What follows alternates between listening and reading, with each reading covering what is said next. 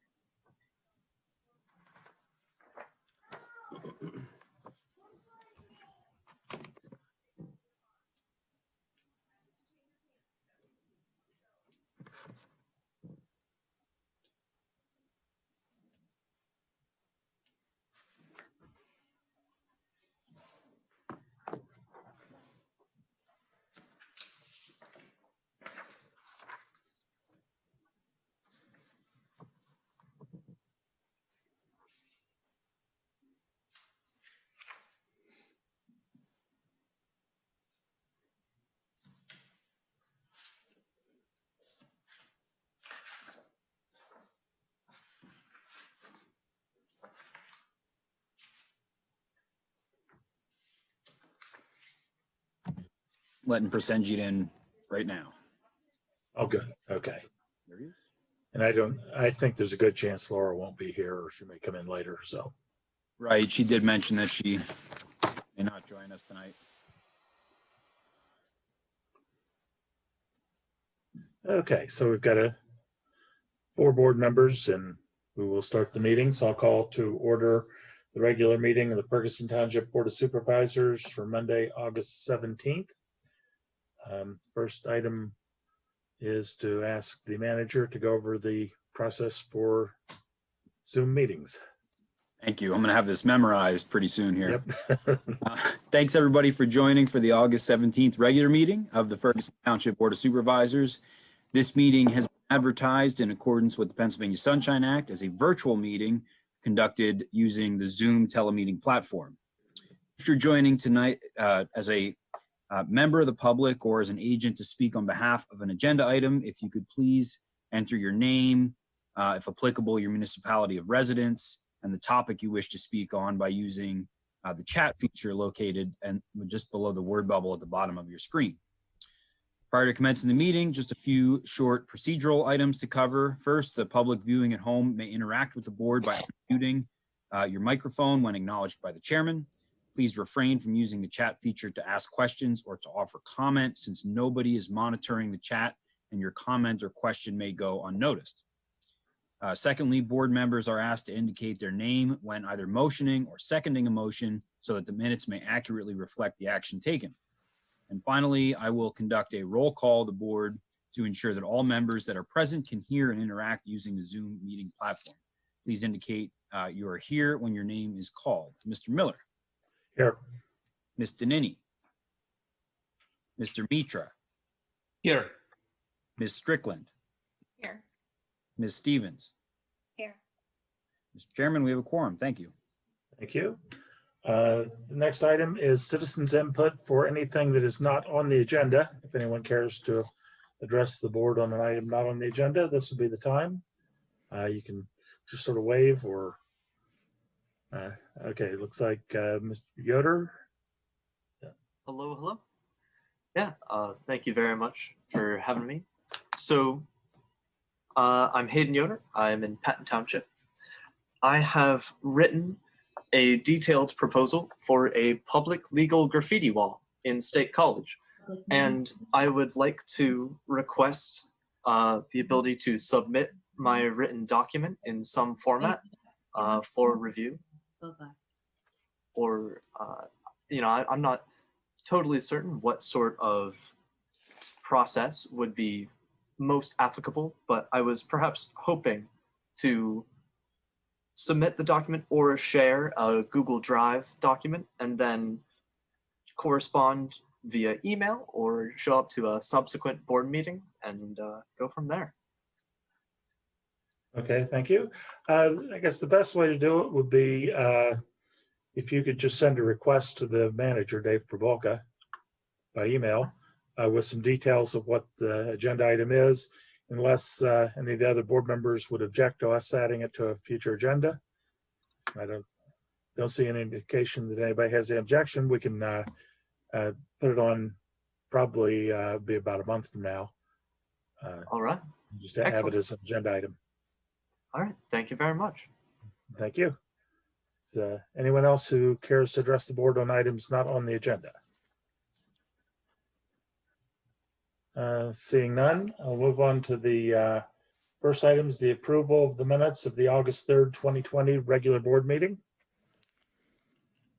I'll make a motion to approve the meeting minutes. I second. Okay, I have a motion by Lisa, second by Prasenjit. Any discussion or corrections? Seeing none, all in favor? Aye. Aye. Aye. Opposed? Motion carries. Next, we have under reports, the update on COVID-19 response from Dave, manager. Thank you.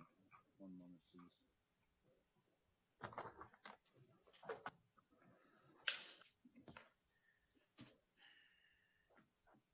please. Thank you. So I'll briefly report on the regional consideration of local ordinances enforcing the Pennsylvania Department of Health and Centers for Disease Control guidelines to prevent the transmission of COVID-19. As the board and the public are aware, center region municipalities have been discussing the implementation of regulations and enforcement strategies in response to the return of Penn State students. My assessment thus far of regional consistency is that it seems unlikely that a standardized set of regulations will be presented, at least in the near term. Both Half Moon and Harris Townships have indicated that they are not considering ordinances at this time. Patton Township and College Township are still developing their draft regulations, but they've each discussed moving forward in the coming weeks. At present, State College Borough remains the only center region municipality to have adopted an ordinance. And later this evening, the board will be asked to review and consider an emergency ordinance. At this time, I'll reserve commenting on the provisions included in the draft until the appropriate agenda item. However, it's worth noting that the language closely mirrors that adopted by the borough, with just a few notable exceptions. Centrice Martin, I believe I let in. I was just looking to see if she's here. Assistant to the manager, and Nick Vigaro, our communications coordinator, have issued a business needs survey to the local business community to assess their opinion of the local response to the pandemic in the spring, as well as to identify areas of improved coordination moving forward. I was going to ask Centrice to review some of the results received to date of that survey. Thank you, Dave. As of today, the township has received 57 business responses to the survey, to the COVID-19 survey. About 95% of these businesses reported experiencing some kind of impact as a result of COVID-19. 71% reported a moderate financial distress or greater. None of the businesses reported that they've closed their doors as a result of the pandemic. However, they reported in response to the survey questions that if Penn State limited the number of students, we had 47% indicate that they would experience a financial loss, and one business reported that they would have to close their doors. So those are just some of the trends that we have, some of the trends and highlights that we've been able to extract from the survey responses as of now. The survey remains, open until August 31st. That was the deadline that we asked for all businesses to submit their survey responses to the township. So we'll have more to follow at the end of the month or the beginning of September. Thank you, Centrise. And as always, just end by thanking everybody for their patience as we recover from this crisis. I'll end my report unless there are any questions from the board. I just had one question. Thanks so much, Dave. For those who don't have children in the State College School District that might not be aware, they're meeting, the board is meeting tonight, and one of their discussion items is a discussion on the start of the school year and the possibility of starting in school for 2 weeks and then going remote after 2 weeks to assess what's gone on with the spread of COVID since the students have returned. So with that in mind, that's leading to my question. I'm wondering how the township and COG can best support the school district. I think one important way is the ordinance that we'll discuss later on. So aside from that, I'm wondering if the school board has reached out to the COG, and if not, if someone from COG, from either the executive committee or from staff, has possibly reached out to our liaison on the school board to see if there's some type of need they have or support that they feel that they would benefit from local government. So I don't have any response necessarily for COG other than to say that Randy Brown and Eric Norenberg are kind of regular fixtures on our weekly meetings. So there's a line of communication certainly between the COG and the school district. For Ferguson Township, and Chief Albright can expand on this if I'm missing anything, but there's been some close coordination between State College school district officials, primarily Ferguson Township Elementary, since that's our SCASD public school that's in town, and how they're going to be traffic coordination for pickup and drop off, since there's going to be very, very limited busing this year. So there's a need to adapt our traffic patterns and stagger report times so that we could, reduce the, swell of people or the density of people that are showing up at the school at any one time. And I think Sergeant Hendrick and Chief Albright have done, a good job working closely with school district officials in developing a plan for that. But I know that, even as of this morning, they were still working through some of the logistics. So we're hoping that that will go smoothly there. But I imagine the 25th will be a telling day for all of us, and we'll make adjustments as needed. Absolutely. Well, I thank you for that. I think traffic is actually going to be a big issue, like you said. So, just maybe as a reminder to everyone to really take their time on that first day of school and that week to really be aware that there are a lot more parents driving their kids to school and possibly even walking their kids to school. We've all been asked to do that if we can, and to not put kids on the buses. So, well, I appreciate that. And just, if that opportunity arises to see, if there's something else where they feel like they could be better supported, to get that back to us. So thank you. Dave, can I just follow up with that? I was going to bring it up in communications to the board, but you had mentioned that Chief Albright was working on that. I've had people contact me about safety concerns crossing at Clinton and North Atherton because of the back to school and being encouraged to walk. So they're going to, is it called Radio Park Elementary?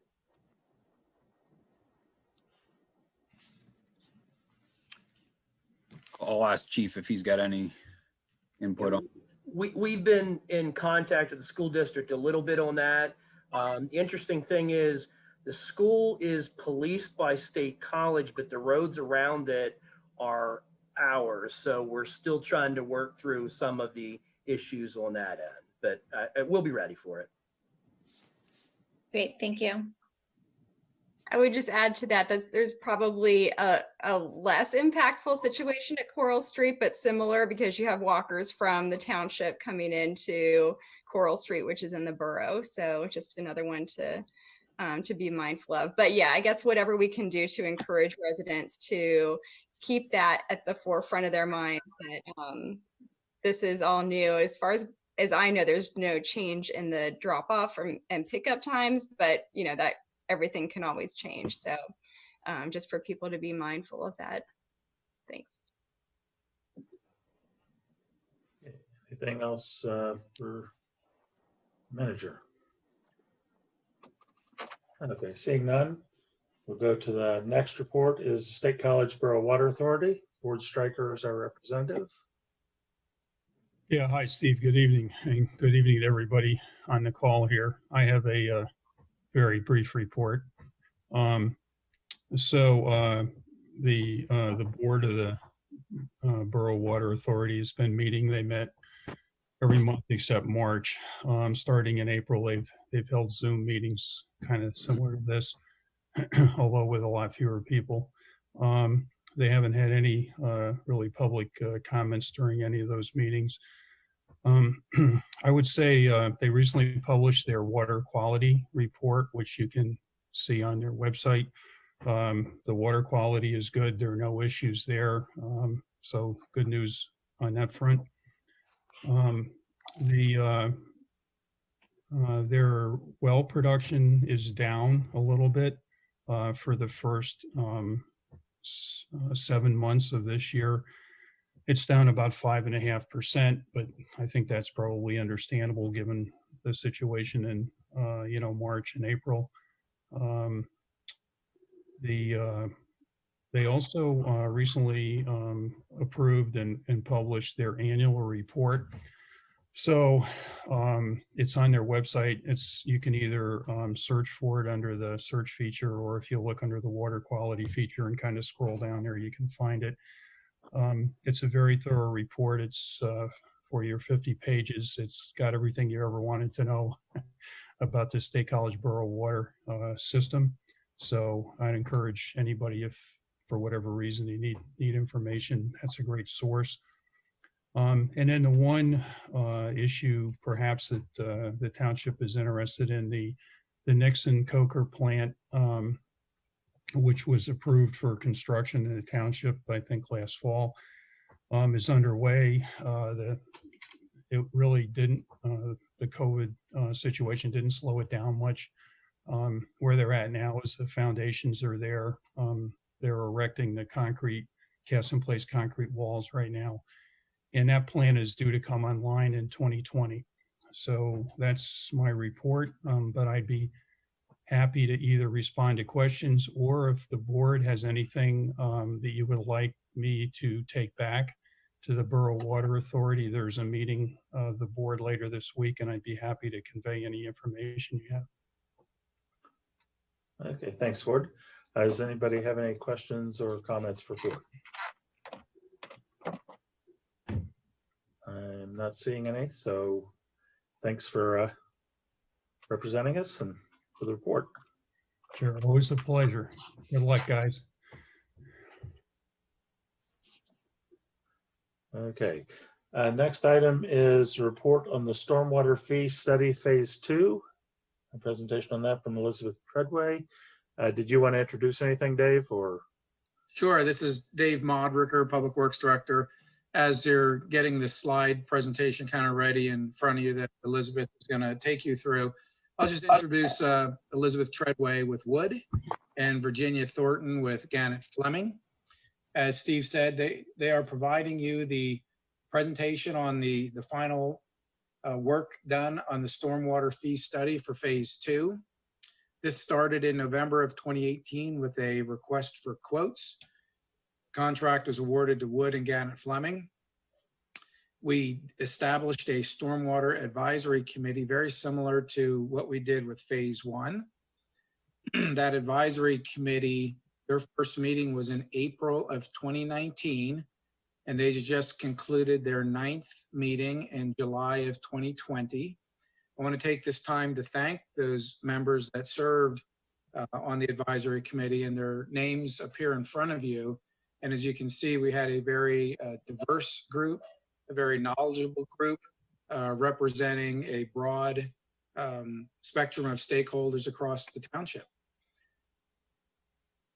This time, I'll turn it over to Elizabeth. And Elizabeth, if there's anything I forgot to mention as an introduction, you can let me know. Not at all, Dave, and thank you. And it's a pleasure being with everyone this evening, even in this very strange environment we find ourselves in these days, and communicating through virtual relationships. But it's a pleasure to be with you this evening. I want to take you back through what actually started in 2017, which was the initial phase 1, just to remind everyone where we are and how we got to where we are.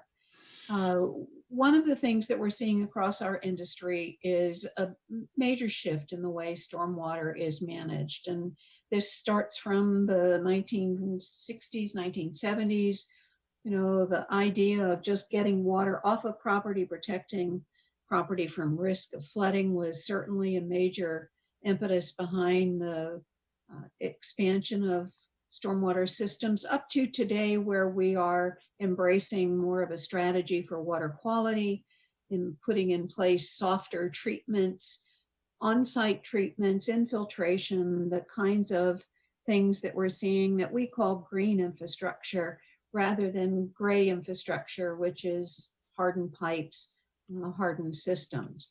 So one of the issues that we certainly understand in this industry is that the public's understanding of what it costs for water services, whether we're talking about drinking water, wastewater, stormwater, it is really not well understood. And there's still a very strong embracing that these services are free.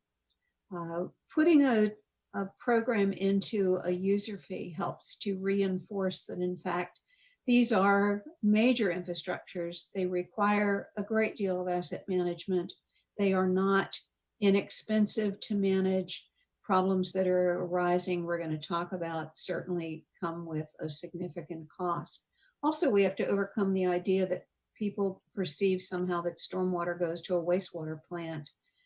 In fact, it does not, and typically then is impacting through erosion, those kinds of things, our natural systems. So why did we start this in 2017? Really behind all of this are some major issues that are important to the community. The water quality regulatory environment is changing. You have a much more complex permit to deal with today to discharge your stormwater. How long and how complex it is to solve a problem is certainly expanding. Our systems are aging. They're often out of sight, out of mind.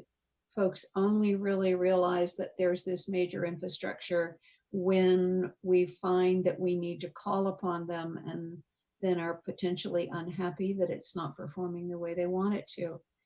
And so we're really moving the whole industry across the United States and Canada to a much stronger utility footing that allows for longer range planning, greater stability in revenues, that really helps assign the cost of the services on the basis really of what's creating a public service need. The idea that it is concentrated development that increases the impacts of runoff to properties. And so the who pays, how we pay, all of those things drive the differences in the funding methods that are used.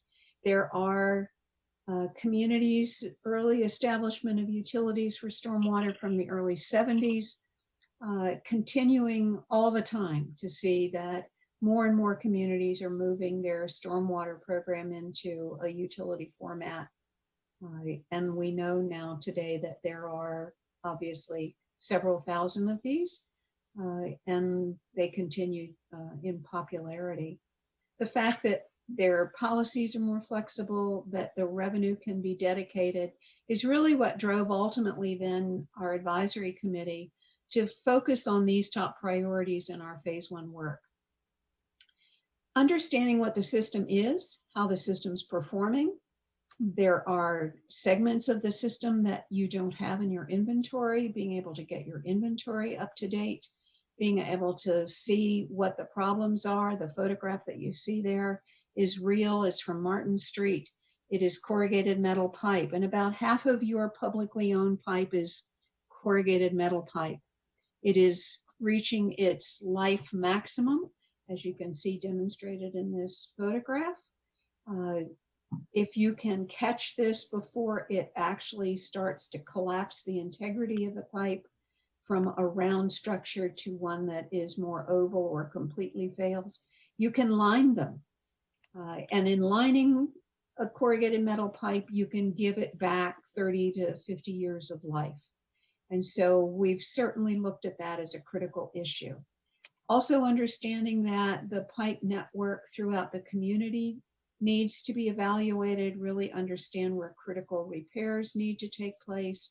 Also your open channels, your 2,000 plus inlets. This is a very complex system that impacts and interconnects with private systems. And that's one of the things we talked with the committee about during this phase 2 work. So there are drivers there to change the level of funding. The needs are present. And so moving the idea of to a utility, certainly it's feasible. You have the data to do it. You have the functions in place to do it. You have excellent opportunity to establish effective policies in managing going forward. You can incorporate policies such as credits for those private investors who have invested in their properties and who are supporting avoidance of costs for the public infrastructure. It allows you to distribute the costs based on the demand as represented by imperviousness. It is hardened surfaces that are increasing both the velocity and the volume of runoff. And though some of the community now is developing with more recent development standards for stormwater controls, you do have another portion of the community that was not developed that way. And so there are pressures increasing. We can move to a system of investment that will build a more sustainable future. So we left the phase 1 work with those general conclusions in place.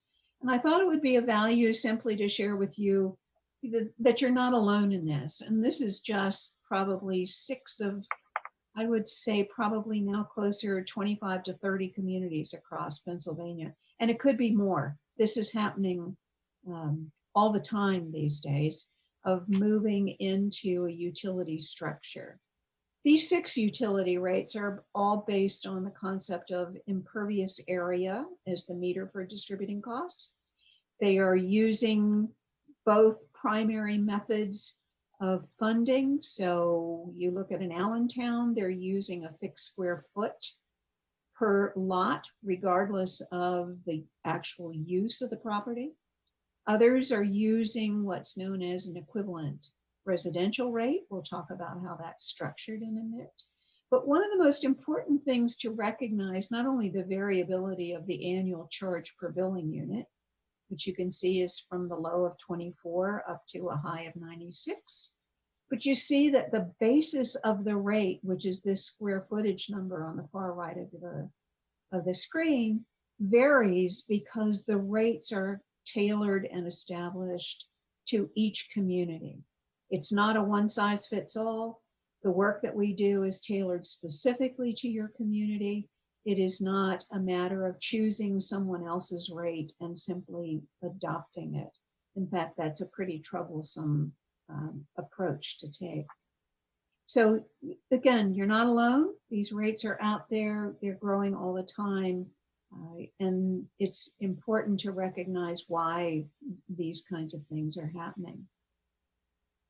When we moved into the phase 2 work, it was to take that foundation of phase one and really hone in on some critical policies. And so those things that we really addressed in the phase two work were focused around three major areas of policy.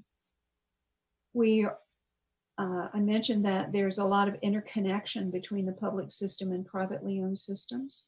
We evaluated a whole series of conditions around the community where publicly managed runoff that typically is now traveling through a network of pipes the township's responsible for have connections to various private systems in which the water may move into a private system, back to a public system, may ultimately discharge into another private system. It's a very complex setup of whether it's pipe or open channel. We also looked at the fact that the levels of service delivered across the township vary. In the more densely developed, both commercial, residential areas, we see a higher degree of response because the system is more complex. Where we recognize in the western part of the township, the service level delivered to that area is really commensurate with the roadway network. And so we discussed ways in which those things could be recognized. And we got very much involved in the concept of credits and how credits might be approached within the utility. So let's talk a little bit about this private system serving a public purpose. There was, I think, a fairly strong consensus that the public has a responsibility when it is connecting to privately owned systems and is dependent on those privately owned systems to move drainage runoff through those drainage features. So we looked at 5 different examples. I'm not going to get into the details of every one of these, but I think it's important to recognize that the committee really came, I think, to a very solid understanding that the responsibility of the township to these privately owned systems should be driven by how dependent the township is on those systems, from the amount of flow that they're carrying on behalf of the township, on the complexity of the type of systems that are in place, and to recognize that where there are single owner discharge points that are responsible for taking the water off of both private and public systems, that there's a responsibility of the township to those private owners. We ultimately came to a series of recommendations, and I'll talk about them from a financial perspective, in which the committee recommended back to the township that a partnership program be established, that those private system owners who have a challenge to manage their own system, where the township's burden is a critical piece of their being able to maintain their system, that those private owners be able to turn to the township and obtain assistance in partnership. And so within the financial model, we established an annual amount of funding that would be eligible for private systems to approach the township to, in partnership, solve a potential problem crossing on the private property. So these examples we considered in depth with the committee. They really wrestled through this. I really appreciate the insight that they had. And I think we came to giving the township public works operation a really solid set of recommendations going forward. When we got into the rate strategies themselves and the impervious area philosophy, again, we recognize that service delivery is variable across the community. And so we looked at various rate structures and ultimately came to a conclusion regarding some of the primary costs of the service should be borne by all property owners. They are currently, obviously, through things like earned income and transfer tax and property taxes are contributing to these services. But we clearly identified that there are baseline services that everyone should assist in paying for.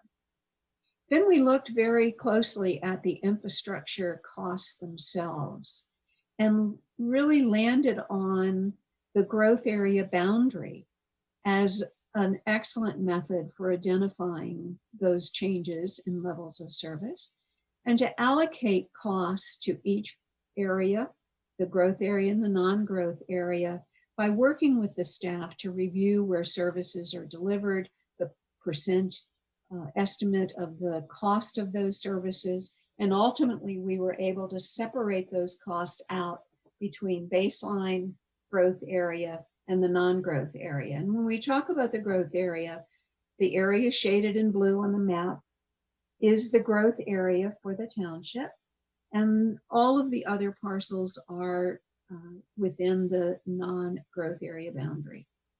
And so we concentrated on those services that are delivered in those locations as a means of allocating the ultimate cost of the program.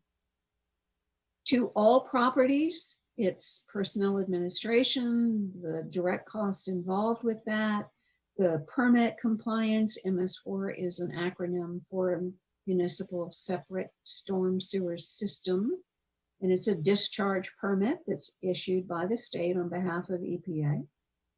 So those costs were deemed to be important for the entire community to participate in.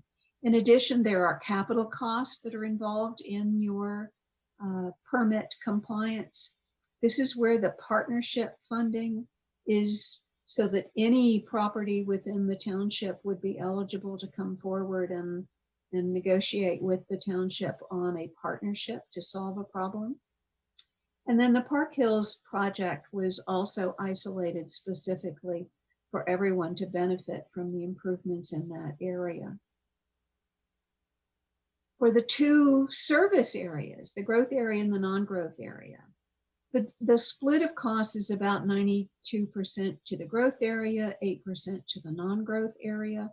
We looked at various service lines. We looked at personnel, their direct cost, the corrugated metal pipe, which is what CMP stands for, that rehab program.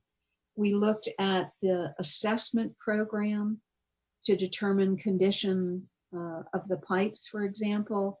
We looked at inlet repairs and where's the density of inlets, those kinds of things, in order to make this what it again is approximately a 92-8% split of the overall cost of the program.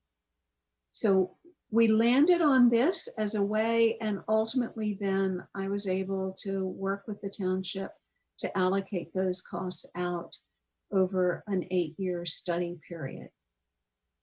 So the fees for stormwater, again, I showed you some of the rates around the state, are typically calculated in two different ways. One of those, using impervious area as the primary link, is to equate all properties to the median impervious area on a residential unit. In the jargon of our industry, that's called an ERU. It stands for equivalent residential unit.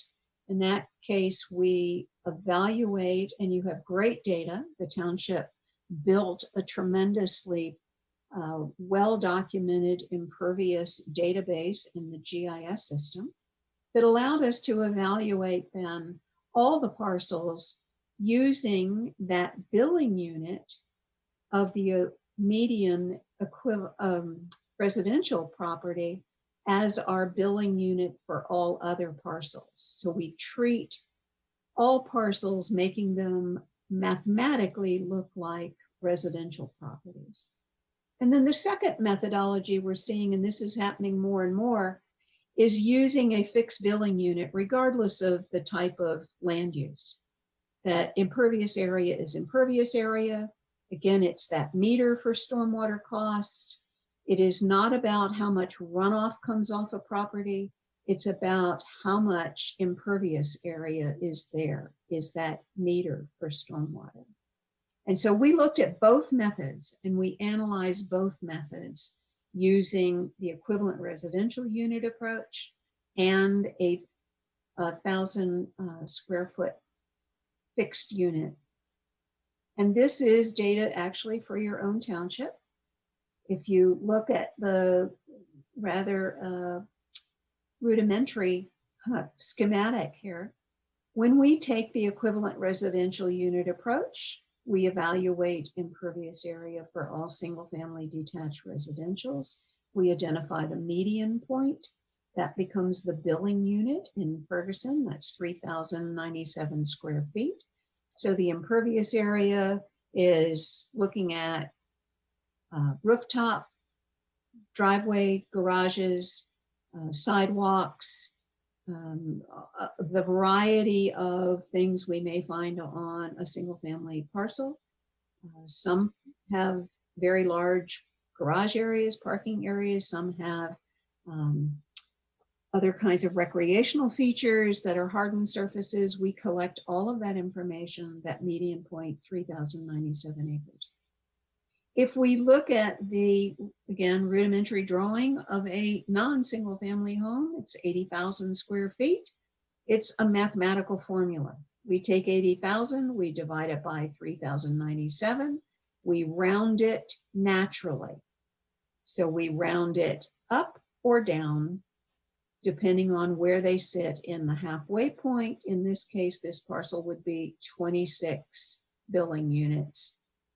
This is not based with a credit. We didn't apply a calculation of credit on those billing units, but as you see in our rudimentary drawing, there's a detention facility on that parcel.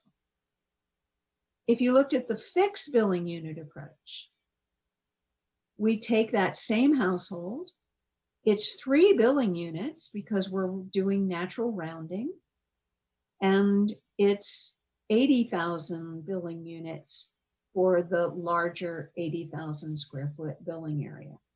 So you can see we're taking a base billing unit, and at that point, it is just math in assessing the way the billing units are calculated for all the other parcels. When we look at how these are then distributed by land use codes, we see that there is an impact of the who pays between the two approaches. So if we're looking at 1,000 square feet compared to the ERU billing unit of 3,000 square feet, we see a shift. And it's really in this darker blue area that we see the most significant shift between that and what is commercial industrial. The dark blue area is land use coded as agriculture. The residential distribution is fairly consistent. There are some parcels that were undefined. It was difficult to categorize them by their land use. Should you proceed to a utility, we certainly would do more exacting analysis of that group. And the group L, as classified by the county, is described as vacant. But as you can see, there is impervious area on those parcels. So it's not a rate established by land use, but we do evaluate them so that you can see how the who pays changes from a land use perspective. We also develop a histogram, a distribution of your single family homes, because one of the things, if you noticed in the comparison to other state rates, you see Radnor, and Radnor had a variability in their rate structure that clearly showed when we analyzed their residential impervious area, that there wasn't a bell curve. There were multiple bell curves. And it was obvious that they really needed to look at their single family residential parcels differently. And so they took those single family residential parcels and divided them into 4 categories of rates. We call that tiering. When we look at your distribution, we don't see the necessity of that significantly. You do have a very long tailing to the right that exceeds 25,000 square feet. And it's easily understood when you see the impact of agriculture property on this residential analysis. When we take the agriculture land use codes out, we see this tailing still occurring, but the number of parcels out here are quite small compared to when we have the agriculture numbers in there. And I thought I had a slide of them, or did I miss that? Sorry, I'm sorry to jump around like that. I will show it to you, but when we have the agricultural properties in here, we saw this very large tailing. So we brought an issue to the advisory committee about the treatment of agricultural properties.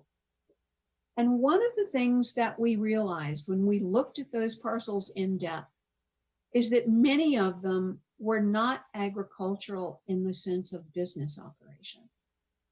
They were single family homes.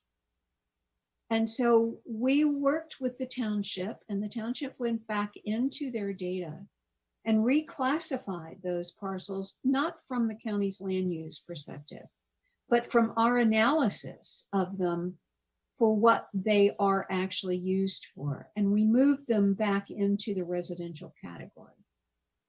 In that case, we were able to isolate the homes on those properties and be able to treat them in the same way that homes throughout the rest of the community would be treated.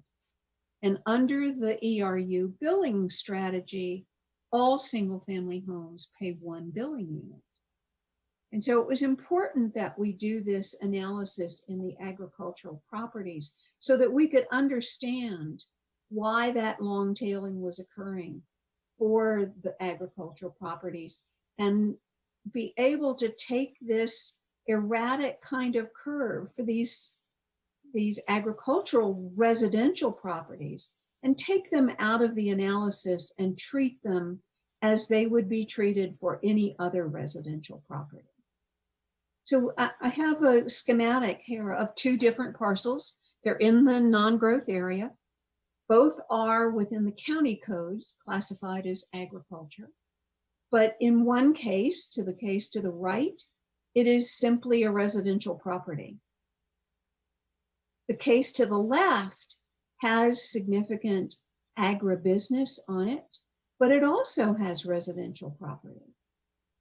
And so we isolated those residential properties so that they would be treated under the same fairness approach using the equivalent residential analysis and treat those as residences and treat the business operation of those properties as a business and measure their impervious areas separately.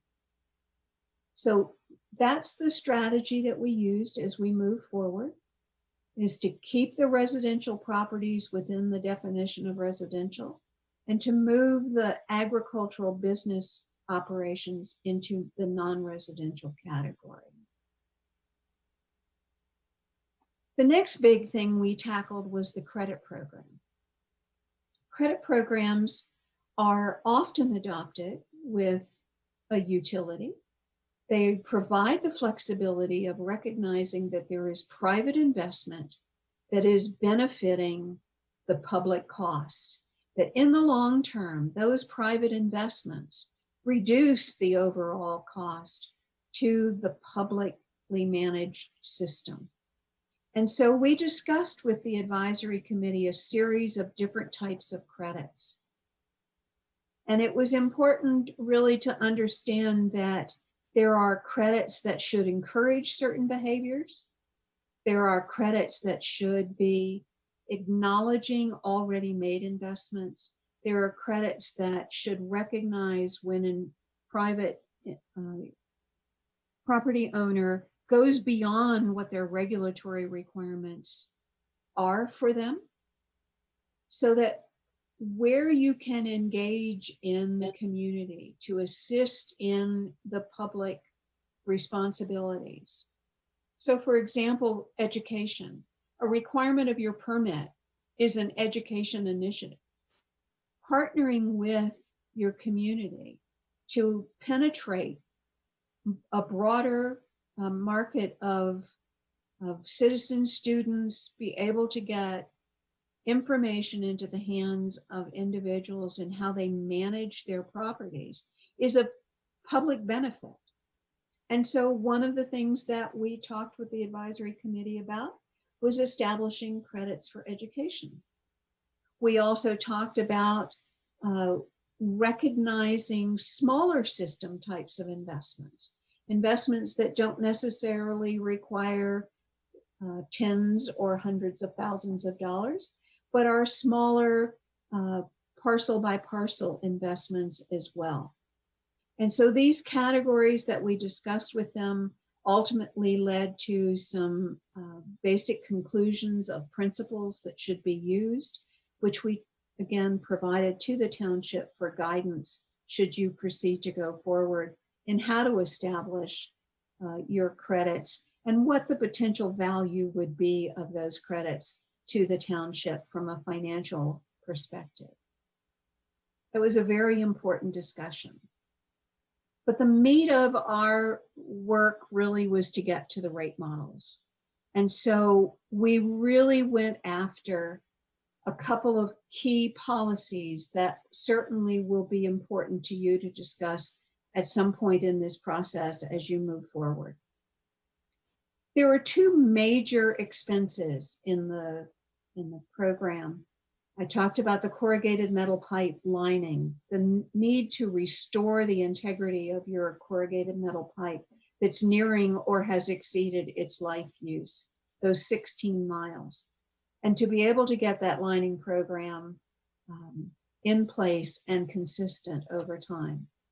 Currently, the pipe lining program is in your transportation improvement funding program.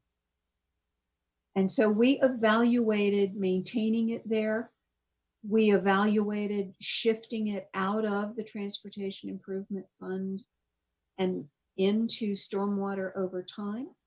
And we evaluated moving all of that funding directly into a stormwater revenue only. In addition, we talked with Township and the advisory committee about continuing assessment of the infrastructure. Doing a complete assessment, getting everything inspected, underground, above ground, whether it's an inlet, whether it's a pipe, whether it's a channel, it doesn't matter the type. Once we get the full assessment accomplished, it doesn't end. You don't stop. You don't say, we know everything we should know and life is good. We don't have to worry about inspecting into the future. An inspection program should be continuous. What you learn in that first 5-6 years of your assessment is going to tell you that you have things you need to go back and re-inspect. Whether it's immediate, whether it should be 2 or 3 years from now, it's important that you're using your assessment data to create the asset management program that will tell you where you need to focus a continuing inspection of the system. And one of those strategies we looked at was contracting out the initial assessment, but upon its completion, bringing into the organization both the equipment and the staffing necessary to do your own continuous inspection, both of your inlets, your underground pipes, as well as your above ground collection system. One of the strategies we looked at was to set aside the funding year by year to cash fund the equipment that would be necessary.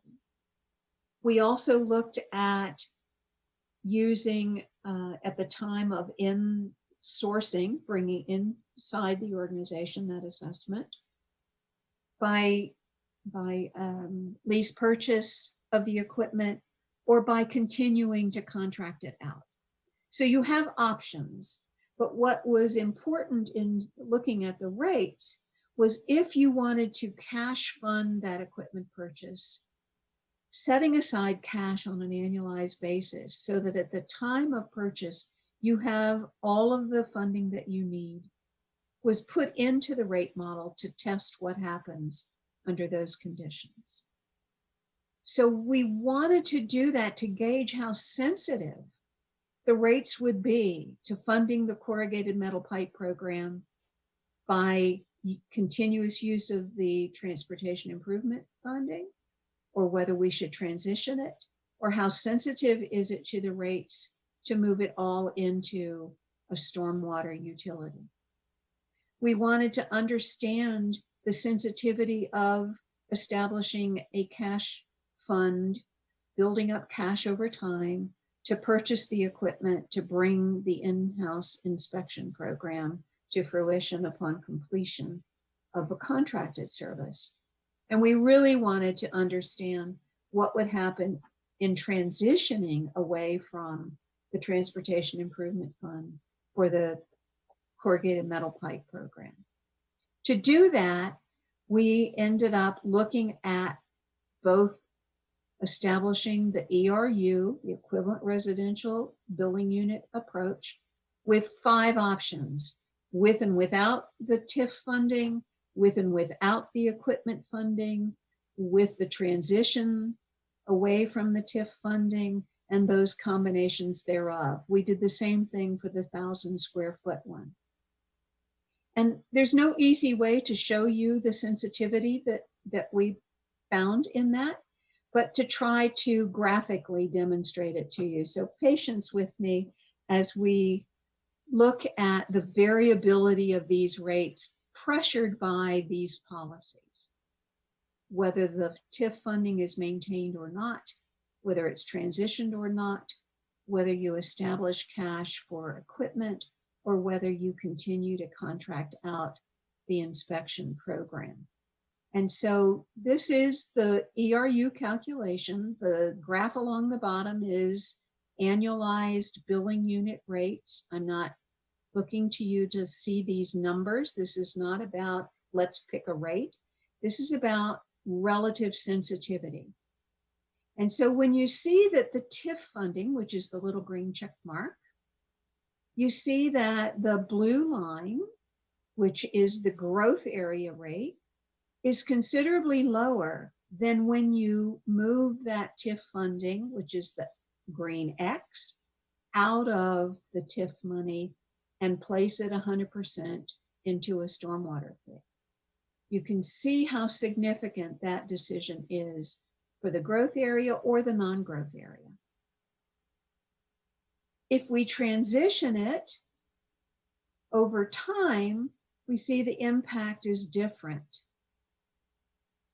for the TIF money, and we see that it's different if we take the equipment fund out. So these blue lines under the ERU actually do translate into real rates.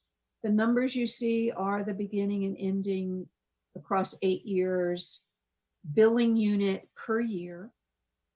For the non-growth area is the dark line, the growth area is the lighter blue. Again, when you take both the TIF funding away, but in the middle bar, keep the equipment funding, it establishes ultimately the highest rates. And it's understandable why it would. All of the corrugated metal pipe program ends up in a stormwater fee. Setting aside cash creates a burden from year 1 to the actual purchase of the equipment. So the least impactful relationship is the far right, maintaining the TIF funding for the corrugated metal pipe and not setting aside cash for the equipment purchase.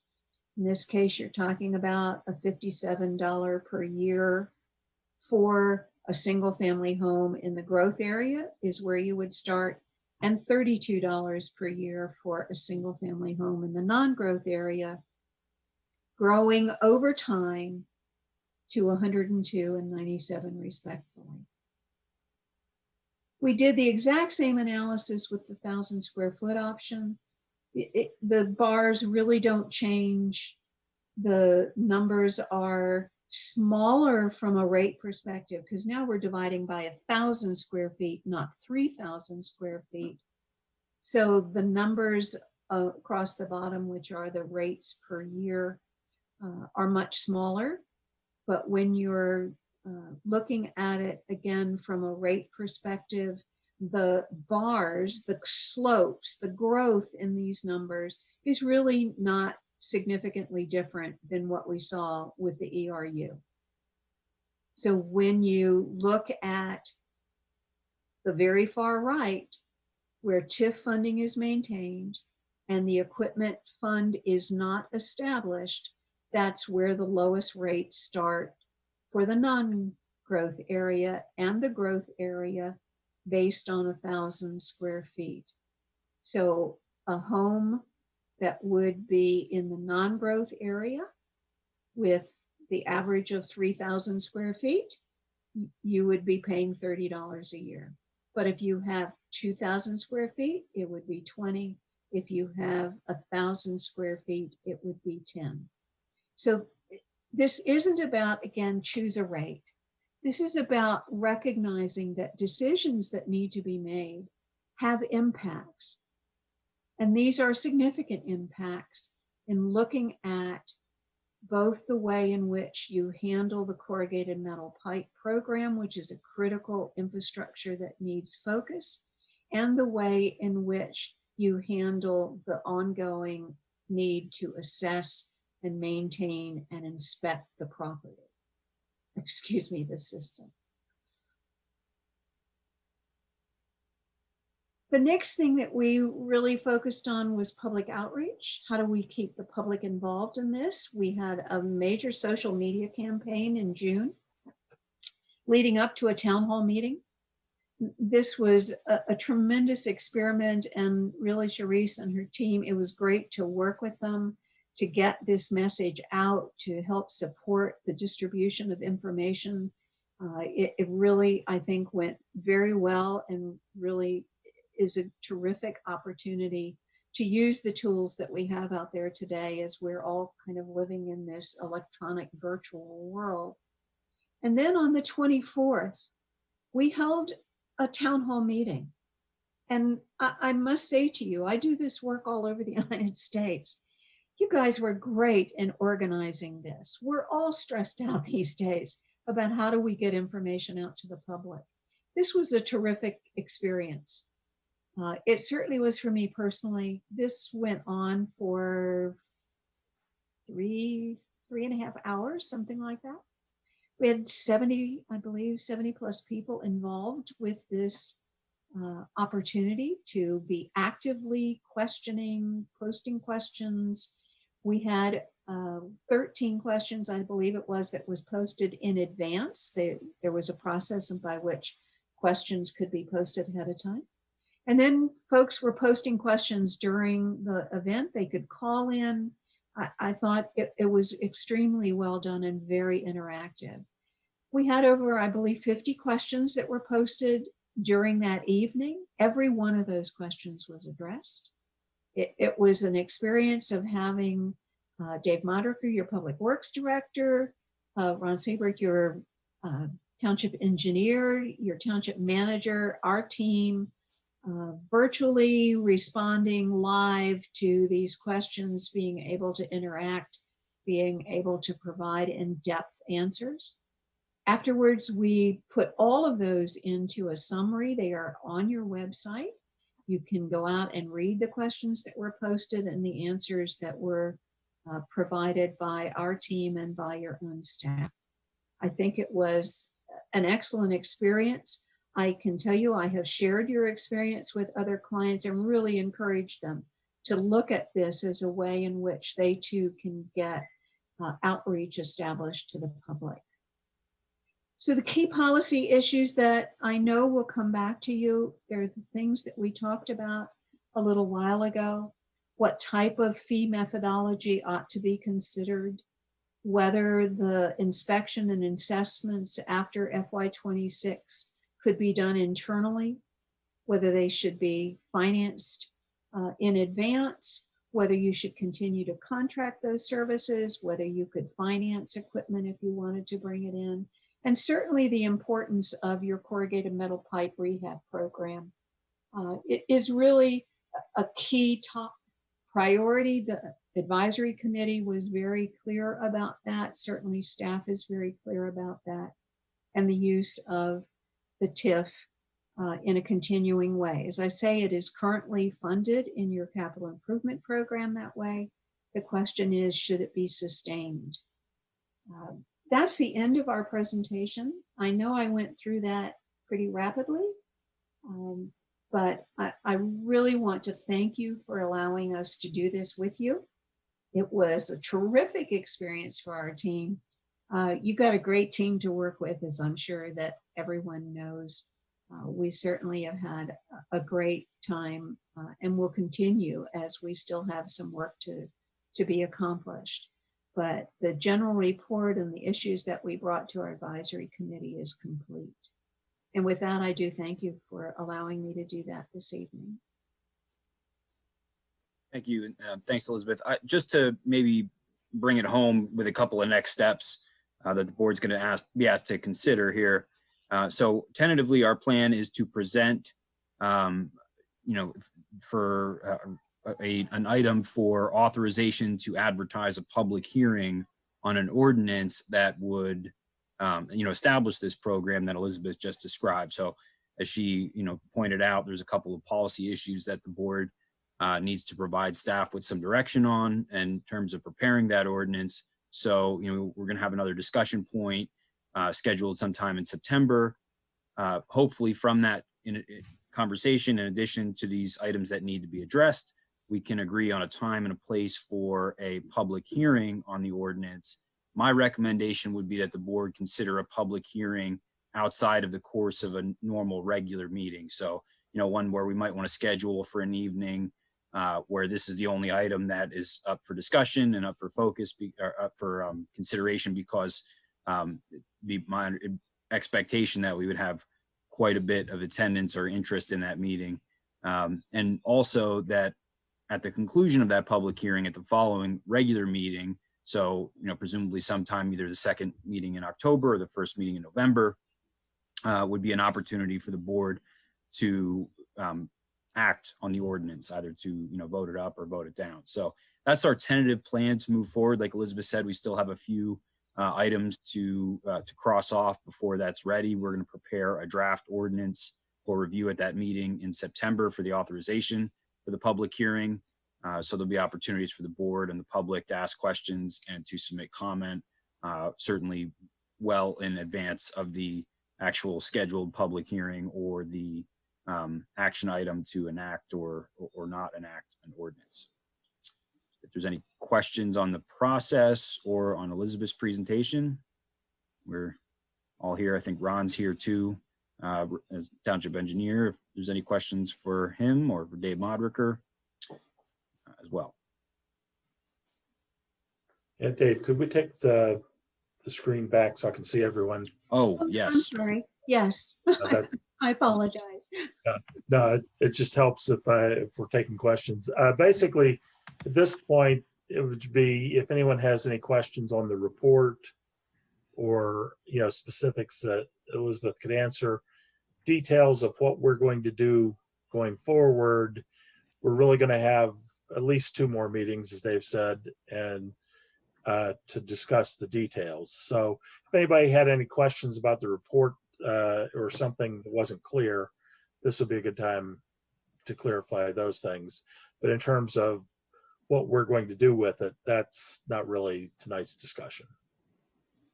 So if anyone has anything for Sanjit. Yeah, so thank you very much, Elizabeth. Yeah, I'm Prasenjit, a supervisor. I wanted to know, are you familiar with the program that Seattle put in, which was to use, using bioswales, they were able to reduce their stormwater like 97% or whatever.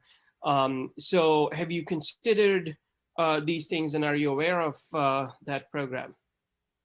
We certainly did. And we were talking about the credit program and how those kinds of features have an importance to play within the overall control of costs and the operations for the community. And so those kinds of features are the things that we talked with the advisory committee about in order to encourage those more fully in use within Ferguson. And I think Dave Modricker and Ron both would echo that there are appropriate uses for those kinds of treatment practices that both manage the flow from a perspective of infiltration, improvement in water quality, reduction in offsite impacts. But it certainly is one of those things that we're seeing becoming extremely popular all across the United States. And so just to follow up, so in your thinking, projection, and so on, how did that affect? So are we going to be doing something like that, or is that orthogonal to what we are talking about? Are incentives such that a private-public partnership can do that? So what is the thinking on those lines?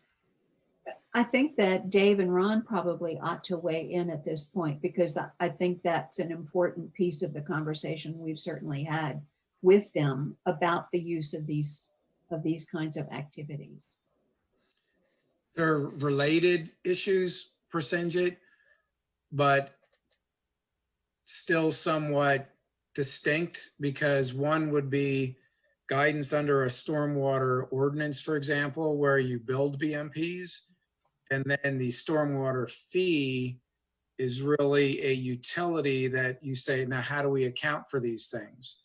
And the way that we account for them is through a possible credit program, because as Elizabeth said, the meter is still the impervious area. So the effort to reduce the amount of runoff is done two ways. One, through our stormwater ordinance, which requires certain things, including BMPs, and the other would be as an incentive in the terms of in the form of a credit through the stormwater fee program. I know that Seattle is very, progressive, although I am not familiar with your statement about how they, reduced it so significantly with bioswales, but we would consider something like that a best management practice. All right, thank you. Let me just, if I can, just kind of tie the two together and to touch on Dave's point. One, consideration or one project or kind of projects that this would enable a township to, invest more heavily on would be these kinds of green best management practices, low impact development that may have a higher upfront capital investment, but may over the course of their life cost less either to maintain or may do a better job managing and treating stormwater, particularly from a quality standpoint. So it may help to reduce costs in the long run overall, or to help improve, the environment. So, having this program in place, or even if the board elects not to enact a stormwater fee, just by virtue of the work that was done by, Elizabeth and her team, I think will help us to have a clearer picture and a better understanding of where those strategies may better benefit the township, whether they be investments from public dollars and capital projects, or whether they be land use incentives and design incentives that we encourage the development community or property owners in the township to take advantage of in one form or the other. I think now we have a much better, roadmap of where those items may be most beneficial. I think the program in a future year also anticipates some type of, I'll call it master planning or implementation of green infrastructure, while it may not be completely formulated today. Correct.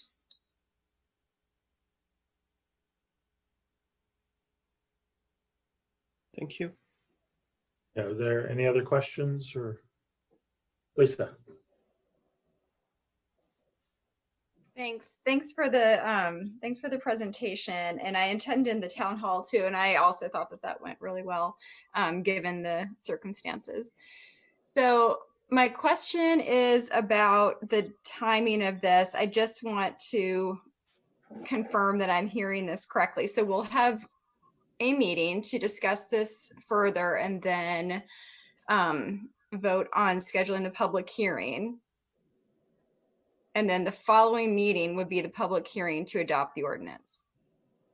Correct. So some Okay. of the items that Elizabeth reviewed toward the end of her presentation are things that the Stormwater Advisory Committee has provided some input on and some things to consider, but they are policy decisions that have to be made ultimately by the Board of Supervisors. So that's really our next nexus, if you will, or we have to decide, how we're going to proceed from there. They're kind of a crossover between the policy and the engineering components of it, or the more technical components of the program. So that's part of what that discussion needs to be in, the fall in September, be it the first meeting or the second meeting, depending on a few other moving parts. There's still some consideration that has to be had and some work that needs to be done for the partnership with Penn State University.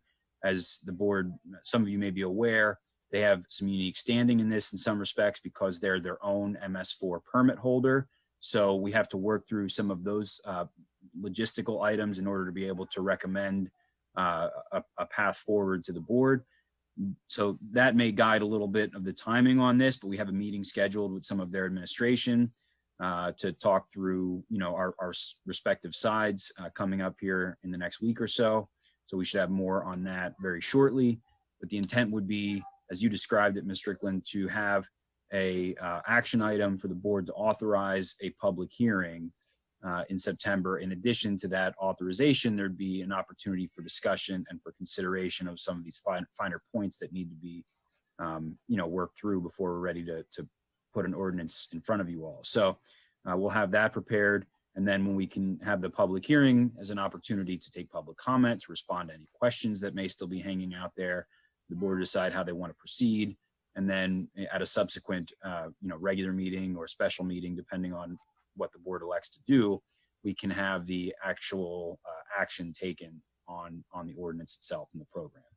We're also trying to be sensitive, I think, to the impacts, of course, that the pandemic has had on residents of the township and businesses in the township, what that may look like introducing a fee in fiscal year 2021. So we discussed some options that the board may be able to consider to help defray or assist in some of the impact of that. We'll be ready to present those a little more refined in September as well, and then maybe get some guidance from you all in terms of how you want to move forward. So that's, I know it's not in very concrete the way I described it, but so some of the dates are still a little fluid, but tentatively that is the roadmap forward that we discussed with our consultants to date. Okay, thanks. And I think that you stated one of my concerns is the timing, but it's also the timing with the discussions too. I just don't think that this is going to be at the top of anyone's priority list over the next couple of months. And I'd hate to rush this through without everybody in the township having an opportunity to listen to the meetings, attend the meetings, and ask questions. And so I think that latter description of the timing is okay. I just would want the kind of advertisement that was done for the town hall maybe to be done, maybe not the postcards and things, but really heavily advertise that this is being discussed right now. There's a lot going on, and I would not want people to miss that this item is upcoming on an agenda. One thing that I was going to request, but I guess would probably not fit in here and maybe would be accomplished by the next discussion meeting, was a work session to focus solely on this item to discuss and study the proposals and get some input from the advisory committee members. Was there any discussion of having any separate work session like that? There was discussion about a work session with the board, but we had not discussed having a work session with the board and the advisory committee, if that's what you're asking, Lisa.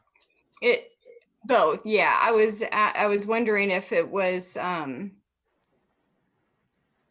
just discussed and then decided to not have a work session, and also if the advisory committee had been invited to or been considered to be invited to any discussion. The advisory committee is always invited to all of these discussions. I didn't send them a specific invite for tonight, but I'm pretty sure they knew the time frame after our last meeting. And certainly I can send them invites so that they are, you know, attending, or, you know, at least notified to attend any of the upcoming board meetings. But we didn't talk about a work session specifically with the board and the advisory committee. So if that's something that the board would want to do, you know, we'd have to put something together. I think some of the things I was interested in hearing more detail about, and I guess this is what is planned for the next discussion, is the credit program. Maybe Dave Modricker, what you had referred to with the greening of the BMPs, you know, down the road, those kinds of projects. Some costs, some numbers, you know, I guess I had anticipated a little bit more detail before we move forward with another agenda item on this. So yeah, there's a tremendous amount of information too available on the website. All of the material from all the Stormwater Advisory Committee meetings, all of the discussions relative to the credit program and the levels of service are you know, detailed pretty heavily, and we made our stormwater page kind of front and center as soon as you access the municipal website. So that's the first tab that'll pop up when you go to the township's webpage. You know, I encourage certainly board members, but everybody on the call to peruse a lot of that information that's included, not just for phase 2, our most recent analysis, but also the work that we did last year and the year before that with our first phases of this study that were really more relative to the feasibility of the stormwater program, but also conducted by Elizabeth's firm. So I think we can, you know, we'll certainly compile whatever information we can, provide it in any format that board members are interested in seeing it. It's all available out there. It's all accessible on the web page.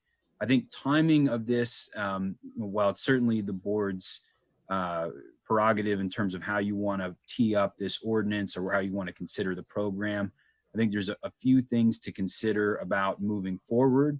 Number one, we need to be sensitive to the needs of property owners, not just business communities, but particularly homeowners and condo associations that have a deadline to establish their fees for the upcoming year.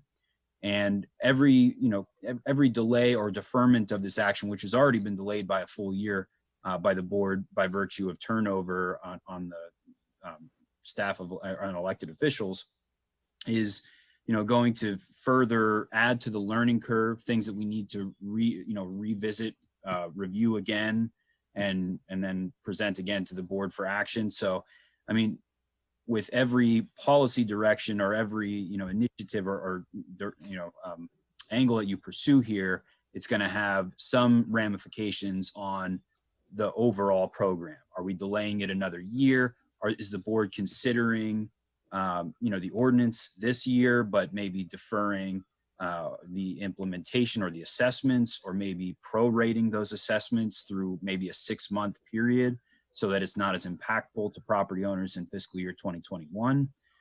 So, I mean, I see what you're saying. All that information is available. It's been made available to the board. We can provide it in any other format that you think would be most useful to help guide your decision. Whether that be at the upcoming meeting in September or in advance of the public hearing. We're happy to put that together. I think that some of that was presented at the town hall. And I think my concern is just that it's not, that we didn't go over it so much tonight. So as long as it's presented at the next discussion. Yeah, I think basically, and correct me if I'm wrong on this, Dave, is that staff will be putting together a recommendation based on what the information we have. That our next meeting, you will have options if there are things where we may need to make a decision, and we'll go into the discussion then of anything where we would have questions about a recommendation. Yeah, I think so. It would be really helpful if, if board members have specific questions or areas that are still unclear after the presentations that have been had to date, because I recognize this has been, kind of going on for probably close to 3 years now since its inception. So, through attrition or through board member turnover, or frankly, just, as all these other things have been occurring, just forgetting how some of these details have been presented. If you have something that you want us to present or specifically focus on at the upcoming discussion in September, let us know in advance. We can put some material together, some slides together, get some good data for you, and then give that to you for your consideration. But that's what our goal is going to be, is to, condense the recommendations of the Stormwater Advisory Committee that Elizabeth reviewed tonight, present the board with the policy issues that still have yet to be decided, get your feedback on those, and then move ahead with, the scheduled public hearing and then ultimately consideration of the ordinance. And hopefully, if the timeline works out, it would be done with enough notice for the associations, the homeowner and condo associations that have additional obligations under this program by virtue of their common areas or their assessments, to be able to set their rates appropriately for the upcoming fiscal year. And I think if after we have the next meeting, the board is still not comfortable with it, we could definitely schedule a work session between the next meeting and a public hearing. But I want to try to avoid redoing everything that the committee did ourselves. I'm not sure if that's what you're thinking, but No, no, I agree with you. I think I would just feel uncomfortable if I felt like we weren't representing the very basic information and discussing it before advertising for a public hearing. So I'm concerned about doing this at this time under these circumstances already. So I think that as long as it's a full discussion at the next meeting, then I think that's fine. I don't expect people to dig into the website to read about the credit program right now. There are other things happening. So I just want to make sure that that is all on the surface, that we're as clear as we can be. I thought, the town hall was good, but I thought it was not, basically as user-friendly with the information as it could have been. So I just want to make sure that it is absolutely as clear and understandable as possible to everyone when we go into that discussion. I don't want to start everything over again. I just want everyone to be, as far as residents, everyone to be on the same page with the information that's being presented and discussed. Okay. And if at our next meeting, the board doesn't feel ready to do it, there is sometimes constraint in terms of the things that Dave is mentioning, but we're not going to rush into it if everybody's not comfortable with having everything that they need to make a decision. So, yep. I think, and hopefully the next meeting will have the information that everybody needs to move forward with it to a public hearing. Yep. Okay. Yeah, I have a few questions, but I'll send that to Mr. Prabulka and get maybe some of this. Yeah. Any specific questions anybody has, if you could forward them to Dave to help staff be ready to address those at the next meeting. That'll make it more efficient for us to, to handle as much as possible at that time. Yes, that would be helpful. Thank you. Anything else? In that case, I would say thanks, Elizabeth. That was a good update, and I think we're ready to move forward. Thank you. I appreciate your time and opportunity. You have a good evening and a great meeting. Yep, you too. Okay, and so we'll move to the next item on the agenda, which is under unfinished business, a public hearing on an ordinance of the Township of Ferguson, Center County, Pennsylvania, amending Chapter 19, signs and billboards by repealing it in its entirety and replacing it with a new Chapter 19, signs and billboards. Thank you. So the board has a copy of the ordinance that's been advertised with the agenda packet this evening. The document's been available for inspection at the office as well as available on the township's webpage.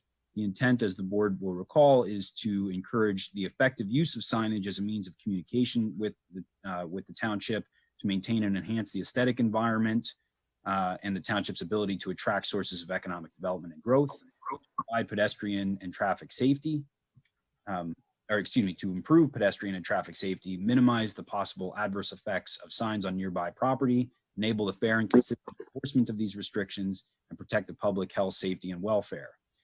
This ordinance has been reviewed by the Planning Commission on both May 11th and July 13th, and they've recommended approval this evening by the Board of Supervisors. Board's had an opportunity to review the draft on July 20th at the regular meeting, where you authorized this for public hearing.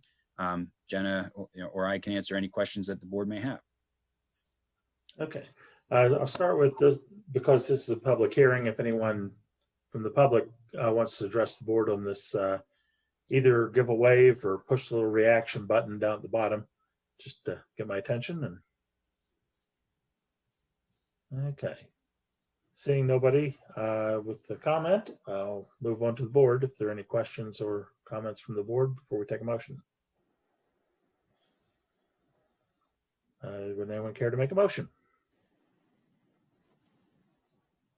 This is Lisa. I'll move that the Board of Supervisors adopt the ordinance amending Chapter 19, signs and billboards by repealing it in its entirety and replacing it with a new Chapter 19, signs and billboards. This is Patty and I second. Okay, we have a motion and a second. Any further discussion?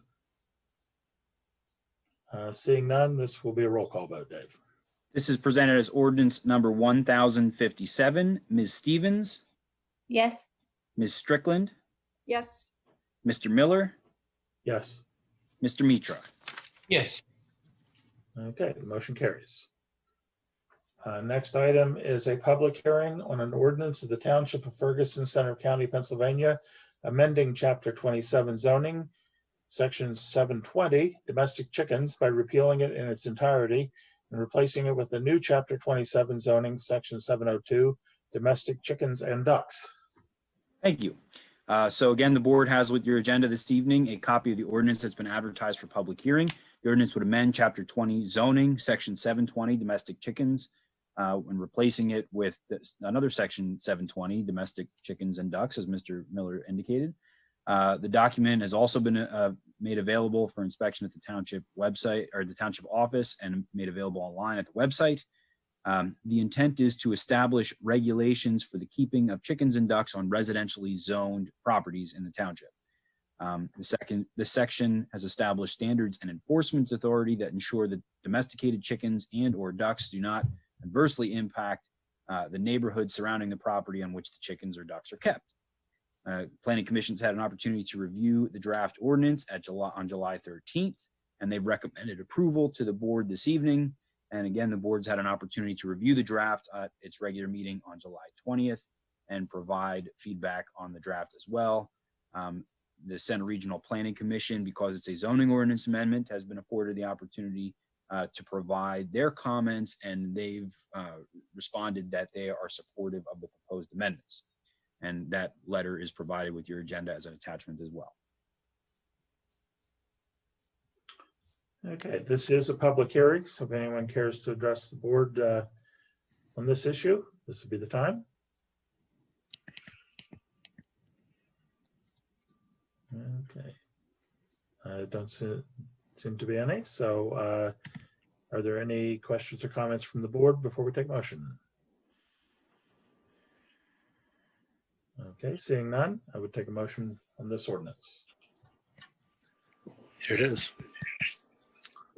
This is Lisa. I'll move that the Board of Supervisors adopt the ordinance amending Chapter 27 zoning, Section 702 domestic chicken by repealing it in its entirety and replacing it with a new Chapter 27 zoning, Section 702 domestic chickens and ducks. This is Patty, I second. Okay, motion and second. Any further discussion? Seeing none, this will be a roll call vote. Presented as ordinance number 1058. Ms. Strickland, Yes. Mr. Miller, Yes. Mr. Mitra, Yes. Ms. Stevens. Yes. Okay, motion carries. Next item is an authorization of advertisement of a public hearing on a temporary emergency ordinance of the Township of Ferguson, Center County, Pennsylvania, requiring the wearing of face coverings and implementing additional regulations to reduce the risks of transmission of the COVID-19 virus. Thank you. At the regular meeting on August 3rd, the board directed staff to draft an ordinance that would further enforce the governor's directives for social distancing and the wearing of masks in response to the COVID-19 pandemic. There is a draft that's provided with your agenda this evening. Included is also a copy of a letter that was received by Penn State President Dr. Eric Barron, requesting the township consider passing a public health ordinance to enforce the Department of Health's mandate on wearing face coverings and practicing social distancing. The board is asked to consider adoption of this temporary ordinance by public hearing authorized for Tuesday, September 8th. And there's a couple of, I guess, caveats to that. There are a few different ways that this particular regulation can be enacted. First, the board can, as is in the recommended motion, proceed through the normal course of advertising the ordinance for public hearing on Tuesday, September 8th, and then acting on the ordinance at the conclusion of that public hearing. Secondly, the manager may enact the ordinance effective immediately under emergency powers that have been granted by the Home Rule Charter, as well as ordinance number 1054 adopted earlier this year. Thirdly, and the recommended route from staff is that the board consider enacting the emergency ordinance effective this evening under powers granted it by section 2.25 of the Home Rule Charter. The provision reads that to meet a public emergency affecting life, health, property, or public safety, the board may, by a vote of the entire board, adopt an ordinance, an emergency ordinance at the meeting at which it is introduced, will be tonight, and may make it effective immediately, except that it can't be used to levy taxes, grant or extend a franchise, or authorize the borrowing of money, none of which are included in the draft this evening. After the adoption of the ordinance, staff would have to publish and advertise that enactment in full within 10 days in the Center Daily Times, and they're subject to a time limit of a maximum of 1 year. So there's a couple of recommended motions that if the board chooses to follow that direction, that I would suggest you do. The first would be to authorize the advertisement of the public hearing on a temporary ordinance for Tuesday, September 8th. And then secondly, if that motion carries, to enact or adopt the temporary emergency ordinance effective immediately and then expiring on September 9th at 12:01 a.m. unless extended by an action of the Board of Supervisors. So essentially, you'd be taking two separate actions, but they would be both enacting the ordinance as drafted and provided in your agenda. So the only, I had some discussion with the crisis management team as recently as just this afternoon about this, and there is some clarifying language that we're recommending be incorporated, at least in the ordinance that would be presented for public hearing, that would address the wearing of face masks for childcare facilities, specifically just to reinforce the governor's regulations that if you're 2 years old or younger, you're not required to wear a mask. So there's an additional exemption that we would recommend incorporating in this draft ordinance. Otherwise, what we're recommending the board proceed with is what's included with your agenda tonight, which very closely mirrors the ordinance enacted by State College Borough. There's a few provisions that aren't represented in our ordinance. Restrictions on private gathering sizes, for example, the provision which requires members of the general public to submit verification of medical conditions if they invoke that as an exemption to the mask mandate. And then also I omitted the section on the queuing of members of the public in the public rights of way when entering a private establishment. It's not really an issue or a condition that we face anywhere in Ferguson Township. They certainly contend with that quite a bit downtown State College Borough, but I have not included that in this draft ordinance as well. So otherwise, the language is nearly identical.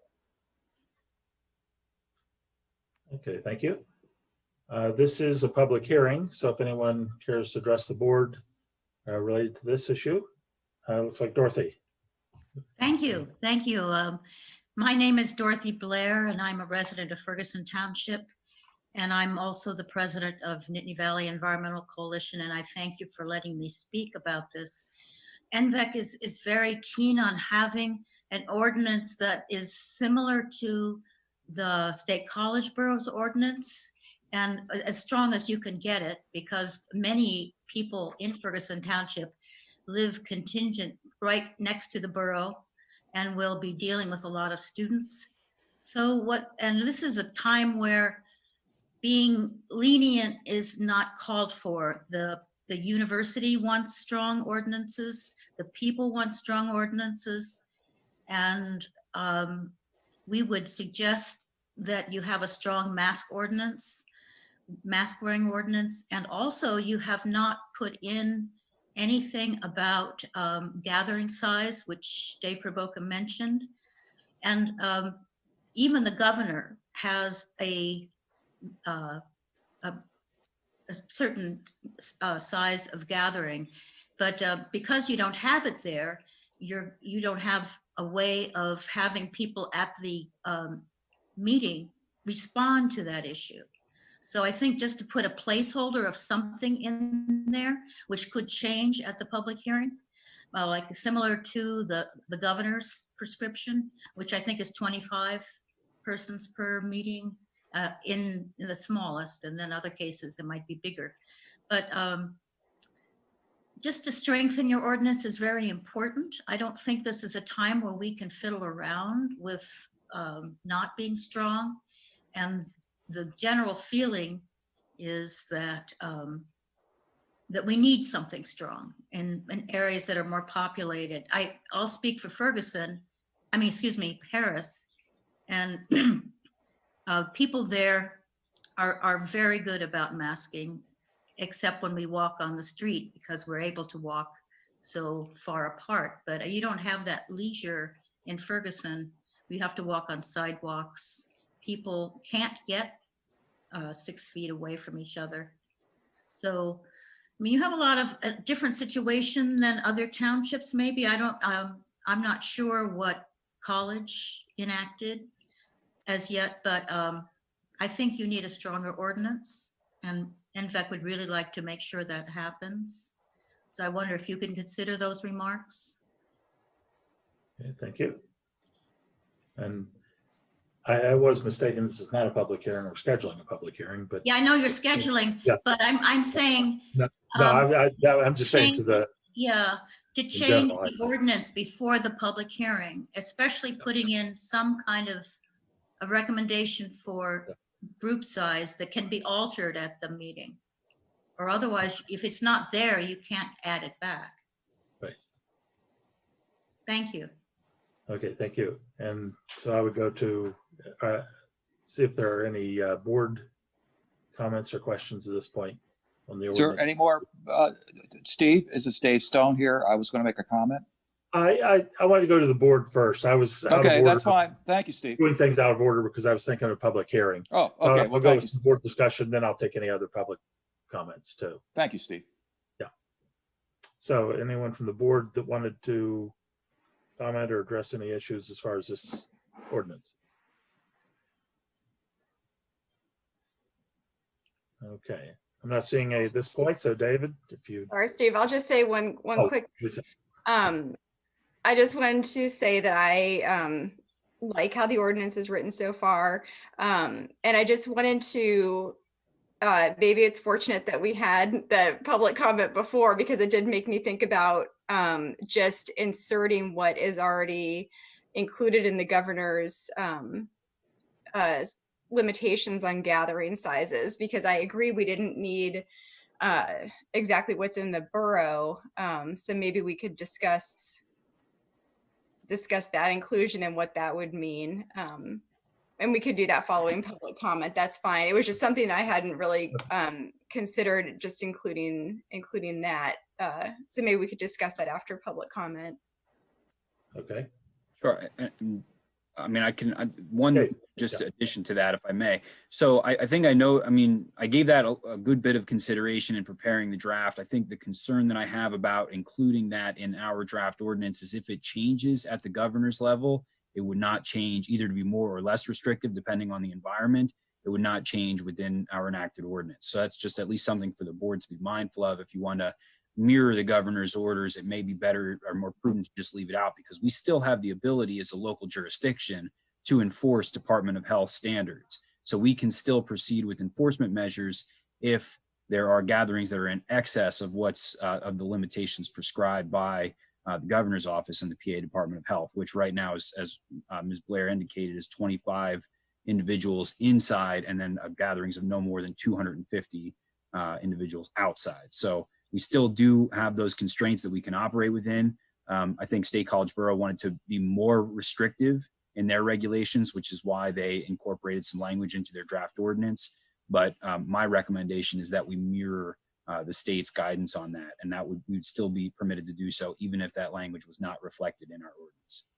Okay, so that can be enforced. It's just that a penalty wouldn't be, a fine or something wouldn't be assessed. It would just be what? Oh, Be a good question for Chief. Can you include it by reference and then your enforcement is as established in the ordinance?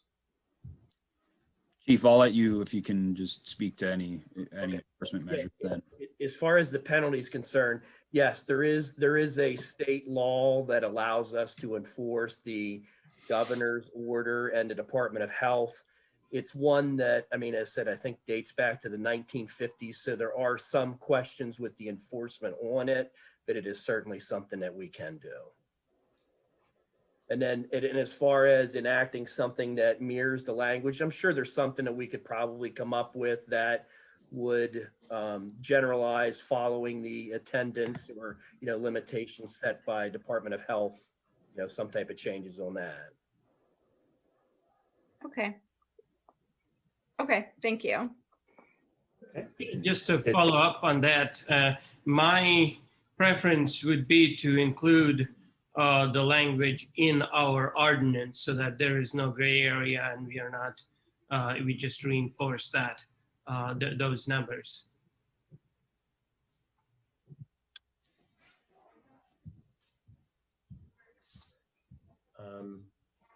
David, you had a comment?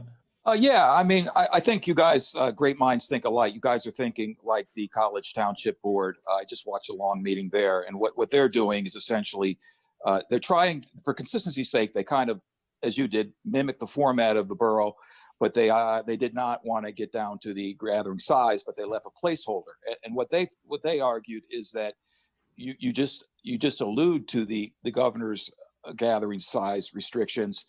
And the nice thing about that is it can go up and down without further action if the state changes. But at the same time, they left the door open to come back and look at something else with a little more deliberation. So your structure would work very well. You could simply leave the placeholder by adding a gathering section and copying what college does in a sense, which is essentially refer back to the state.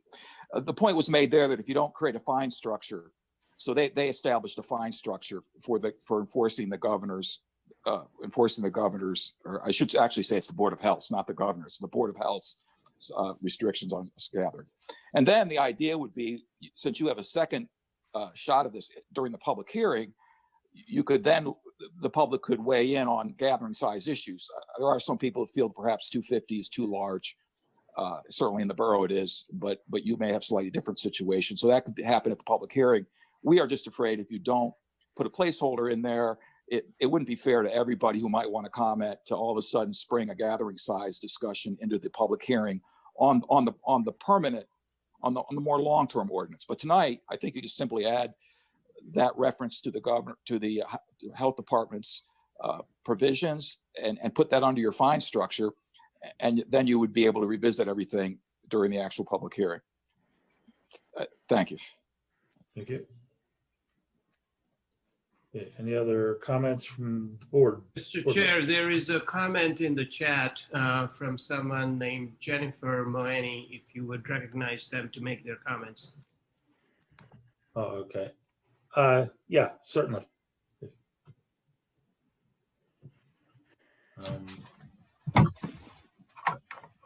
There, Jennifer's here. Yes. Yes, go ahead. All right. I would just like to throw my comment in here as a resident of Ferguson Township. We are not in favor of more restrictive ordinances regarding masking. The governor's recommendations are sufficient. And if I understood what Mr. Propolka was saying, if the governor changes, then these ordinances would stay in place. I would encourage you to say that any ordinances relating masking would follow the governor's recommendations, and when they end, then the ordinance would end. I don't know if that's possible. And one other comment, with the passage of this ordinance, how would the township address potential bullying of businesses who have customers with legitimate mask exemptions shopping at their business? Okay, go to either Dave or the chief for that one. Well, oh, go ahead, Chief. No, I was just going to say that the medical exemption is a valid thing. And I mean, it becomes difficult to enforce. So it's not, when somebody tells us they have a valid exemption, it pretty much drops our investigation on anything. And I haven't had any complaints about businesses being harassed, but I'm certainly not going to say it's not happening. And I'll just add to that, Ms. Moni, I think it's a valid question. I get where you're coming from. I think it's important to reiterate or to note that it will be the intention of Ferguson Township Police Department, the Ordinance Enforcement Officer, to educate and encourage compliance with the restrictions and protocol, as opposed to being heavy-handed with fines and citations and those kinds of things.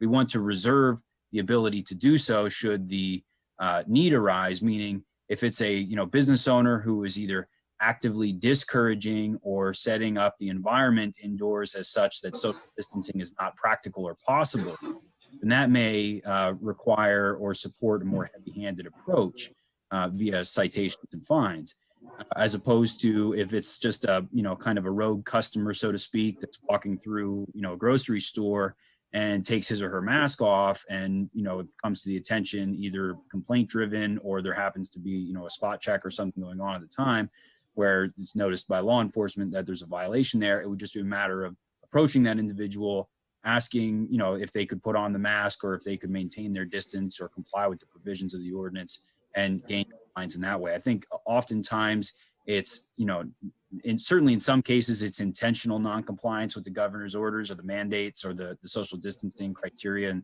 CDC guidelines.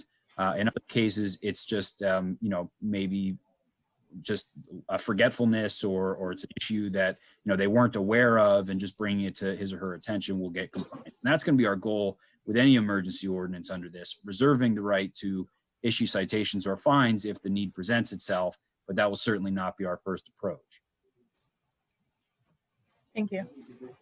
I just wanted to follow up, Dave, too. She had asked about the ordinance and when it ends. And if the governor, the language of the ordinance did include an end date of either January 31st, 2021, if I'm not mistaken, or the end of the emergency declaration, whichever comes first. Correct. One more thing. Can I share my screen, Dave? You should be able to. Okay. So I would like the, so I'll share my screen here. So our, so the medical condition thing, and I have, so we say, okay, persons with a medical condition, mental health or disability that prevents wearing a face covering.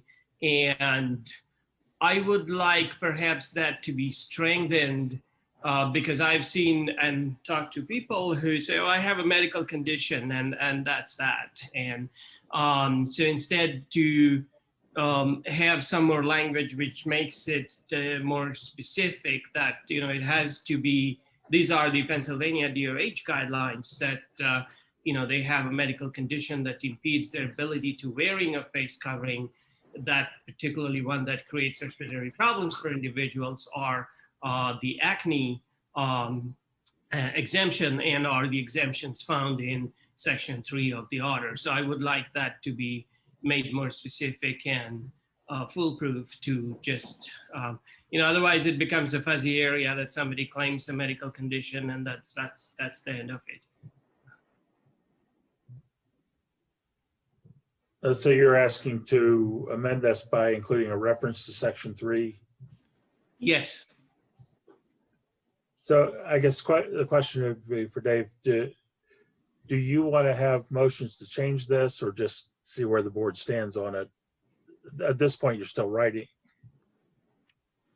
the one. Right. So I think if, you know, if you're interested in enacting, and I'll look to Joe because he happens to be here as the township solicitor, but, you know, if I'm misrepresenting anything, or maybe if I don't have my, my ducks lined up here, is that you would want to, you know, if you're interested in enacting the emergency ordinance, you know, enact it tonight as written, as drafted in the agenda. Don't make changes to it. Don't add language into it. I've taken some notes, you know, both from I heard from the public as well as the board members. We can revise to reflect in the ordinance that's advertised for public hearing, that we give folks an opportunity to review it, come out and provide comment on it on September 8th if they wish to do so. And then you could work those amendments into the final temporary version, so to speak, that gets approved on September 8th. But I would suggest amendments be incorporated in the emergency ordinance enacted this evening if the board chose to do so.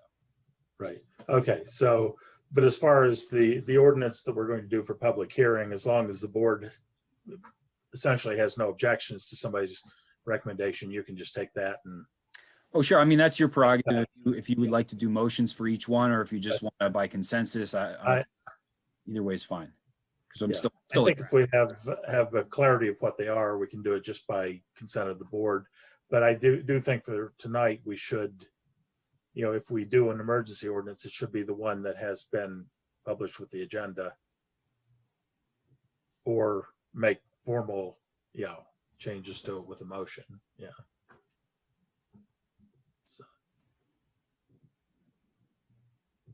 So Prosenjit's suggestion is just to reference that from the Department of Health.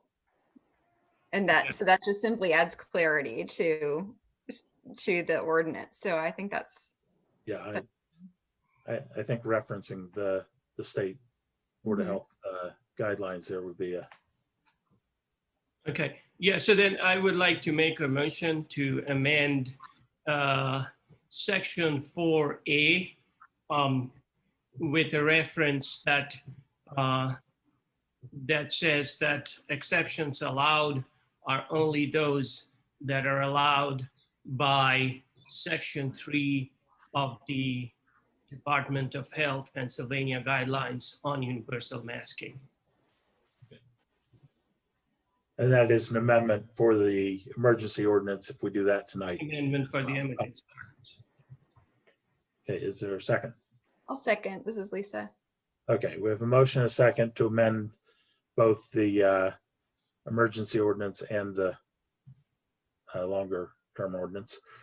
Is there any discussion on that? Chief.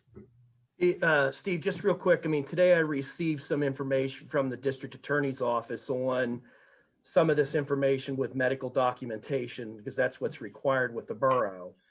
We were told that is a HIPAA violation,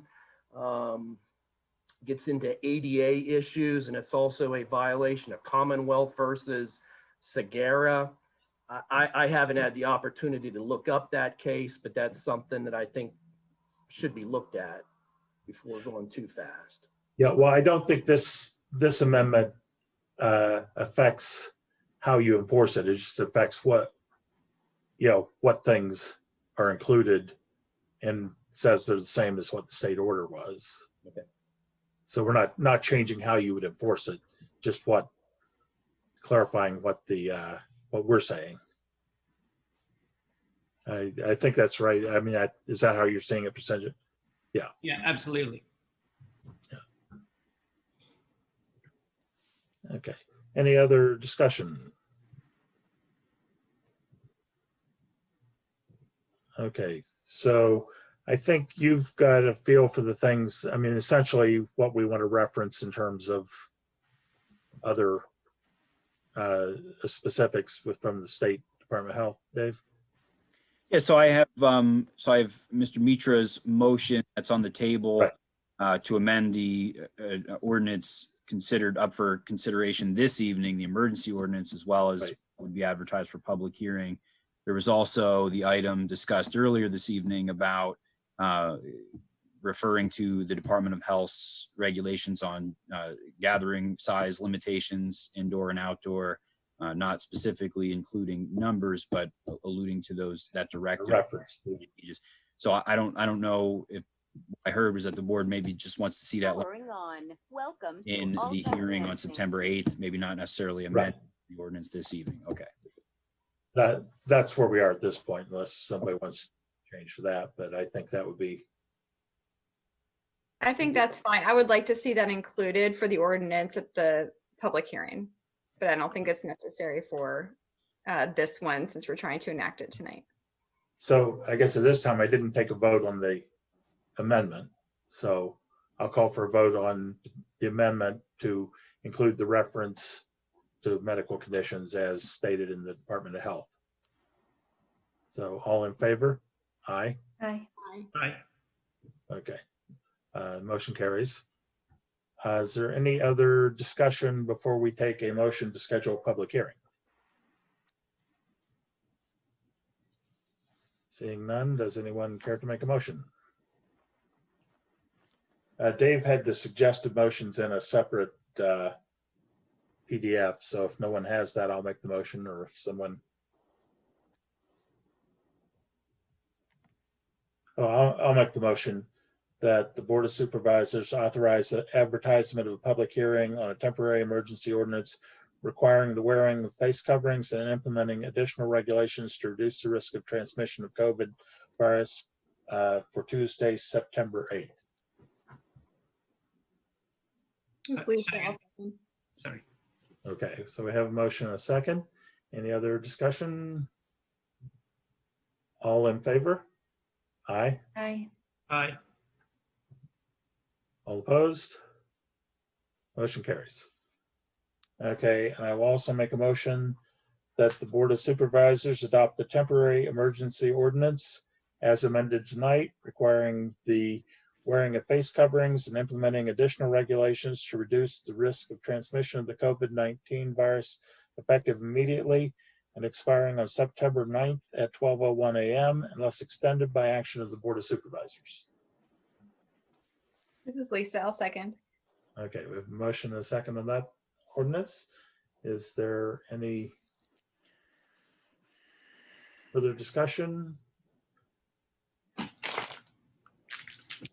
Okay, because this is an ordinance, I think we should do it by roll call, even though it's not part of the public hearing. Dave? Sure.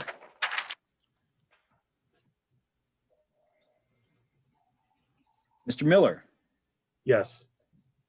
Ms. Strickland, Yes. Mr. Mitra, Yes. Ms. Stevens. Yes. Okay, motion carries. Sorry, that wasn't in alphabetical order. I can't think.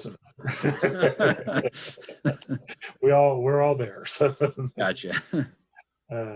Okay, so then we will move to a continued review of workforce housing ordinance amendment. I'll ask Jenna Wargo Planning Director to introduce that. So this evening, the board is being asked to provide input on the intended goals and outcomes of the Workforce Housing Ordinance Amendment to assist staff in writing the draft amendment. The current Workforce Housing Ordinance codified under supplemental regulations in Chapter 27 zoning. It applies to all zoning districts where the provision of workforce housing is required or incentivized. So right now, that's the traditional town development, and it is incentivized in the Terrace Streetscape District. So the original ordinance was adopted in 2015 and achieves a very specific purpose of establishing a legacy workforce housing program through deed-restricted owner-occupied units. The following questions may be considered to guide the board's discussion tonight. I would like to review incentives for the workforce housing provision, specifically the bonus units. The percentage of the development that can be offered as fee in lieu, the payment of the fee in lieu, specifically when is that paid, and then rentals and for sale units. So let me know when you can see what I'm looking at. We've got it. Okay. So in the current ordinance, we'll draft ordinance. So we have a development here. They're proposing to build 100 units. The current draft stipulates that 10 of those units will be workforce units. Is currently at 10% in the draft ordinance that staff has worked on. So part of requiring these units to be built, you want to incentivize it. And a lot of municipalities have gone about this by giving the developer bonus market rate units for the workforce or affordable units that have been provided. So this is more of a question on density. And really the current draft has a stipulation of a do not exceed number.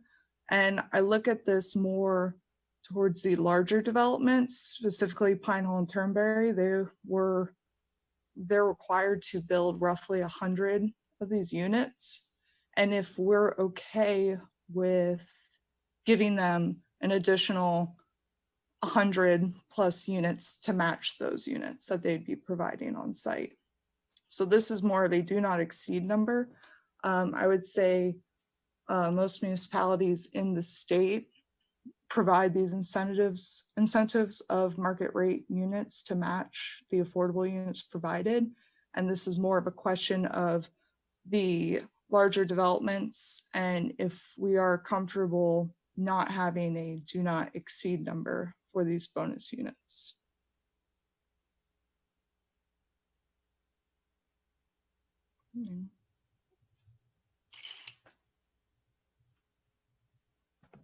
Okay, there we go. So are you looking for an answer on this now, or? Yeah, right now, we just haven't noted in the draft that should there be a do not exceed number. I don't know how many more developments we're going to see like Pine Hall and Turnberry, but it's a valid question. Right. And would this apply, is this applying just to the traditional town or also to Terrace Streetscape? Terrace Streetscape as well, yeah. Okay. Because I see it really being more of an issue there, because really I don't see a push for more density on the traditional town at this point. Yeah. We sort of went to the minimum density at the request of the developers of the two parcels there, so. Mm-hmm. Yeah. But. And I don't know currently of any large parcels in Terrace Streetscape that would be developing something to the magnitude of Pine Hall. I mean, you could always consolidate and build, but the reality of it is I don't see it necessarily being an issue for what we have right now in stock. Yeah, I think at this time it's probably not anything that is even going to come up. And I think if if we saw some reason to think that it would be an issue, we might want to revisit that. But I think at this point, I don't see it as something that's likely to even be part of the discussion. But Can I just ask, so I agree, this is probably more of an issue for the TSD. So this is, and this is not required in the TSD currently. It's just incentivized, right? So this would be the incentive. It would be of any development, if you build a certain number of units, you get, and you apply a couple, whatever number of them to the affordable housing program, you get that same number additional. So the difference between the draft ordinance right now is that the trigger would be any development that creates 10 residential units. You would be required to provide 10% of those units to be workforce units. But by meeting that requirement, so say I'm building 10 units, one of those units has to be workforce housing, I would get an additional unit for designating one of my 10 as affordable. And then I would be building an 11-unit building as opposed to a 10. Okay, so how does that work in the TSD? We would, if this draft were to go through, the incentives that are in the Terrace Streetscape would be pulled, and it would really be a requirement by this ordinance. 10% of the units built in this district would be workforce units in a development. And there would be additional incentives, which I'd imagine we're going to be discussing at a joint planning commission and board meeting to provide for these types of workforce units on site.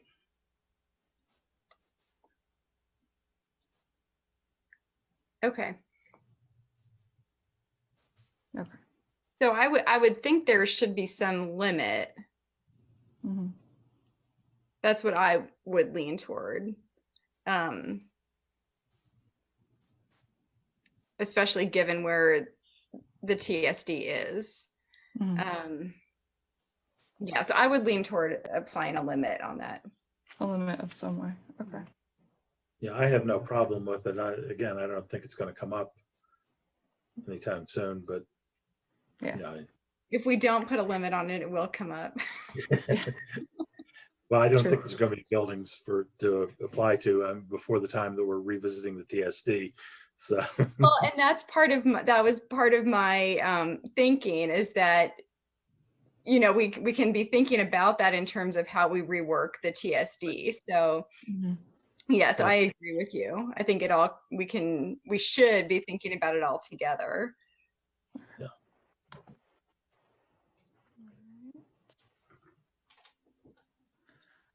All right. So So the current draft. Give you an answer or just muddy it a little more?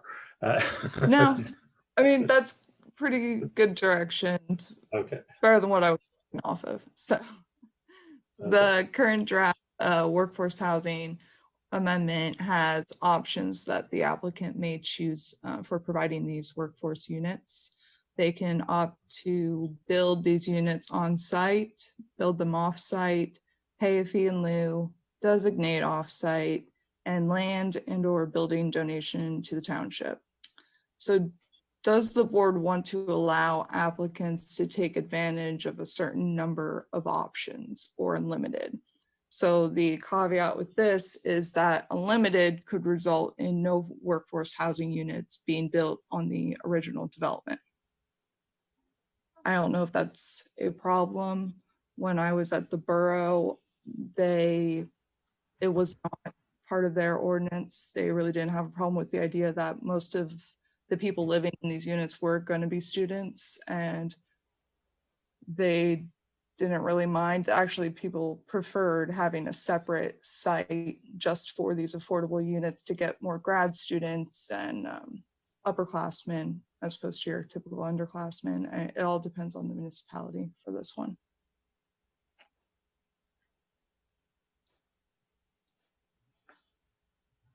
Anyone have any comments on this one?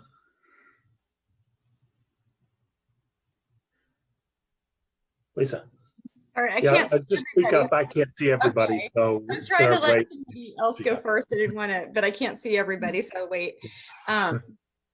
I too would have no problem with somebody using all of these different options. I mean, we're just looking for something to happen, and especially that designate off-site. We've got a lot of properties that might have great potential for some different program.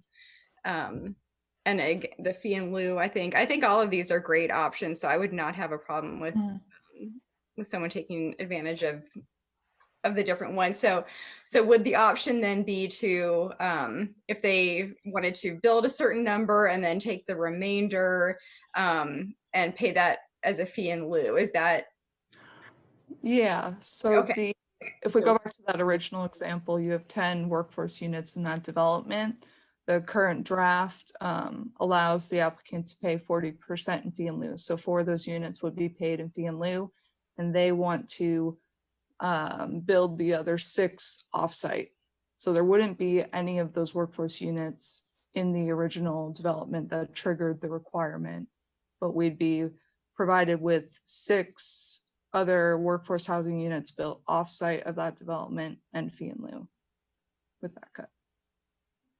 And I think it absolutely depends on the development, but since we have to make a rule as a whole, I think that allows the greatest flexibility. I'm still interested in what folks from the Housing and Land Trust have to say about needs and where this would fit in, but I feel like this allows for the most flexibility. And I've seen how that works in the borough, so there might be a similar benefit to that here. Yeah, my personal inclination is also to allow the flexibility of any number of options or mixing and matching. The only, it depends upon how it is written, and I don't know the solution, but the concern I have is that I don't want this part of the town to be workforce housing part of the town. That's the objective. Yeah, this sort of goes counter to what our original TTD idea was, which was it all be thoroughly integrated.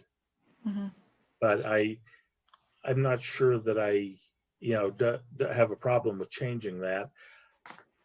Would those options be automatic? In other words, if someone came in with a development plan and said, we want to do this breakdown, the way it's written, would they have a right to do it, whichever?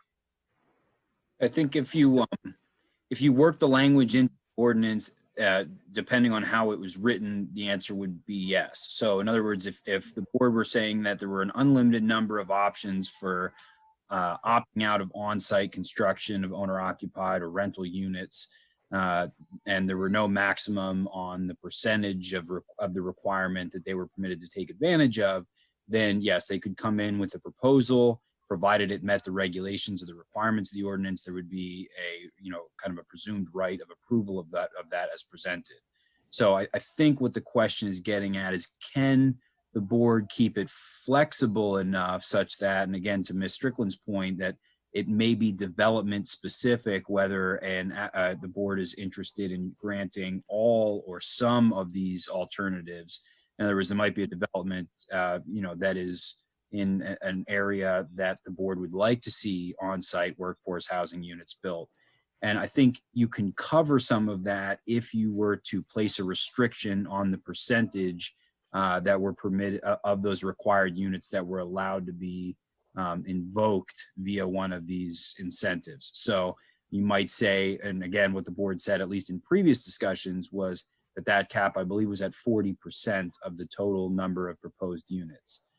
So I think, to your point, Mr. Miller, you're correct in that it's a little bit of a deviation. If the board were to say, we don't care if 100% of the units required to be built as workforce as part of the development are done through one of these alternative arrangements, be it a fee in lieu or building or land donation or offsite development or any number of other combinations thereof, if that were the case, then you would certainly run into the situations that Jenna described where there might be no on-site workforce housing that's built as part of development. And the other consideration is the board willing to accept or the administration of all of this fee, presumably all of this fee in lieu of workforce housing money? I think it's reasonable to expect that in many circumstances or most circumstances, fee in lieu would be the most desirable option for the developer, because that they can pay a fee, they can get out of it, they can build market rate units where they would otherwise have to build either deed restricted or workforce housing units. So that would be their, in my opinion, I think what we've seen demonstrated historically in the State College area, that's the preferred alternative for the development community. But then that becomes the obligation of the township to manage those funds and to find appropriate utilization for those to advance the mission of the workforce housing program. So, not saying necessarily one is better or the other. I don't think that the township should be the bearer of all of the obligation to provide for workforce housing in the municipality. So I would be concerned about opening the door to 100% allowance for a fee in lieu of workforce housing to offset the requirements of the developer. Some of these other alternatives, particularly offsite development, maybe aren't as concerning because the obligation is still on the developer to provide for that. And we would still be achieving the goal of providing for that in a broad geographic area. You may want to focus that area a little bit to be specific to the regional growth boundary, to the service centers of the township where infrastructure is available, access to public transit, and other school systems and things like that is a little more easier than the rural reaches. I don't think we'd want to encourage people to build a lot of these off-site developments in the more rural areas for a number of reasons, not the least of which is we don't want to see density out there. So there's a lot of moving pieces to this opt-out discussion, so to speak. But I think really what the board should be focused on is there a limit to the number of incentives and or to the total amount of percentage-wise that a developer can take advantage of in order to offset their obligations.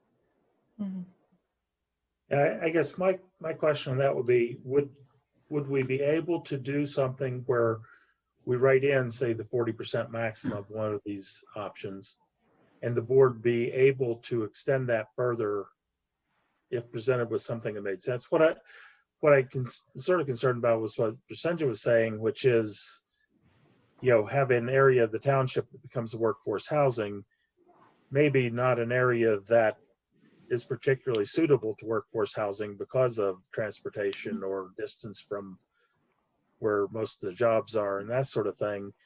Whereas the development we're looking at might be perfectly suited for workforce housing, but we'll move it over there or just give you money in lieu and you can find a place if you can find one.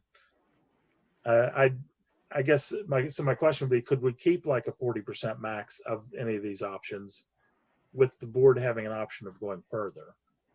If something I think that would be challenging because it would be built into your zoning ordinance provisions. Right. So to grant relief or modification from that would need to go through the variance process. I think if you wanted to incorporate modification language specifically to the workforce housing contingent, it would need to be located in the subdivision land development ordinance, which I don't think that this could be. I mean, there are people on the call or on this meeting tonight that are far more the experts in this subject than I am. So I say that kind of reluctantly because I'm sure maybe I'm not the best to be representing that response. But it's always, at least historically in the township since 2015, it's resided in the zoning regulations, which I am confident that you couldn't, as a board of supervisors, grant relief to outside the variance process described in the MPC. Yeah. So yeah, I was trying to think if there was a way to do it that wouldn't be relief, but would be part of. But I guess if we put a cap, then it is relief. Well, yeah. And you can, I think you can have achieve minimum requirements.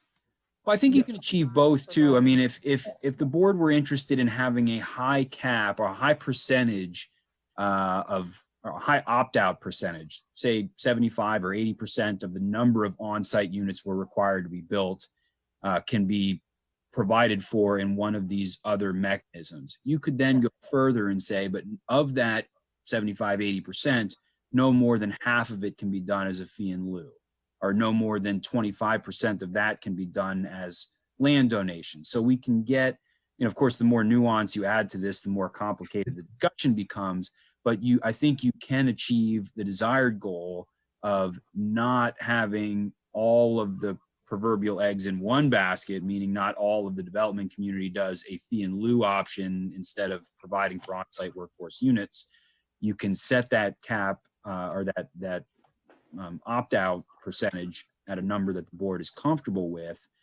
Wouldn't have to go through a variance or modification process. It could be done as a kind of a use by right or a regulation or an incentive by right that a developer could opt into, but they would be limited based on some of these caps on incentives that are provided in order to achieve what the goals of the board might be with respect to off-site development, on-site development, fee in lieu, land trust model, et cetera. Okay. And we'll get into this more with the fee and lieu questions. Municipalities are equipped better to handle, to manage the money. They have housing programs, they have staff capacity to do so. And municipalities that don't have that or don't want to have that responsibility to manage that, they use other tactics within these ordinance to almost deter fee and lieu or whatever option you don't want, essentially. So can I just ask a question about that before we move on? So just to clarify, so it is being considered though that you would add in that up to 40% or whatever percent is determined could be substituted for one of those options, but there was still minimum built on site. Well, that's what it doesn't have right now. Right now, we only stipulate in the draft that 40% of the units may be paid in fee in lieu. Now we could flip that and say, if the board doesn't want to take on the responsibility of managing that money and providing those units and getting them online, they could say, you know what, 10% of the workforce housing units must be built on site or must be built, period, offsite, whatever. We don't want to manage that. Right. Okay. And then, but we still have the Housing and Land Trust as the designee to manage whatever we would like to ask them to manage for us if they agree to do that. Yeah. So because we agree to allow a substitution, say designate offsite, we're not necessarily taking that on ourselves. We are still allowing ourselves the option of engaging with the Housing and Land Trust to manage that. Yes.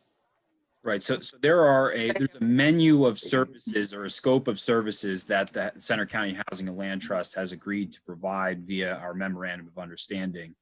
And so whatever is represented in there, depending on the scope, and of course this was largely focused on the deed restricted owner occupied units because that was really the issue that was before us. But if it's included already in the menu of options for management by the CCHLT, then I think you're absolutely correct. If it's something that's not considered in the existing memorandum of understanding, that would have to be discussed with the land trust and either an amendment to the MOU or some other kind of arrangement. Because that would make a big difference, I think, in my opinion, on a lot of this, because I don't think we have the capacity or would be best suited to manage these programs. We've already engaged with a team of experts who is doing this here, who we trust with this program already.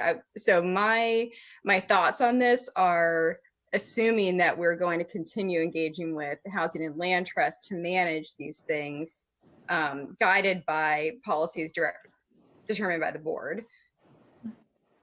And I would just say that's a good point. The land trust is a small, small staff. Missy Schoonover, the executive director. I mean, she is a superstar, no doubt, but she is just kind of a one-person operation. Now, she's got a lot of resources available at her disposal, that she can call on to assist in the administration of this program. But I would just at least offer a word of caution about kind of, just assuming that all of that obligation would be transferred to the Center County Housing and Land Trust, because they also would have some limitations on their resources that they would need to probably plan for appropriately. So my concern would be if they were all kind of unloaded on them at a shot. In other words, if we said, okay, Missy, here's, a bunch of fee and lieu money, here's a bunch of offsite development, here's some deed restricted units, here's some land trust properties. I think she, for as talented as she is, I think she would run into some staffing and resource issues there.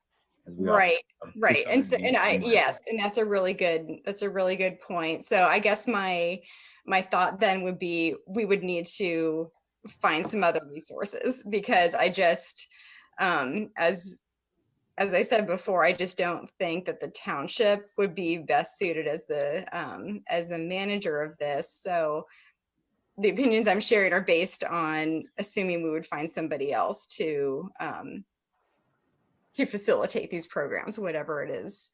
But I do think having a fee in lieu would help with that, because if we had the funding that we could go to Housing and Land Trust and say, we have this building that we've received in a donation that we want to use for workforce housing. We also have fee and lieu money to help you administer the program. Exactly. So I think having the various options, I think if we keep the option open of using the fee and lieu as part of what we're doing to administer this, that we may find that the fee and lieu could be, more of an asset than a burden of how do we work with it. So right, and that's kind of where my mind was going, working through the different scenarios. So so I guess there's just a lot of conversations that kind of have to be had at the same time. All right, so next question I have, so we talked about the bonus units, market rate units that would the applicant could take advantage of by providing these affordable units. So the questions that I'm asking is, which options allow for those bonus units to be utilized by the applicant? And it gets back into what Dave was discussing about the obligation of the township versus the applicant and the development. So staff's recommendation would be that the build on site, build off site, and designate off site would allow the applicant to take advantage of those bonus market rate units, because they are taking on that obligation to get those units online. Would not be on the township to manage that fee and lieu money or the land trust to figure out what we're going to do with this piece of land. It's off of our plate, and that would be staff's recommendation. And this also sort of, I'm hoping, would draw the developers and the applicants to choose these three options, because they would be getting market rate units for those affordable ones that they'd be providing. I think I agree with that. Okay. That would be a good choice, because we don't really want to push toward fee and lieu, even though it could be handy to have at times. It also does bring a lot of having to figure out what to do with it. How to do it with it. Yeah.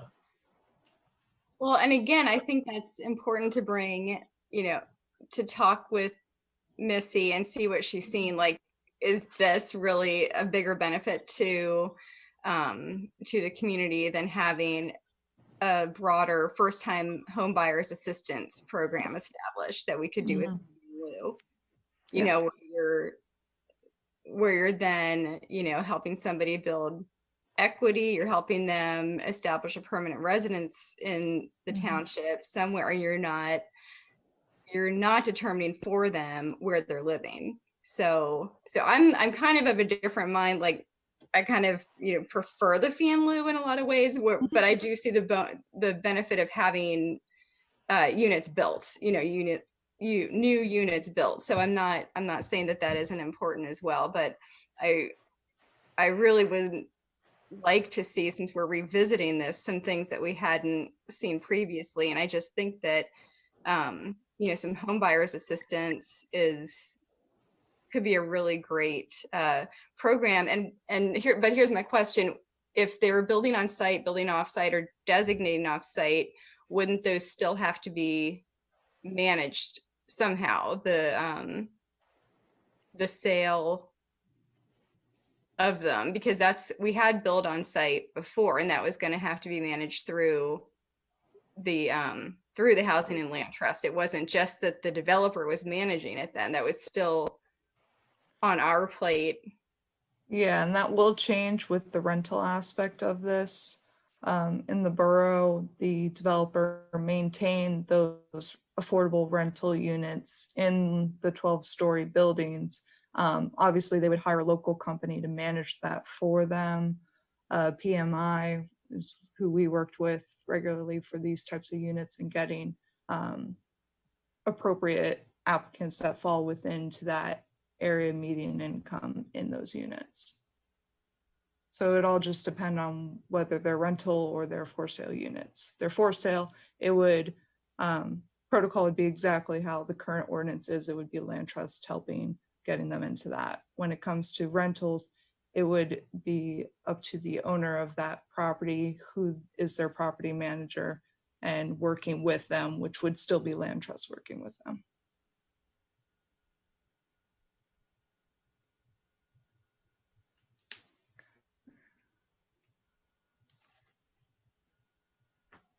So the current draft right now has 40% of the units may be paid in fee in lieu.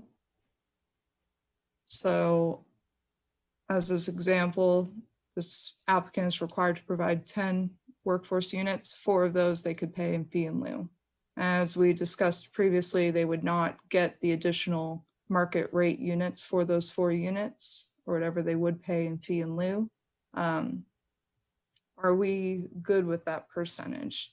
And this goes back to what municipalities have historically done. So municipalities that have the staff capacity, that have these affordable housing programs, they need that money. They know what they're doing with it, and they can manage it. The smaller municipalities that don't have the staff capacity to manage this, they would typically use different tactics to not have the applicant choose fee in lieu. So whether it's fee in lieu isn't an option, or it is up to a certain percentage like we have, or if the fee in lieu cost per unit, they make it so exorbitant that no applicant would choose fee in lieu as an option because it's cheaper to build on-site, off-site, or designate. And it's just different tactics for the goals and the outcomes of this program and what each municipality wants out of it. Yeah. I guess my thought on it would be that the 40% is probably good, and we need to play around with figuring out what the rate is, you know, to encourage some use of that. And if we find that we're getting too much, we can go back and revise this. Or if we suddenly realize, hey, if we had a lot of money, there's a lot we could do with it, we could revise it for things going forward. And a lot of this will be working with Land Trust. Right. Missy will be in our work group on Friday, and she may say, you know what, there's a lot of funding that's needed for first-time home buyers in Ferguson Township. That might be enough for us to change this and bump it up to 60% if we need that funding. And I think if you get that guidance, I would say, you know, if we've got somebody who knows what they're doing with it, felt that was a way to go. Okay. Certainly open to it.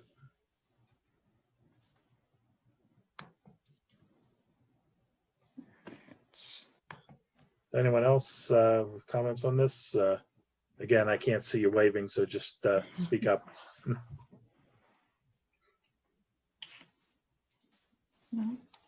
Okay, I guess the next question then. So the fee in lieu payment, when is it paid? So typically for developments, one phase projects are really simple. The fee in lieu is paid up front.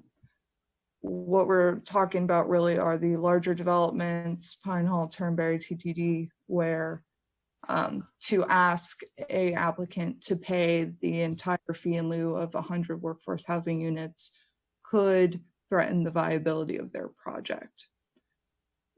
And to wait till the end is a disservice to the township when we could really be utilizing that money. So it's kind of finding that sweet spot in the middle of when do we require this fee in lieu payment to be paid to the township. So my overall suggestion, this is completely related towards phased developments.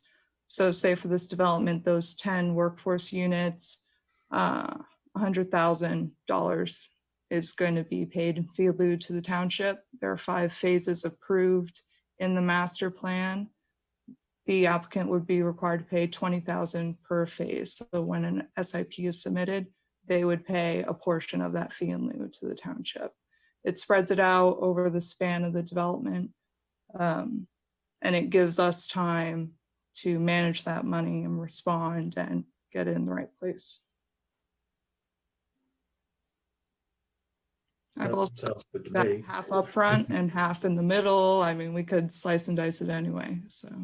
Then one of my questions would be if the housing were built up front, or put it a different way, if say some of our phase developments have a commercial element that is in a later phase and doesn't get developed. So here you wouldn't be tying house building to the fee in lieu. It would just be per phases. So, yeah. So that would be my concern. I don't know how to fix that, but yeah, it kind of flips. Last time that the board reviewed this, I think Ms. Dinnity asked me, is there a way to require that these units be built right away and not wait till the end? And and that's why I looked at this as dividing it out by phases. It's regardless of when those residential units are coming online. Every phase they're required to pay a certain amount of the fee in lieu. Right. Yeah, this might be the best option. I'm not sure. That was the first thought that jumped out at me. I'm looking for ideas, yeah. Right. Whereas just knowing the number of phase developments we have that never see those later phases or even mid phases. So I think from a idealistic perspective, the option could be that, let's suppose that you're paying the $100,000 is the fee in lieu, and that's for 100 units. So every time they build a unit, they pay $1,000. That would be the finest granularity, but that would involve taking the money so many times, but something to think about. Yeah, this sort of is that. I mean, if you go with the phases, then it's groups of approval. You get at the time of the approval, not as they're built. I think if we tried to do it as they're built, you sort of run into a lot of accounting problem of keeping track of what's owed when. Yeah. As opposed to looking at it in phases and clumps of building. Yeah. And this wouldn't address amendments to phases. I believe we had that with Pine Hall. They added an additional phase after approval. Oh, yeah. And so I'm looking for any potential ideas or solutions. Well, I think if you add an additional phase, you still, in this circumstance, you paid in the first 5. Yeah. Yeah, I mean that's how I would approach that. Is if you want to add another phase, that's fine, but your obligation still goes with the first 5 phases because that's how we set it up originally. Could it be based on time? So when the final development plan is approved and you see the timing of the phases, could it be tied to the timing somehow? I don't know. Yeah, I don't know. So That timing changes, though, it's the problem. Yeah. But based on the timing of the approved Oh, well, plan, right? And that's why I'm thinking, can we tie it back to whatever was approved, knowing that it changes so often? So that might be something to look at. Mhm.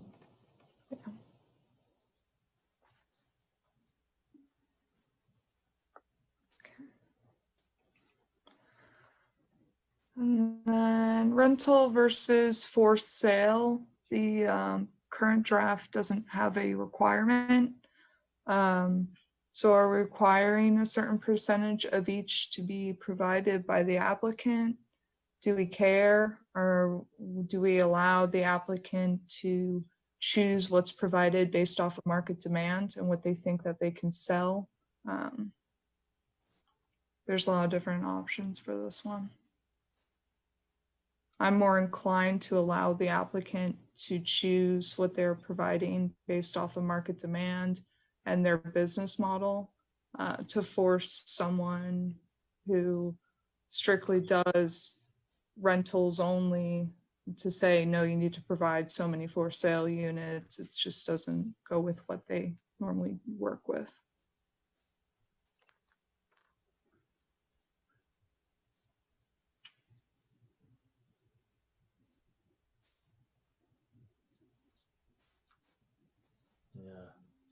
yeah, I've been trying to figure out some way to get rental units, but I don't know.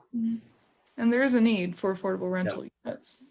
But I don't know if trying to require, like you say, if somebody's building all for sale units, then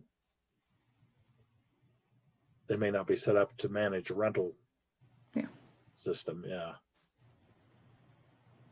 Which is.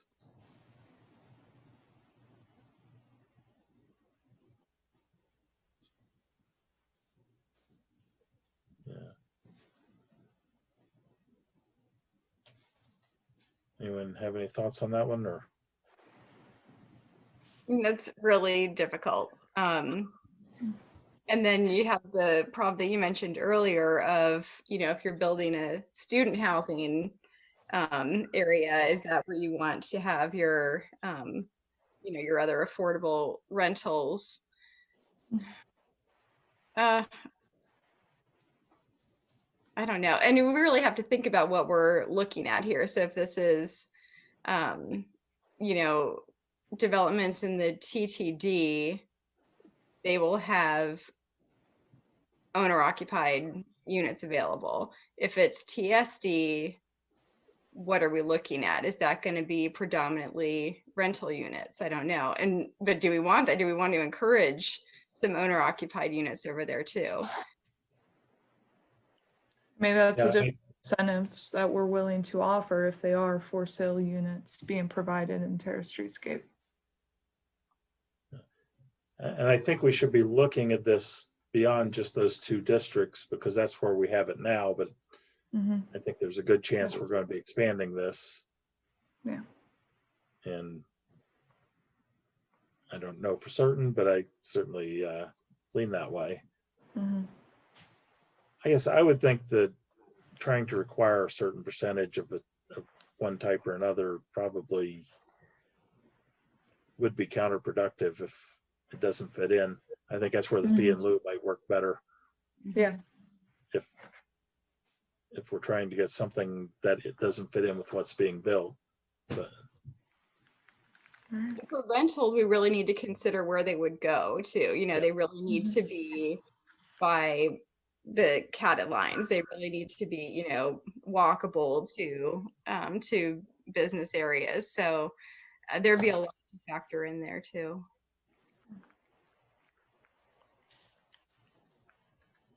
All right. Well, that's all I have for tonight. That was very helpful. Thank you. okay, so that'll give you some ideas for what to bring back to us then. Yeah. Okay. Anything else from this from anyone? Seeing none, I'm going to call for about a 5-minute recess. We'll get back together in about 5 minutes. So.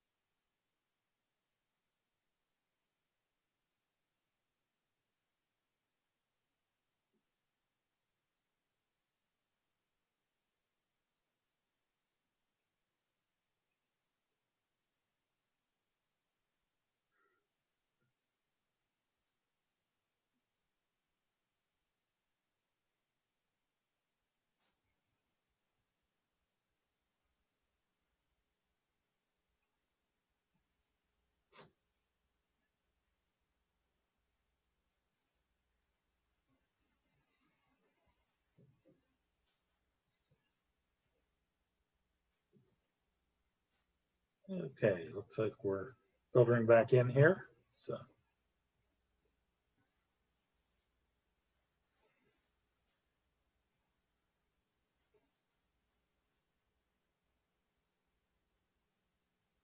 Well, I'll go ahead and call the meeting back to order, and we can everyone can finish joining us as they get here. So next thing we have is the consent agenda, which is 2 special events permits and accepting the voucher report from July. Is there anything anyone would want to pull off the consent agenda? If not, I'll take a motion to approve the consent agenda. This is Patty. I move that we approve the consent agenda. Send it second. Okay, motion is second. All in favor? Aye. Aye. Aye. Opposed? Motion carries. Now the next, I'm going to jump down to item number 6 because we have a short item that Kevin Abbey has been here for quite a while for something that shouldn't take too long. So are you here, Kevin? Again. Yes, I'm here. There he is. Okay. I know you're interested in all this stuff anyway, so I don't feel too bad about making you sit through it all. But anyway, why don't we go to the request for support for the acquisition of the Dry Hollow Hunting Club? Go ahead and get that taken care of. Sure. Well, this was a kind of a late addition to the agenda. I'm a little bit familiar with the subject, but if the board is okay with it, I'll just turn it over to Kevin with Clearwater Conservancy to talk a little bit about the proposed acquisition of the property and what's being requested this evening. Thanks, Dave. We had earlier this year interacted with Dave and Jenna to let them know of Clearwater's efforts to pursue this property. It's a very large one, 1,271 acres. And as the materials in your packet indicate, about 18% of it is in Ferguson, I think 11 or 12 in Half Moon, and the remaining in Warriors Mark. It is a privately held property that has been a hunting preserve since right after World War II, 1947. And it came to our attention when we were aware of it through residents nearby, but it came to our attention because the property went into receivership. And there was a strong desire to look at ways that this previously privately held land could be conserved and not opened for development. And Warriors Mark Township was very interested in working with us. So one thing led to another, and we've been able to work collaboratively with Center County Court and the court-appointed receiver. We have a agreement of sale as of the beginning of June, and now we're beginning the, not beginning, but continuing the fundraising privately for to acquire this property with the intention, just like we did with Musser Gap, or should I say Strickland Gap, just to throw in a joke every now and then. But Musser Gap, we would convey the land immediately to Rothrock State Forest, and it would be managed and maintained by Rothrock. And I won't blather on for a long time, but what we're really asking municipalities, we were with Warriors Mark last month, we were with Half Moon on Thursday, we have strong support from them. We're asking for you to wave a flag, not contribute money that shows you're aware of it and indicate your support so that we can continue conversations with the Department of Conservation and Natural Resources to keep moving forward. Thank you, Kevin. Does anybody have any questions for Kevin? There is a map as well in your agenda to kind of orient you a little bit with where the property sits. For those of you that are very familiar with State Game Lands 176, the Scotia Barrens, this is land that has similar habitat, and it has some of the leftover fingerprints that you might be used to from the iron ore and the Carnegie impact on Scotia.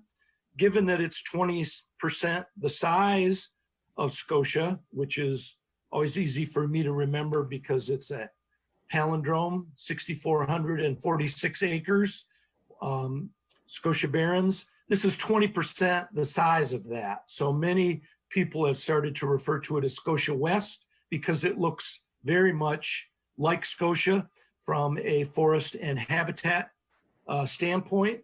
And we're working with an appraisal that put the value at a little bit over $3,000 an acre. With all of the associated costs, it's about a $4.1 million project. And we're looking to, the state has identified that they believe it's their #1 land acquisition priority in the Commonwealth. And we're looking for them to kick in to reach that 4.1. We're about halfway there now. Good. Sounds good. Looks like the map looks like a good parcel there, so. Yeah. It would be interesting in many ways. Warriors Mark is working with us a lot on how we could do good education for landowners and woodlot owners in particular there. It would be the largest public access property within Warriors Mark Township. And they have no, unlike Ferguson now with what's been done with Rothrock, Warriors Mark currently has no Bureau of Forestry land. So there's a strong momentum to try and make this happen. And that's why we come to you and ask if you'll give us a letter of support. Great, thank you. Anyone care to make a motion? This is Lisa Musser Strickland. I'll move that the Board of Supervisors authorize a letter of support for Clearwater Conservancy to pursue the acquisition and transfer transaction of Dry Hollow Hunting Club property. This is Patty, I second. Okay, have a motion and a second. Any discussion? Seeing none. Sorry, Kevin, you and I should have talked. I just didn't get a chance to circle back with you. I was out last week. You have a deadline that you need this letter by. Can you just remind me approximately when you need this letter of support? We're trying to get the letter to DCNR by the end of this month. Okay. Oh, okay. That's plenty of time. Thank you. Yeah. So it's not tomorrow or next week, but it's approaching. Yep. I can do that. Okay. And please adjust the letter as you see fit. I tried to put stuff in the draft that I thought would be useful, but very appreciative of your willingness to help us. I'll take out all the profanity. Okay, we have a motion and a second. All in favor? Aye. Aye. All opposed? Motion carries. Thanks, Thank Kevin. you. And next is a zoning variance request. Yes, thank you. So, sorry, my tablets. Yep, moving back up to number 2. Useful life. So, provided with your agenda is a copy of the application for a request for variance for property located at 24-7 West Gatesburg Road. Property is owned by Mr. Thomas Whitehill. And the variance that's being requested would be to allow the construction of a 40-foot by 60-foot accessory structure, approximately 10 foot from the rear property line. And the required setback in that rural agricultural zoning district for a single family lot is 50 feet. So this would be a setback encroachment. Staff is recommending that the board remain neutral on the request for variance. Thank you. Any questions or comments? Seeing none, is there a motion?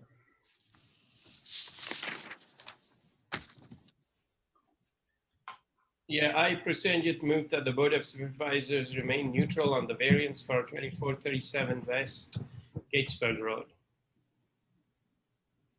This is Lisa. I'll second. Okay, we have a motion, a second. Anything else? I have a question, just Cedric. basic information. Yeah, any comments by either you or Jenna or somebody who is more knowledgeable about what does this really impact, and why 50 feet is required, and what happens if we allow this, and so on. Jen, I don't know if you had any thoughts. I'll defer to you. So, I mean, with any zoning district, we have required lot setbacks for many reasons. I know this district specifically, it's gone back and forth. I think originally it was 30 feet at some point, I believe 2001 maybe. The board amended that zoning district to require that lots have a 50-foot setback. It's more be cognizant of what's around these properties, whether it's neighborhoods. I mean, the R1 district, we have decreased setbacks, smaller lots. You have neighbors you need to worry about. I'm sure they don't want your garage being built right up to the property line. So that's really what these setbacks are put in place for. I don't know this property personally, given the RA district. I doubt they have close neighbors, but for whatever reason, the current regulations are at 50 feet, and he is requesting to construct this structure approximately 40 feet into that setback. And he will have to prove that burden to the zoning hearing board. And what they determine, I can't say. No, thank you. I just wanted some basic information. Thanks. Anything else? Then we have a motion, a second. All in favor? Aye. Aye. Aye. Opposed? Motion carries. Next, we have a presentation recognizing and honoring the efforts of the Ferguson Township Police Department in attaining reaccreditation from the Pennsylvania Law Enforcement Accreditation Commission. Thank you. I'll ask Chief Albright to lead the presentation. Okay, thank you. Well, on August 4th, 2020, the Pennsylvania Law Enforcement Accreditation Commission formally recognized the Ferguson Township Police Department with a certificate of reaccreditation. In Pennsylvania, there are approximately 1,200 police departments. Only 145 of those police departments are accredited. The accreditation program currently has 140 standards with 100 substandards or subsections within those standards. An agency must prove that they have policies that meet those standards, that the department provides training on those policies, and that those policies are followed and properly documented. The process requires a continual evaluation of our policies and practices. The program requires commitment from every member of the police department. Our accreditation manager, Sergeant Devin Moran, was and continues to be a critical part of the accreditation process. So for me, I'd like to thank the officers and the PD staff for their commitment to this program. I'd like to thank Sergeant Moran for his hard work in organizing all this, preparing everything for the evaluation committee. I've attached a copy of the certificate with the board packet, and it is also hanging proudly on the walls here at the police department. That's all I have. Thank you, Chief. Any comments or questions? Patty. No, sorry, I was just doing applaud hands. Oh, with the applause. Okay. Congratulations. That's great. Yeah. Yeah, thank you. Yeah, I know that it's a major undertaking because, and Kevin can attest to this too, we did it at Clearwater with accreditation as a land trust. And even after you finish the first time through, it requires real dedication on the part of everybody there to make it work. So And the other interesting thing with this is I think within 2 days of receiving a certificate, they sent us a letter saying, great work, get ready for the next 3 years. For preparing. That's a never ending project. Yep. So thanks to you and to the Sergeant Moran and the whole force for keeping the things that need to be done to keep this going. It's definitely a worthwhile exercise, even though it's a lot of work. Thank you. So let's see, we had a motion for this, or we haven't had a motion yet? Or motion, just oh, this is just a recognition. Okay. recognition and appreciation to the board for your support of our pursuit of accreditation and for your assistance in furnishing the police department with the resources they need to work closely with the community and provide for public safety. Great. Thanks back from the board to the chief in the department. Thank you. Next is the review of the 2020 Center Region Council of Governments Program Plan and 2024 Capital Improvement and Replacement Plan. Thank you. So this is, I don't, do you want me to introduce it or you just want to turn? I can go however you want. I know we have Eric Norenberg here tonight. We have Joe Vigilone, the executive director and the finance director from the Center Region COG. This item was referred by the General Forum on July 27th to the participating municipalities. So there are a couple of items that are attached to the agenda and then two links that are within the narrative, the program plan itself, as well as the 2021 to 2025 capital improvement and replacement plan. Their comments are due to the COG executive director really as soon as possible, really this week. If the board wants to use the matrix that's included with the agenda to guide your discussion, or if you have additional items to incorporate, I'll record the feedback and any comments and then write it up in a letter addressed to Eric, and then get it in time for consideration into the final document that gets presented for approval. Okay. Eric, do you or Joe, either of you want to say anything before we start going through this, or? Whatever format you want to follow is fine with us. We know you've had a long meeting, so we won't bore you with any introductory remarks. I think you're all familiar with the process. Okay. For members who haven't done this before, generally what we've done in the past, and I think I'll do tonight, is we have a matrix of questions that have come up and or notes that staff at COG felt we should be aware of. We'll just run through that. If anyone has any comments or questions about it, we can forward those to the finance committee. Generally what we've done is gone through, and as long as somebody presents a question, if no one else on the board has an objection to adding that, we place it on. If there's any concern about it, then we'll take a vote. Normally there's nothing we need to vote on, but it's always possible. And then Dave will forward those, and the finance committee will take a look at it. Lisa will be doing that this week because I will be out. So that'll be on Thursday. The finance committee will take a look at it, and those comments will then go into the budget process. So I'll just start at the top of this matrix. Then once we get done with that, if everyone has the program plan, if you have any other questions, we can bring them up then at the end of the matrix. So the first is a note that there are a number of PCs and laptops, various COG agencies that are running version Windows 7 that is no longer supported. This presents security risk and is planned to be replaced in 2021.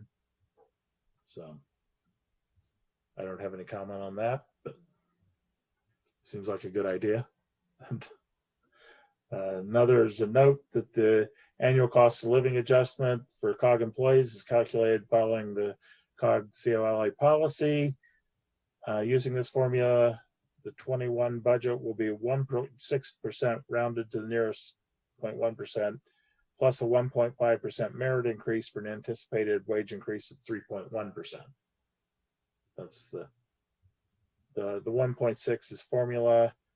The merit increase, I believe, is decided by the finance committee. And this recommendation would be 1.5. Is that? Go ahead, Joe. Is that right? The COLA and merit are set by policy. Hang on, hey, Darth. I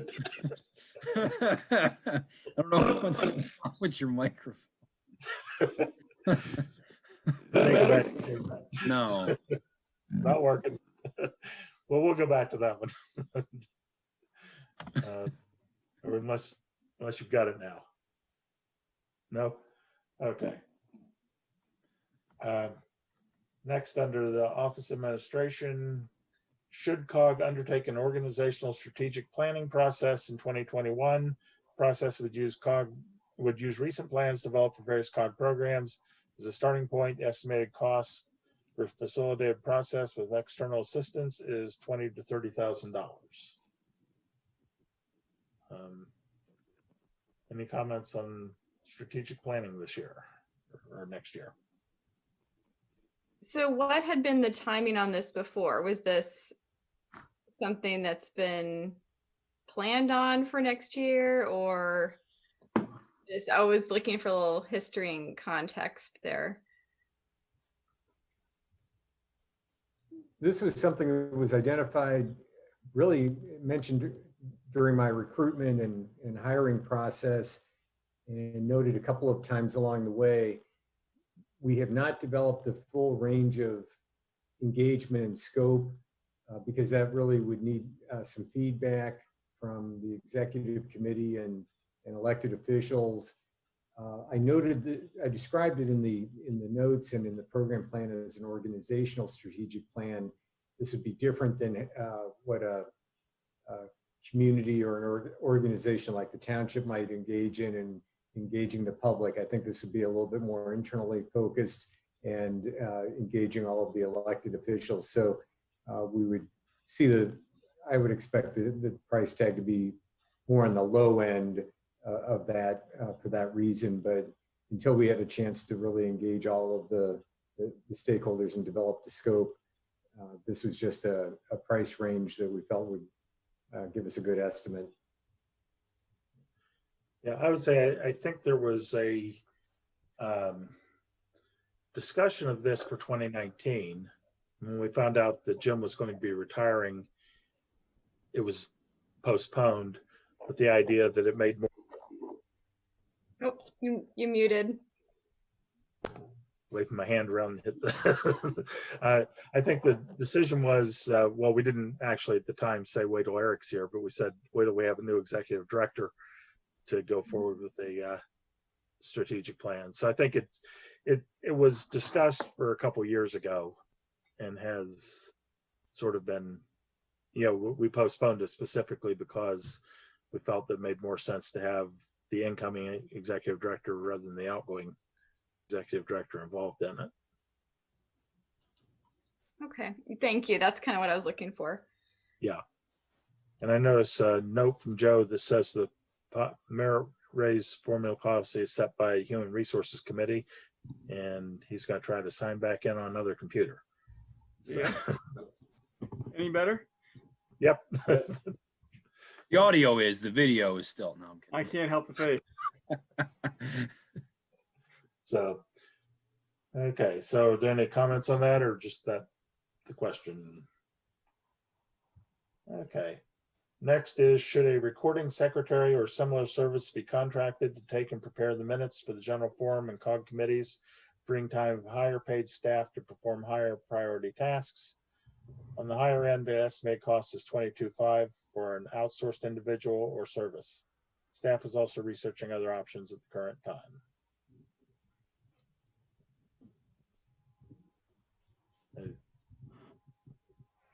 I guess, yeah, I'm just going to see if anybody has any comments on that, or yes or no, or.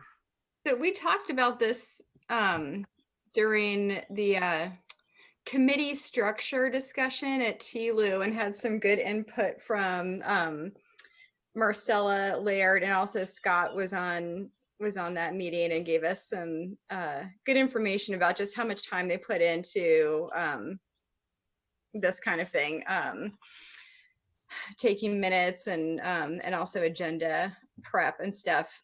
So I don't doubt the need for this, but I'm wondering if this shouldn't wait until after the committees are restructured and that evaluation's done.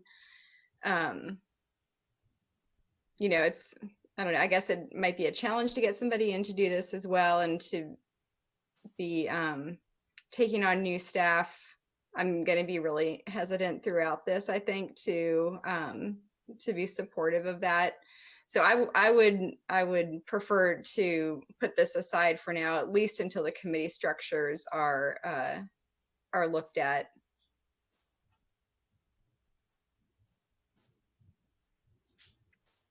Anyone else? I guess I tend to agree with Lisa on this, is that not so much the committee structures is, I think right now might not be a good time to be bringing this forward as another expense. I realize that it's offsets expenses that we have, but I think as a comment, I would say that it might be a good idea, but not right now. But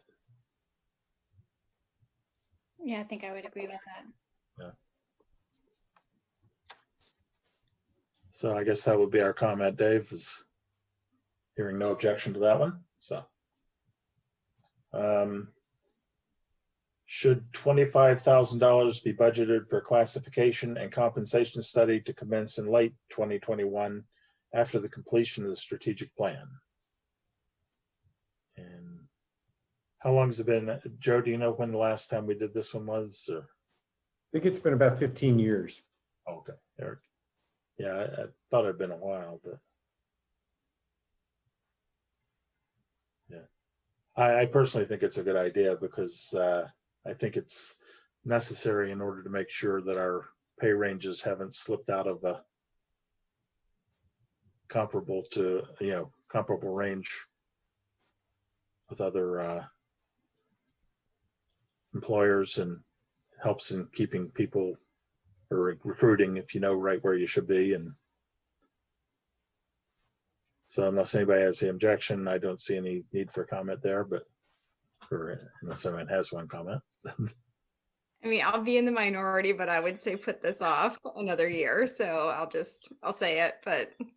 Well, we'll see if you're in minority, because I've said go ahead and do it. You said let's put it off. So, you know, I don't know. And just given our current situation, anything that could be put off a bit, this is for late 2021. So I would say put it off till 2022, knowing that there might be some new hires next year before this even gets done. So, why not look at it a little bit further down the road? okay. Patty or Percentage, do either of you have a? I kind of agree with Lisa. Okay, and Percentage. No, I'm not hearing from Percentage, so it looks like we have a comment. Yeah, I'm in two minds, but I think, yeah, sorry, I was on mute. I didn't realize. Oh, okay. I'm in two minds, but I think I am also in agreement with Lisa on Okay. doing it a So, little later. we'll put that as a comment. Now, obviously, it's going to be, the 6 municipalities will make the decision, but this will be our comment to the Finance Committee. So that's okay. The next is, should COG administration partner with a Center Region municipality to hire a local government management fellow with a projected July 1st start date? Estimated compensation for the first year of a shared fellow would be $15,000 plus possible use of the Oak Ridge Regional Park rental house. Okay. Eric, could you tell us what this involves? Sure. The International City County Management Association has had the Local Government Management Fellowship Program for a number of years. It's a program to give recent graduates who have an MPA or similar degree interested in a career in municipal local government management, kind of a real first time opportunity to start their careers with either one municipality or sometimes a shared position where the municipality and maybe another organization or two municipalities can share a fellow. It gives a great opportunity for the fellow to learn a lot, working in a municipal government environment, get to know a lot of skills, and it turns out to be a great opportunity for the government agencies to have projects worked on that may have been put on the back burner and waiting for staff resources to be available. Prior to coming to the COG, I had 2 fellows over the course of 3 years. I shared with 2 municipalities in Delaware. It was a very productive way for us to get some projects done, as well as updating policies, do some studies, and engaging in a lot of different delayed projects, and really gave the fellows a great exposure to how municipal government works and get some really practical experience. So I've talked to at least one of our municipal managers and explored the possibility of sharing a fellow, and think that's a good way to give the fellow a range of experience, not just with the COG, but not just with one municipality. There's also a note there about the possibility of a veteran. About 2 or 3 years ago, they added the Veteran Fellowship Program. So sometimes vets coming out of military service interested in municipal government management are able to land a fellowship as well. And that creates an opportunity then for the vet, as well as some funding to come along with that to the municipality. So we'd be looking at either of those programs. Okay. Any comments or thoughts on that? I think it's a good way to get somebody that's at a fairly high level of training and works to get experience for them, as well as more than just a body in the chair. So, okay, so I don't think we have a comment to add then. See, next one is, should $125,000 be appropriated to repair the parking lot and drainage swale, including miscellaneous curb, sidewalk, and base repair, based on the assessment by Stahl Schaefer Engineering, as recommended by the Ad Hoc Facilities Committee?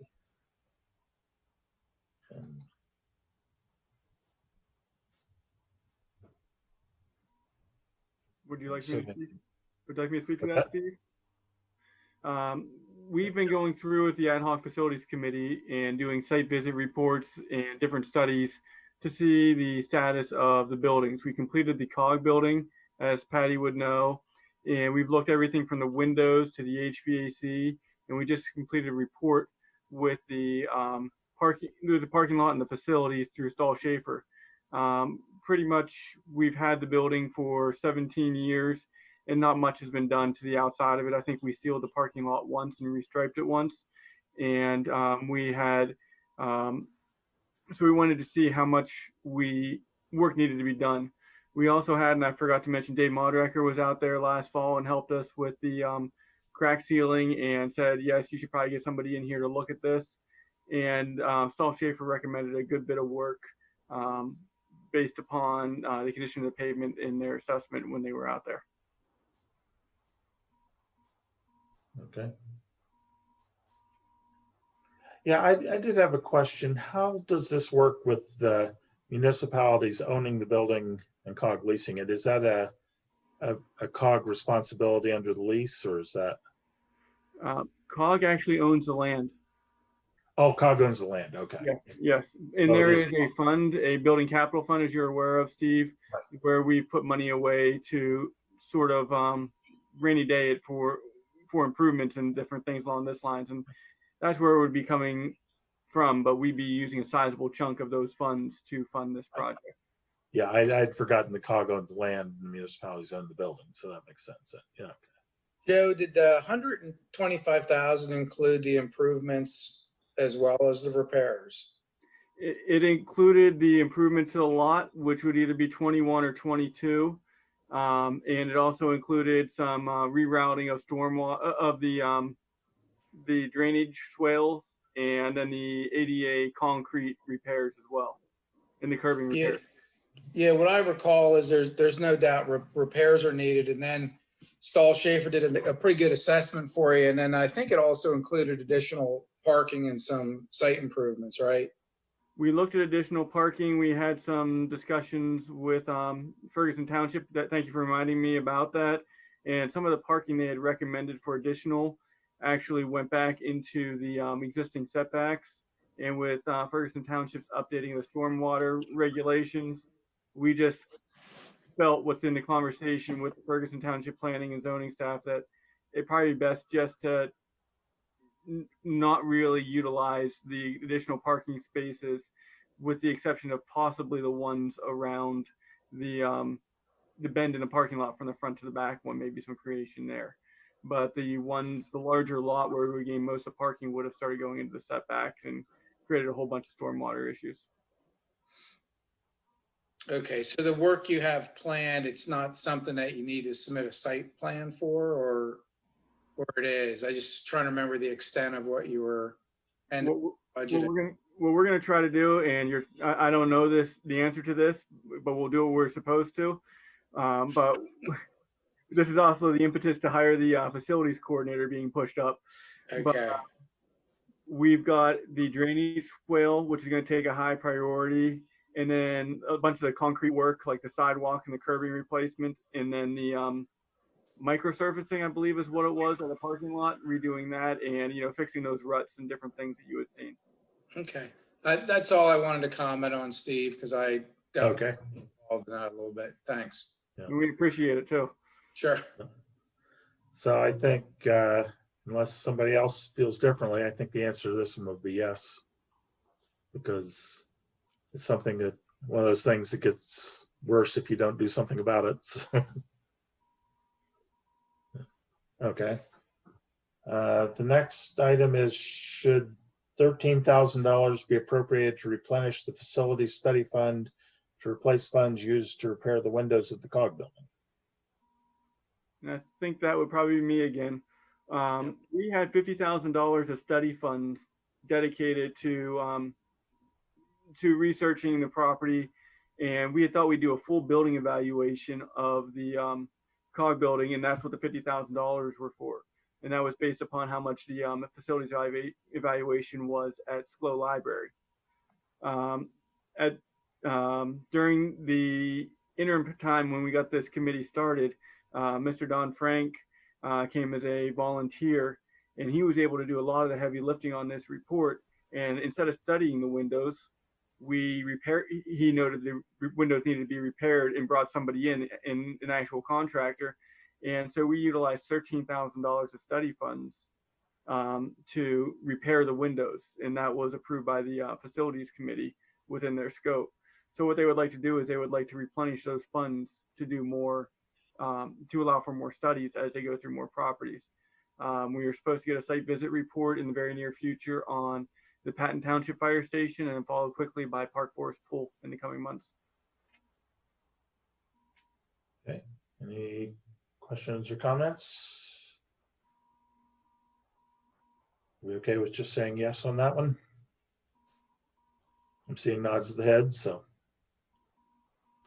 Next, go to, should the $7,500 savings from the executive director recruitment be returned to the municipalities in 2020 or applied to lower future contributions to the contingency fund?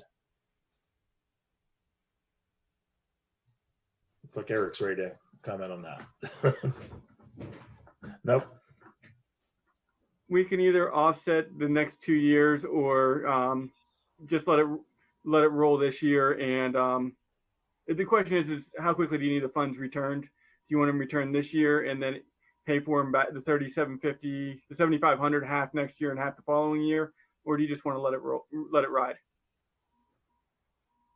Okay, we set a level on that that we try to maintain. Is that right? Correct. So it's $35,000, and I think we've tried to refund it at 15,000, 10,000, 10,000.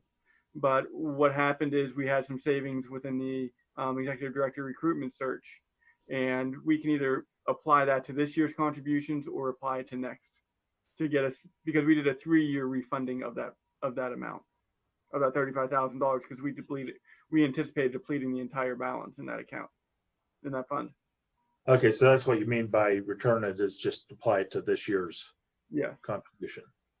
And where that came about, we really did not know where municipal budgets or the tax rolls were going to look at. So we were trying to find any even symbolic ways to help, and that's what that really is. Yeah, and I think we ought to do that. And just go ahead and apply it now, and yeah, because I think if there's going to be a crunch, this is when it's going to be. So, okay. Next is just a note, the staff will continue to assess the impact of furloughs and delayed hiring of seasonal maintenance staff we'll have on the unemployment budget. Oh, it's under, unemployment. Yeah, so that's just a matter of, we're gonna have to figure it out. We have built that up pretty well, so it's gonna take a hit, but I think we're gonna end up being okay without too much of a substantial increase. Good. Okay. Next is under the code, new construction program budget. Just a note, no personnel changes proposed for 2021. To improve customer service and staff productivity, equipment for large format printing and scanning is planned to be purchased. Okay, that's already in the capital budget then, I assume. Or, well, that's from code, so it's not a municipal spending anyway, so it's a separate budget. Yeah. Note that CRCA staff are currently studying options for remote inspection capabilities. If options prove viable, recommendations will be reviewed with the Public Safety Committee. And a note, the code and finance staff will continue to monitor the cost of building permit and agency's fund balance. And that one I can guarantee you the Finance Committee will be watching very closely, so because they always do. Although with George gone, it might not be quite as close. Let's see, under the existing structures program budget, CRCA staff are currently studying options to be able to conduct remote inspections if another interruption of normal operations occurs due to COVID or other public health risk. On a case-by-case basis, this could be offered for tenants who have health risks. If options prove viable, recommendations will be reviewed with the Public Safety Committee and municipal managers. Okay. And another note, the code and finance staff will continue to monitor the costs of rental housing and fire permit to ensure that all expenses for conducting the inspection are being recovered. That's again, just a note, unless we have a comment. Code capital budget, new and replacement vehicles planned for purchase in 2020 were deferred to 2021, including replacing the Ford Escape used for new construction program. The new Escape, 2 Ford Escapes used by inspection staff, and the existing structures program replaced with 2 new Escapes. Replaced 1 Ford Escape used in the new construction with an F-150 pickup due to the new SEO program, the need to transport longer equipment into the field, the SEO site investigations and inspections. 2 new plug-in electric Ford Escapes to be assigned to the new commercial fire inspector and code services manager. And a new Ford Explorer to be used by the CRCA agency director and to transport groups of employees to training programs and events. Okay, so those were all planned for 2020 for that. Or? I think all but 3 of them were. Okay, and the others were already scheduled then for 2021 in the capital budget. Yeah, okay. Any comments or? Okay. Then we have a question. Should 3 Ford Escapes used by the new construction program be replaced with 1 Ford Escape and 2 plug-in electric Ford Escapes? So those will be all electric vehicles then? or They'd be hybrid? plug-in electric hybrids. Hybrid, And okay.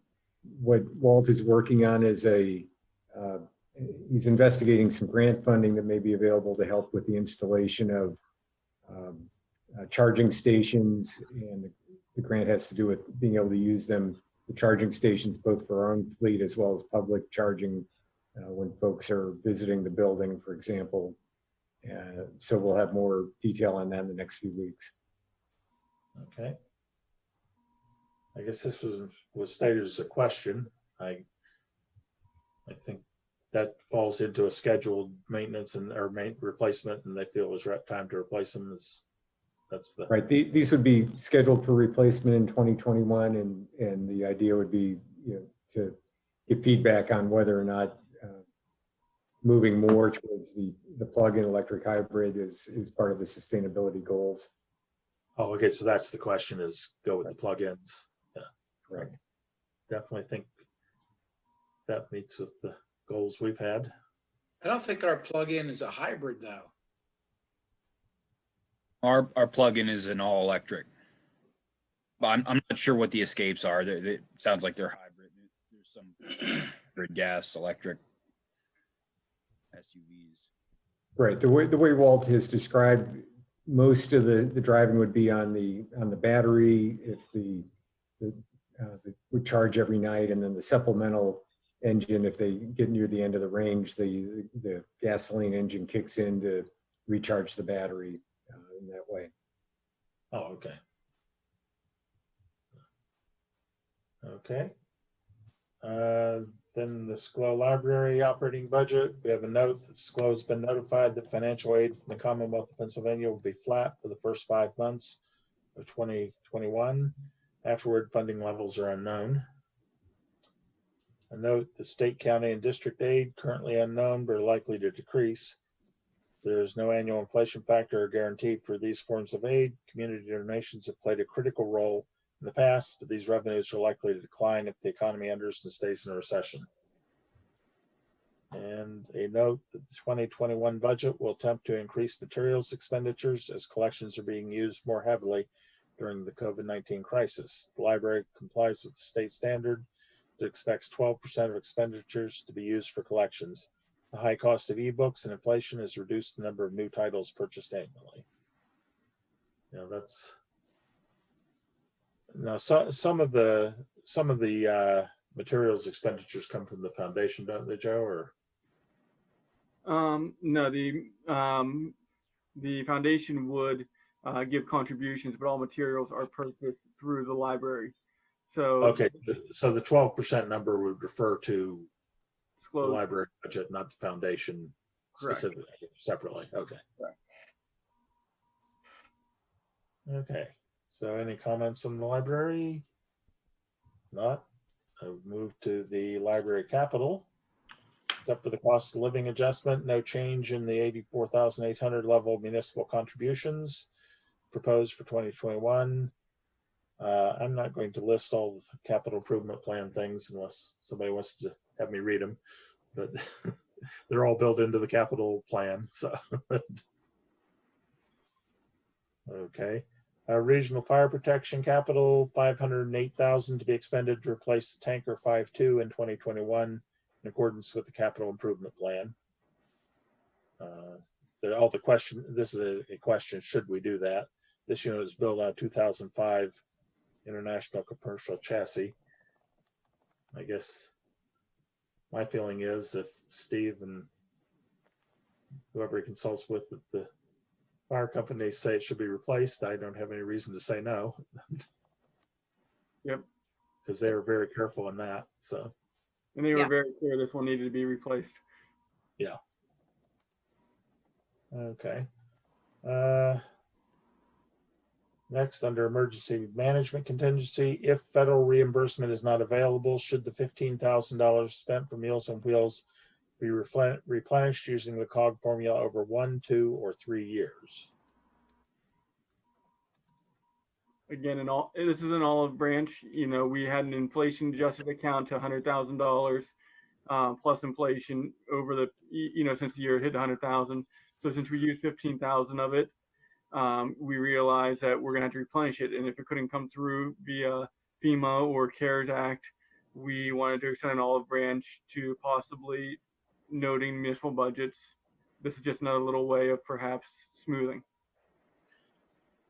I guess my thought on that is that we should do it over 3 years, because in this emergency, we've only used 15,000. And so I think having 85,000 left in there, we're probably okay.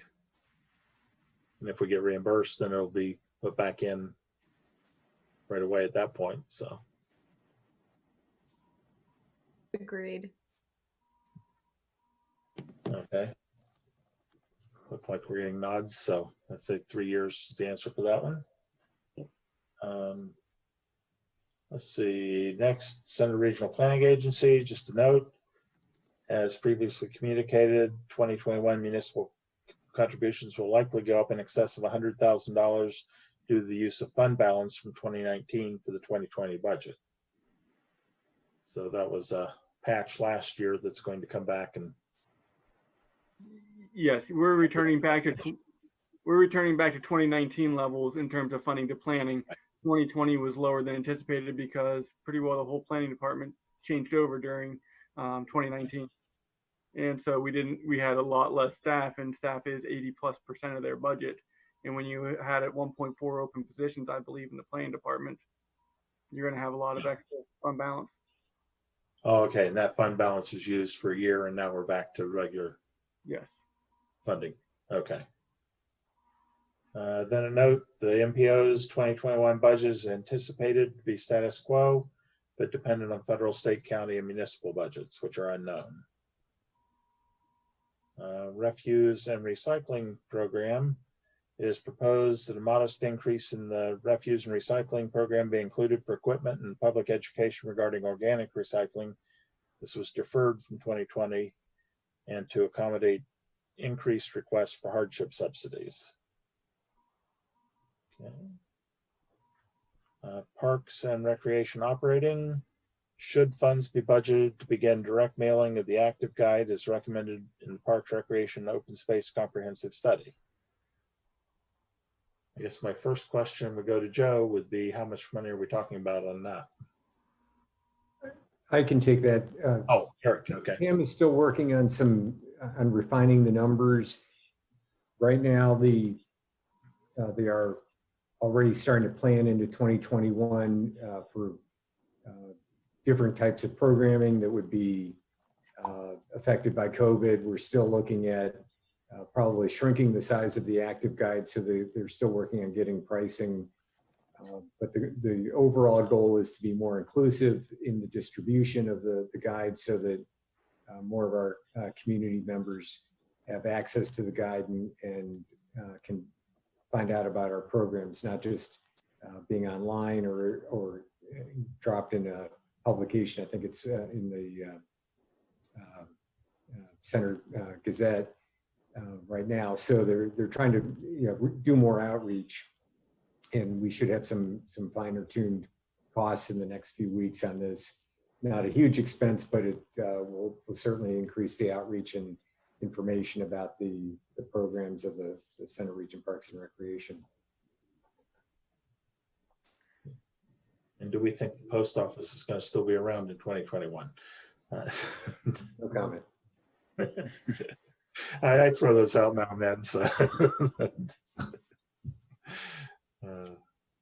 Yeah, I don't think it's going to be that expensive, so I'm not sure I'd have any problem with it. Can you explain how is this different than what's currently happening? I believe it's in the Center Gazette quarterly, and made available through certain locations in the community where people can pick it up, and as well as being online through the PDF or whatever the online application is. So what it means is it's, so if you're not one who would pick up the newspaper or get it by delivery or whatever, or live in the areas where it's available to be picked up, you're less likely to find out about the programs, and the consultants that worked on the comprehensive study recommended mailing as one way to make sure it gets out more evenly and into all neighborhoods in the community, and not just those that happen to be able to find the guide. So this would be something we'd monitor over the course of the first year or two and make sure we're getting the expected results. And this would go to every participating municipality, or? That would be the plan. I don't know exactly whether it be through bulk rate or, or other. I don't think it'd be first class, but it would probably go to everybody on a certain carrier route, much like grocery ads or something else that would be going out to everybody in the neighborhood or on that route within the 5 municipalities that participate in the Parks and Recreation program. I guess I missed this in the parks plan. I did not notice this. That's a lot of paper. It's not, you said it's shrinking, but that's not a small booklet getting mailed out. Right. I think they're looking at 30 some pages for the winter and spring edition. And again, they're continually refining it. Amber is leaving Parks and Rec, and the new her replacement will be starting in the next couple of weeks, and so they'll continue to look at the marketing and public relations aspect of that and continue to look at alternatives. But one of the keys is getting something in the hands of folks, as well as increasing our online presence and our ability to reach out using social media and that sort of thing. Yeah, I think I kind of worry. I mean, and sort of not, I don't want to make light of your joke, Steve, about the post office, but if it is bulk rate mailing, which I'm assuming that's what, it's not going first class, like, when would it get there? And that could be a real possibility. I just sort of feel like we're being pushed to the electronic world more and more, and it just, doing business the way it had been is, I don't know. I know it's not a big expense, but I sort of think we can cut costs, we should. If I may, Anne will be at the Finance Committee meeting on Thursday, and she probably has a lot more details on this than Eric and I would have at this point. So it may be a good idea to bring those questions to her, and that might give you, on Thursday, and that might give you guys some more insight as to what your thoughts are in more of a direction. Okay, I guess, my suggestion for a comment would be to hold off on the, I mean, my opinion would be to hold off on this for right now, especially given the uncertainty for winter programs, for spring programs. I like having that printed guide. I pick it up, but I'm not really interested in having a lot of other, paper products out there and things getting mailed. And also, people don't want to really touch stuff and handle, extra mail if they don't need to right now. So I don't know if this is the time to roll this out. Right. One of the things that, I think Joe had a good suggestion, and I think we may have some updates by Thursday. One of the things that we may be able to do is kind of hybrid in this plan. The summer guide, when it comes out, is the biggest push for the agency, because that's certainly the time of year where their biggest revenue generation comes in, most participation, that sort of thing. So assuming that some of the concerns that we're talking about in terms of COVID and the post office are able to be worked out in the first quarter or so of 2021, that would be a time for this to be a big push.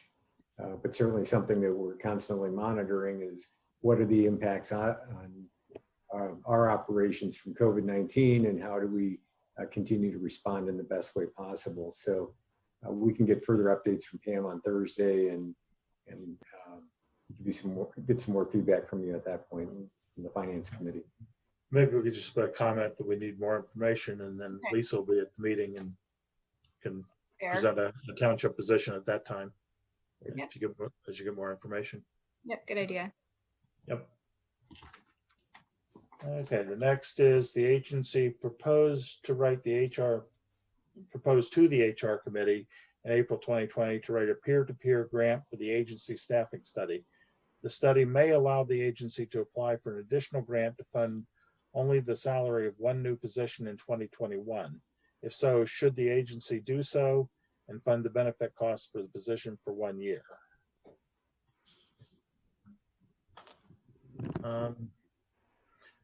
I guess my question on this would be, is this a proposal for a new position that's funded for 1 year that then would be continuing? Or would this be a proposal for a 1 year temporary position that is funded? It would be a recommendation for a new position as part of this. And the first year is funded at 100%, and then it's stair-stepped down with the agency picking up more and more over, I believe it's a 3-year phase out of the assistance. Okay. Any comments there?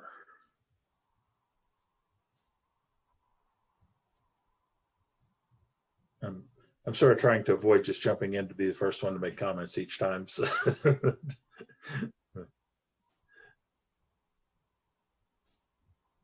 I'm sorry, I'm just not clear on what this position is. It's subject to a study that hasn't been done yet. So they would be looking at doing a grant-funded staffing study. And once the study is done through this grant, then the recommendation would be that they would be eligible to apply for this additional grant for the new position identified by the staffing study. And then the first year would be paid for through the grant, except for benefits. And then the assistance would be phased out over the course of, I think, 3 more years.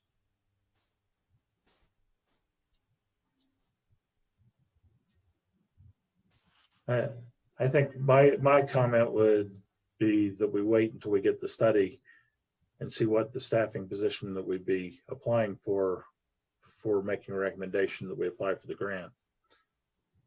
I'm always a little leery of the first year funded grant that then becomes an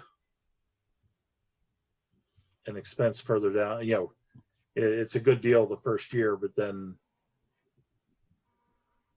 the assumption is that you've made the decision to add this position. And I think until we know what it is, I'm not sure I want to apply for a grant that then has that assumption built in.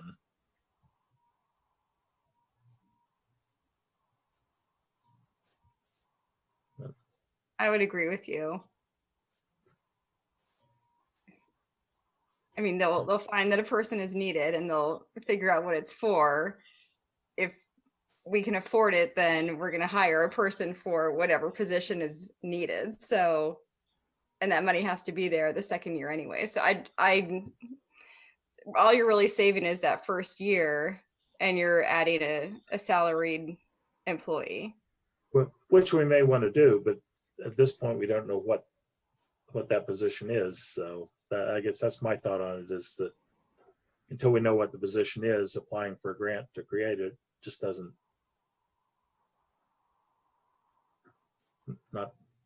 not really time to make that decision. Right. And I'm sort of seeing nods. Okay, so we'll put that as a comment then.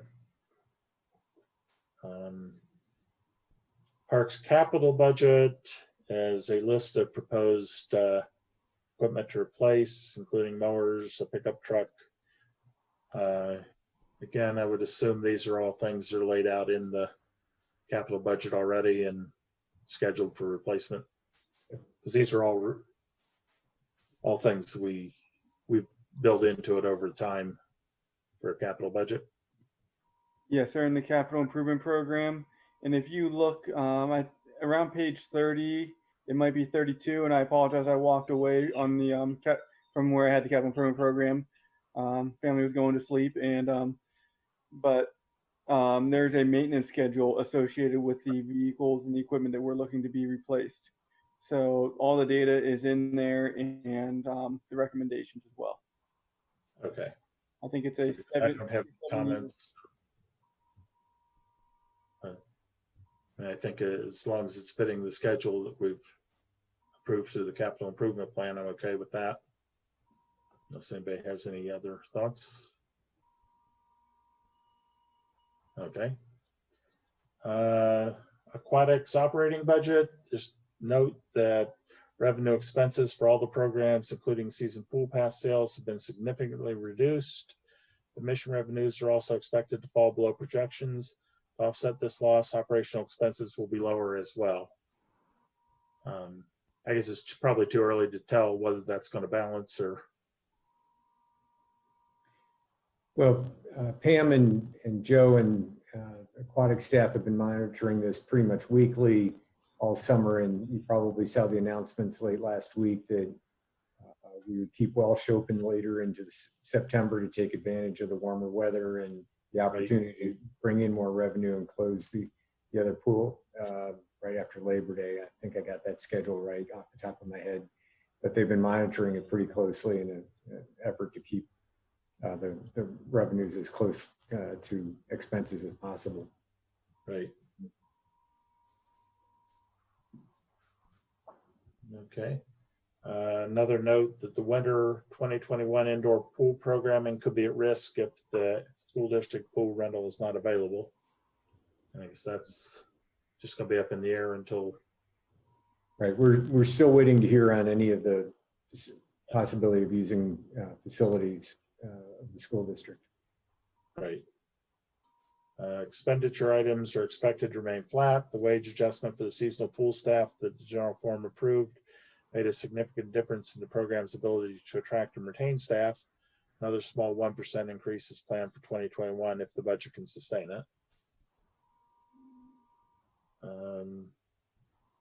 Staff note, the staff is evaluating costs, revenues every 2 weeks to manage the aquatics budget for the remainder of the season, which Eric just commented on. So. Okay. The aquatics capital, as a reminder, the 2020 increase in the aquatics capital budget from $47,000 to $60,000 included an offset of $15,000 from the operations revenue. There will not be a transfer from operating in capital in the 2021 budget. So that's just to account for the fact that I assume that it's likely to be pretty even or I think if we can have an even budget this year with the administrative costs associated with it, I don't think it's going to happen. Just okay. So. If we can break even with the 2 pools, that would be very, very good, or even show a small profit with the 2 pools. But COVID really had a profound impact on the pools, the operations at Park Forest and Welsh Pool this year as compared. Right. Okay. Okay, the next is, should 2 of the pool pumps at Welch Pool be replaced at approximately a cost of $21,000? The pools are approaching 10 years old, and the pumps, filters, plumbing, and all mechanical devices will decline over time. That's put in as a question. Is that part of the scheduled CIP plan, or is this a separate? It's on the CIP plan. It came up sooner than anticipated, and and like I said, we're planning some site visit reports for Park Forest Pool, and Welsh should be very similar to those. So I'm hoping we get some good data out of that in the very near future. Okay. But you know, I don't personally. We can ask that question on Thursday. I do not know enough about pool pumps. Right. You know, I just. They say that's a life, and they'll be ready to go. They'll be ready to be replaced, but I can't talk in depth to it to any accuracy. Yeah, I think I'd want to ask the question of, is this based on age, or is it based on a condition as observed, and which should it be? Yeah, it may be something. It's just there's a lifetime, and you don't push it beyond that because of the effects, or, and I guess that would be a question that Lisa might be able to ask on Thursday is, what is the reason for wanting to do it now? I will ask that on Thursday. The language kind of threw me off a little bit for that Yeah. one because it said, all mechanical devices will decline over time. So that it just didn't clarify it for me if this is something that's needed. And so I will absolutely ask that on Thursday. I think that's another one where we need more information at the finance committee meeting to make a recommendation. So, okay. Whoops, sorry. I was going to say, a couple years ago, Steve, you may remember this. The impeller went down at the Park Forest Pool and shut it down for about a week until a new one could be rebuilt. So this may be one of those things that if the pumps would go, you might lose a week's worth of revenue until you can get it replaced. And I guess that's my question is if that's the case, if that's where we are and it normally is expected to go bad sometime after 10 years, then probably we do. If it's a matter of, it would just be, this is the schedule to do it. We could find out by looking at it whether it's time to or not, then I would want to hold off, but just be a question which type of thing it is. Fair question. Yeah. Okay. Next is Millbrook Marsh Nature Center operating. Programming changes in the works due to COVID-19. New virtual opportunities are being explored. Field trip revenue is uncertain for 2021 and staff accounted for this loss of income. Well, the school districts have not announced plans yet for this fall. Staff is not counting on any field trips at this time. Yeah. That's too bad because those are great programs.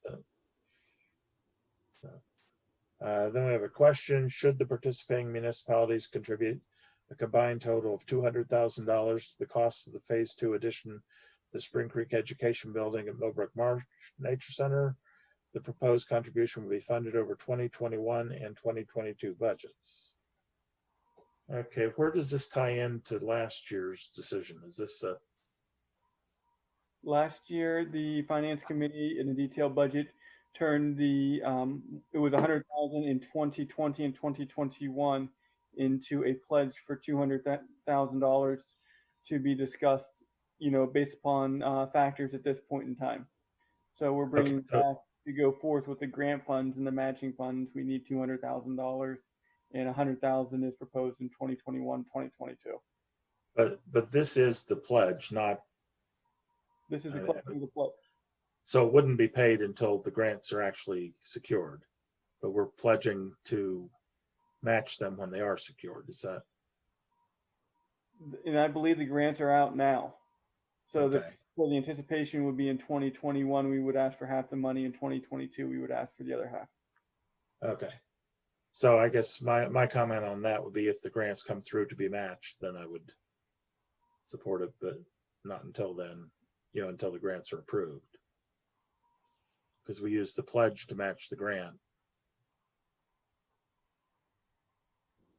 So we don't actually have to have the money in the fund until we get the grant. Is that right? That's my question really is. I know you matched it to the grant. That's the 200,000 is to match to that grant, and those pledge letters suffice to go get the grant.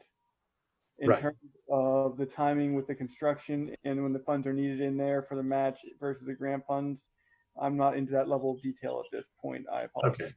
Okay. No, I guess that would just be my comment is if it is required as a match to a grant, I think, we've already committed to do that, but we didn't commit to putting the money into the fund until we have the grant.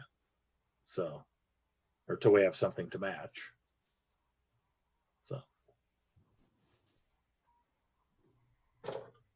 That was my question, Steve. So I guess just to clarify what exactly that is. When the money would be transferred. Yeah. Right. Okay.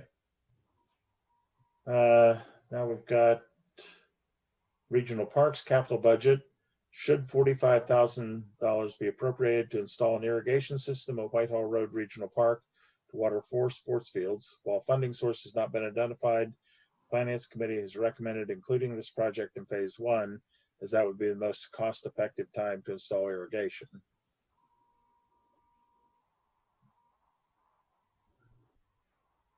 So.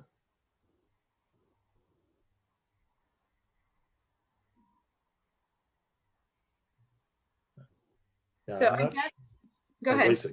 No, you No, go ahead. I'm still thinking.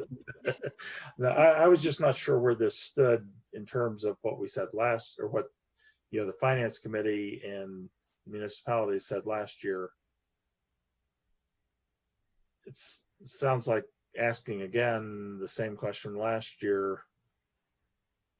We got an answer of do it, but we won't give you money.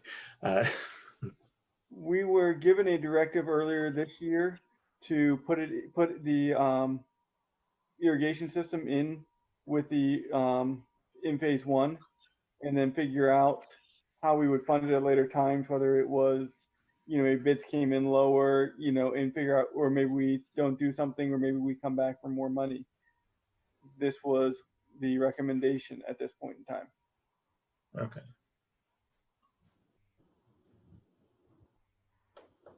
I guess one of my questions is what else is not funded in phase one? Is this the highest priority? Is everything else funded? No. And one of the things that Pam is working on, and elsewhere there's a list of a lot of the grants that have been secured for this project, but there's still shortages for completing some of the basics of the project. One of the reasons this has been brought up a couple of times is the sprinklers, getting them in now or at the beginning of the project. It's going to be less expensive than adding them back in later. There was one grant they were pursuing for the sprinkler system. It was through a vendor that ended up giving a proposal to do the project, and it was much more expensive even after the grant. So they're looking at alternative quotes for that project or that component of the project. And one of the things we're working on is putting together I guess we're going to call it probably a lunch and learn, or some sort of opportunity where we can spend about an hour, Joe, Pam, and myself, sharing with all of the elected officials who are part of the Parks and Recreation program, where we are with the project, what funds have been raised, where the shortfalls are, what the opportunities are to close the gaps. So that's something we're going to talk about with the Finance Committee this week and the Executive Committee next week, and try to see if that's a good way to bring everybody up to speed, because there are certainly questions that are being asked, and rightfully so. And I don't think we have everybody on the same level playing field with current information. The authority has been meeting with staff, doing a series of work session discussions about this project and other things that are being worked on right now. And so we're really looking in September, trying to bring everybody up to the same level of understanding and get feedback from the elected officials at that point. So,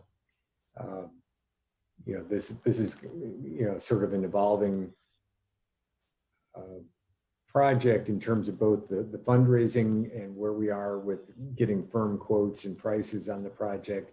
And then, so it's almost a catch-22. What do we tell you where we are now? Because that may change with a grant that is coming in later, or a bid that will come in next week, or something like that. But we do want to try to get us all on the same page in September and get some direction to move forward. Well, I guess, it makes sense that something like that would be less expensive to put in now. But if those funds are needed for something else that is a higher priority, I guess we don't have that information yet. So, are the restrooms fully funded? Just as an example, there may be other things that would need that money more. So I guess that would be, for me, I would say that would be another more information needed. Correct. And I understand that the restrooms, the maintenance building, and the sprinkler system are three key projects that are not part of the basic playing fields that are that the Pam and staff are working on fundraising right now. I think the lighting is another piece that is, I think, close to being funded, but I know we're still working on all of these things. And my basic problem with it is, if you look out at your lawn right now, I think for these fields to be usable, we have to have irrigation in them. And for the last couple of years, essentially what's happened is the finance committee has said, yes, you need to irrigate, you need irrigation, but no, we're not spending any more money than already is appropriated. I would favor, and I have in the past, increasing the expenditure to cover that. I have a strong feeling that even if everyone here agreed with me and we made that recommendation, that it's not going to be supported by several other municipalities. But I guess that would be my recommendation, would be just to say this is a necessary thing. But again, that's different. So then why not ask for the money for the restrooms too? So why this? Does this need? Yeah, it's. I mean, you can still, yeah. So. Yeah, I'm sort of, it is one where I'm really not sure where, where we go with it, but I think it's going to be probably a discussion that will have to come up and be further worked out at the learning lunch or whatever venue we use to get a discussion with several municipalities involved, hopefully 5. So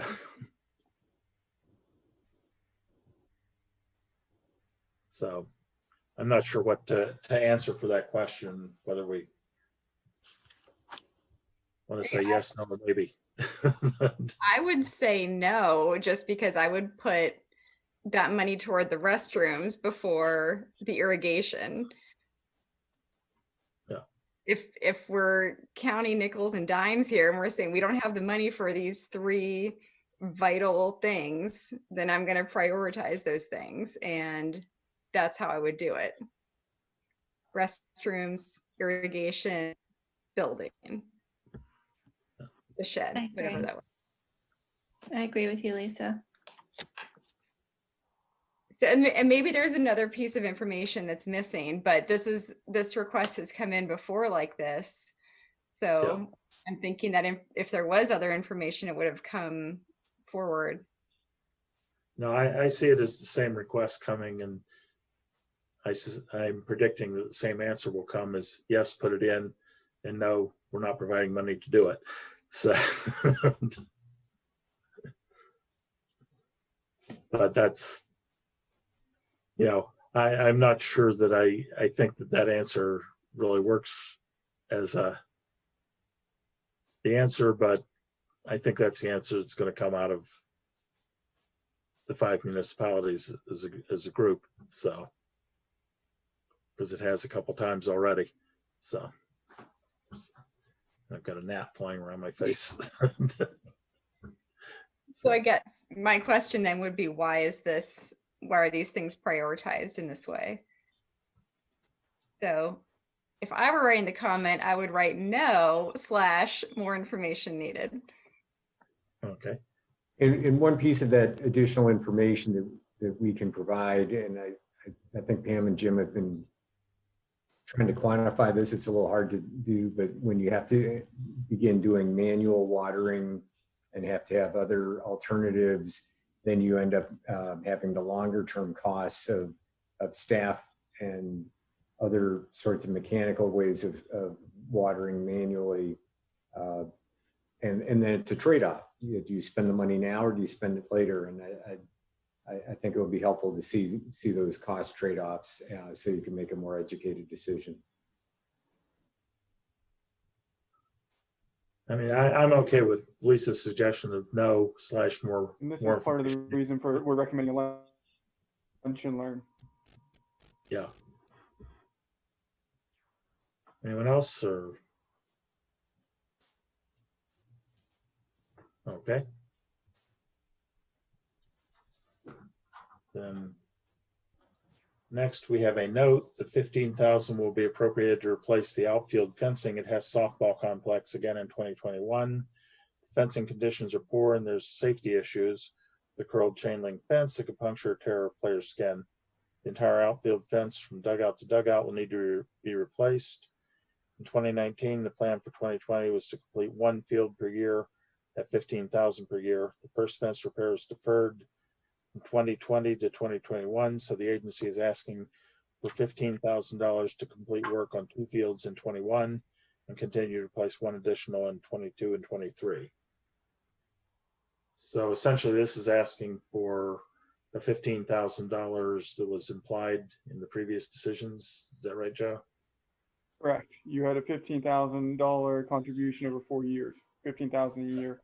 This is actually, yeah. And that was something really that was committed to at the time, but just held off for a year. If I read this right? Because of COVID, we delayed the 2020 repair. We're going to delay to 2021. And this is a safety issue with the fences out at Hess Field. Right. Okay. And that is just a note, so it's not really asking, should we, but we can add a comment if we want, but. Okay. Another note that the 2021 program plan for the regional parks budget will focus primarily on development of Whitehall Road Regional Park within the $4.8 million available from loan funds and grants and donations raised. The improvements are to be consistent with the master site plan for the park as amended by the general forum. Work tasks to be accomplished include completing the pre-construction phase, hold the bidding phase to determine the actual pricing based on bids and quotes. Once bid figures are available, determine the next steps to fund the shortfall, review and award the construction bids, begin construction in late fall 2020. Once bids are back, the agency and authority will need to discuss the mismatch of funding levels for the Whitehall Road Regional Park and what the next steps should be. Okay, and then during 2021, staff will prepare an operational budget. So I guess that's just a note. I don't have any comment on it, other than there's going to be a lot of discussion coming up, I'm sure, once the bids are done. So That's just a clarifying question on that. I guess maybe for you, Joe. So the intention would be then to receive the bids. What's the due date for the bids? I don't believe we have a due date yet. I don't think we've submitted them yet, have we, Eric? They haven't been let yet. They're not. Or it's not. I don't believe so, but I don't know for sure. So the intention is to receive the bid results and then determine a funding strategy to finance the shortfall and then award the bid? I think we might have scenario plans coming out in the near future as well, depending on what it is and where we think we're going to be based upon cost estimates.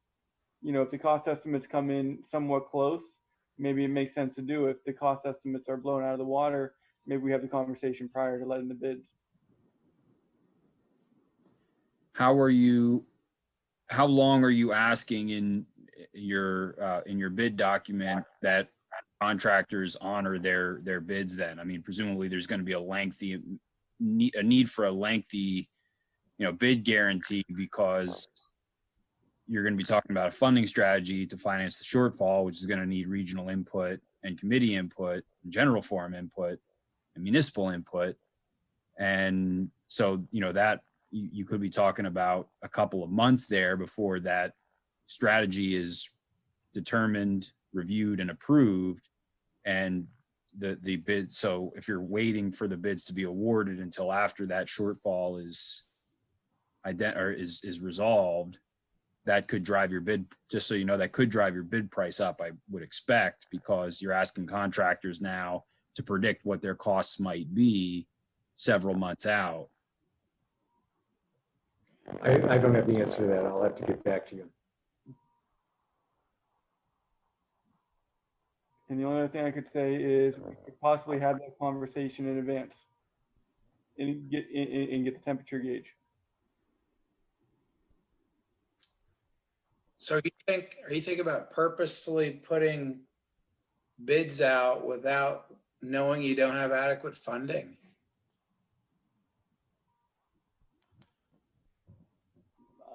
I don't have control of the bidding. Eric, you would know some things along that lines too.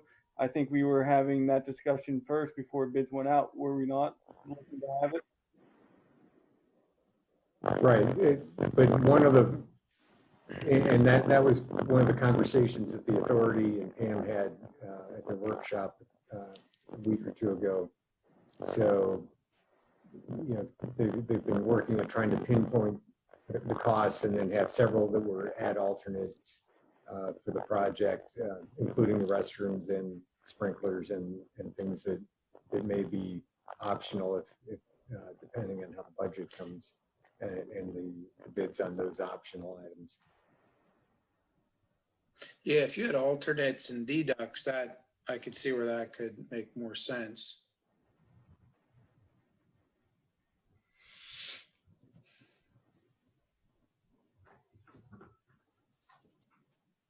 So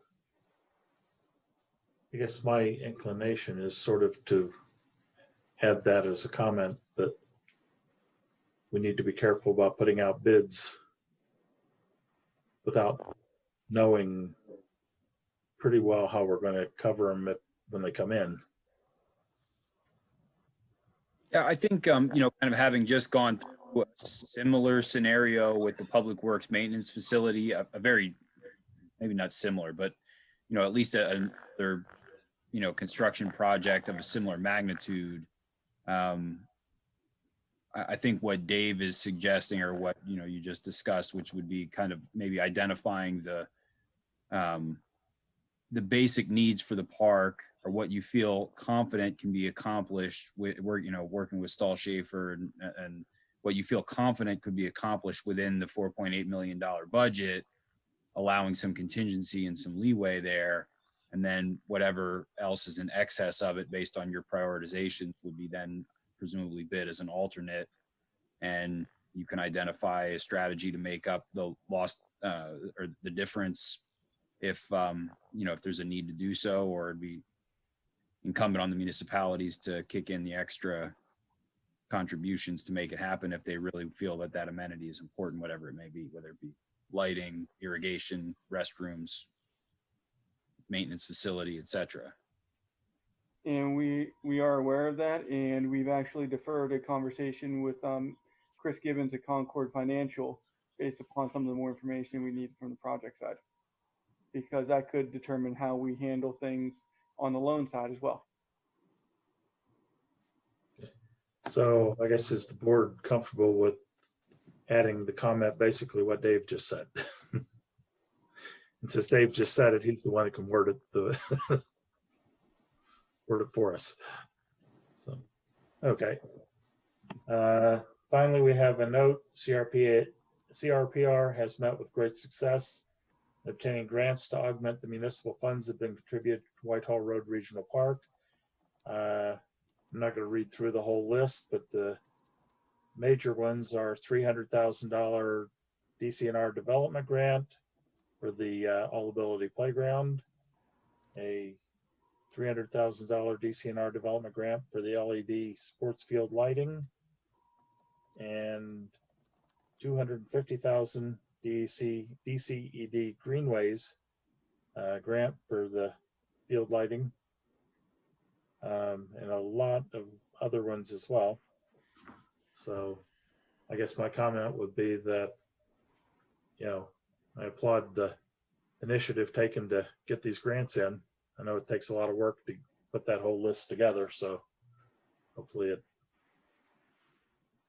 we can continue adding to them. But I think it's a good job getting all those lined up. I'll pass that on.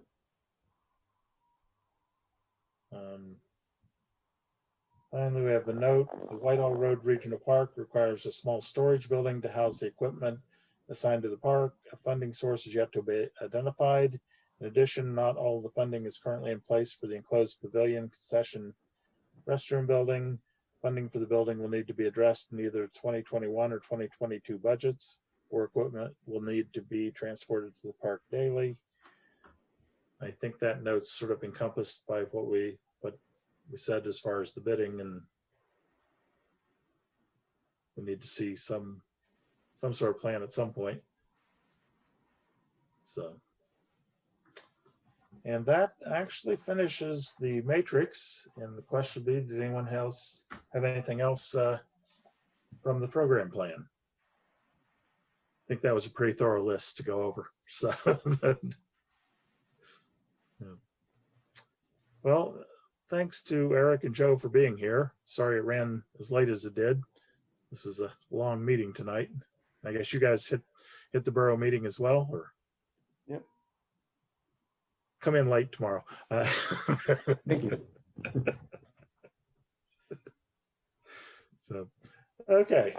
Anything you guys wanted to add after all our comments, or?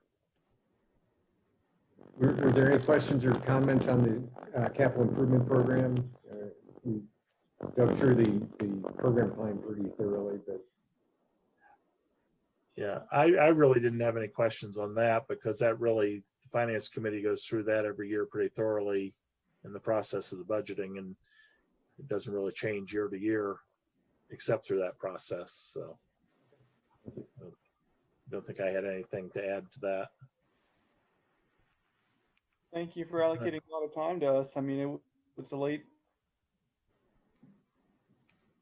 Thank you. Have a good night. Yep, you too. So, okay, and we're almost finished. Next item is, okay, the certification of the 2021 minimum municipal obligation for the police pension fund and the non-uniform pension fund. Thank you. This is just an annual exercise conducted in accordance with Pennsylvania Act 205.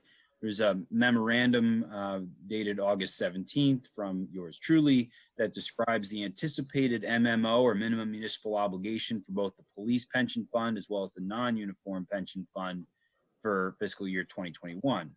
Act 205 requires the chief administrative officer for each pension plan to provide the governing body with the MMO for the upcoming year by September 30th. However, the state aid unit value has not yet been determined, and so it's not an exact amount at this point, which is why it's really just sort of provided as information only. The total municipal pension cost is estimated to be $380,321 for the police pension plan and $270,000 for the non-uniform pension plan. But when we get that state aid unit value calculated, which is typically in the fourth quarter, we'll have a better idea of the exact minimum municipal obligation for the upcoming fiscal year. Again, it's just for information only. I don't require any action taken by the board. Unless there's any questions, I'd be happy to answer. Okay, seeing none, we will move on to staff and committee reports. We have the Ad Hoc Facilities Committee. Let's see, we discussed the Millbrook Marsh, the RFPs went out and came back. The due date was August 7th, so they need a couple weeks to score the RFPs and then report back. They hope to get the process going for the boardwalk repair, I think by end of September. The code renovation is almost done. And they were talking about needing to replace the HVAC system for the general forum room. I guess the one heat pump is leaking gas and that needs to be replaced. Leaking gas is sort of one of the criteria you use to actually replacing it, as opposed to trying to get more life out of it. But then the discussion sort of evolved into indoor air quality and needing to look into systems that bring in fresh air or use ultraviolet lights, etc., that sort of thing. So it's going to be something COG's going to look at. all across the board at all their facilities and evaluating that. Other than that, we basically just we looked at our values and goals and went over our mission statement. Okay, thank you. Then we have Public Services and Environmental Committee. Yeah, so I could not attend that meeting because my car broke down in Clarion at the last minute. So I'll, yeah, I mean, I don't have much to add except what is there on the, you know, on the agenda. So sorry about that. Yeah. And I attended the Public Services Committee meeting for Laura. Basically, you should be able to garner everything from the agenda for that. It was the discussions of the committee roles and the COG program plan. Nothing in particular to report on that. So we'll go to Dave for the manager's report.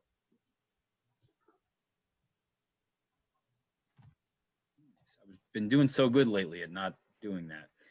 I just have a verbal report since I've been out of the office for the last week. Really just two quick items. Number one, Jeff Ressler, the zoning administrator, and I met with representatives from the Penn State START Lab 2 weeks ago or a week and a half ago to get kind of a field demonstration of their noise mitigation that they installed for the high intensity fan that they're using for some of their turbine testing. This was the source of some of the concerns that came from the Stonebridge development beginning approximately a year ago. Both Jeff and I are satisfied with the mitigation that was put into place. The university spent approximately $80,000 on noise mitigation to install a high velocity or high intensity noise suppression system that really cuts the decibel level, the measurable decibel level from the source by about 5 decibels, which is really the equivalent of audibly cutting the noise in half. So I think the university did, and then the START Lab made the investment that they need to make in order to mitigate the concerns of the neighborhood.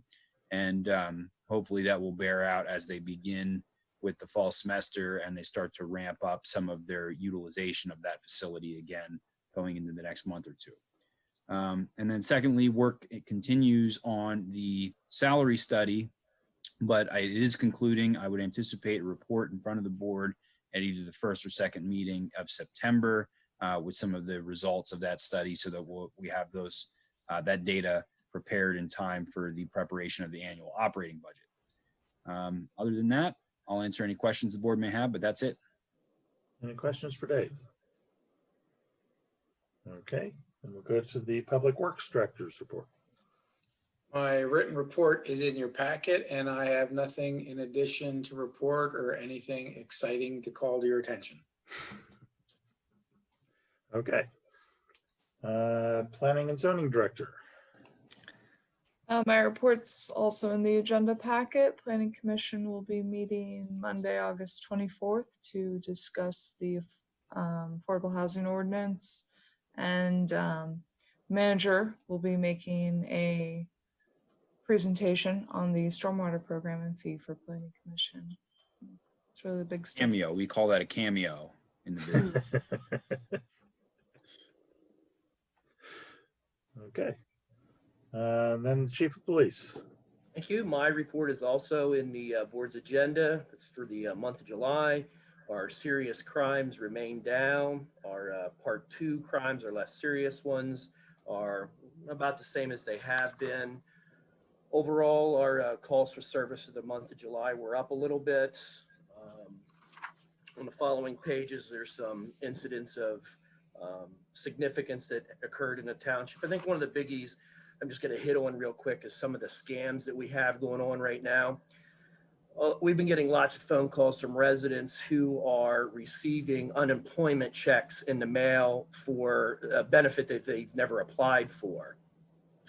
So essentially what's happening with those is our suspects are using stolen identities and applying for not Social Security, unemployment benefits. Then after that check is processed, what they do then is they immediately go online and are able to change the payment from check to an account, to an electronic transfer. And so that transfer, that money can be shipped just about anywhere. Right now, I mean, we've been working with the PA Department of Labor and Industry, the Office of Inspector General. They have bigger arms than we do to conduct deeper investigations. So we've been working on those. That's been something not only locally, but nationally that's been an issue too. Also in my report is the use of force for the month, and I'll take any questions. Questions for the chief? Okay. Any communications that we should be sharing? I just wanted to follow up again to just make sure we pay attention to the crossing of Atherton at Clinton Avenue when school starts. It's a dangerous intersection. It's hard enough to get through in a car, let alone with kids.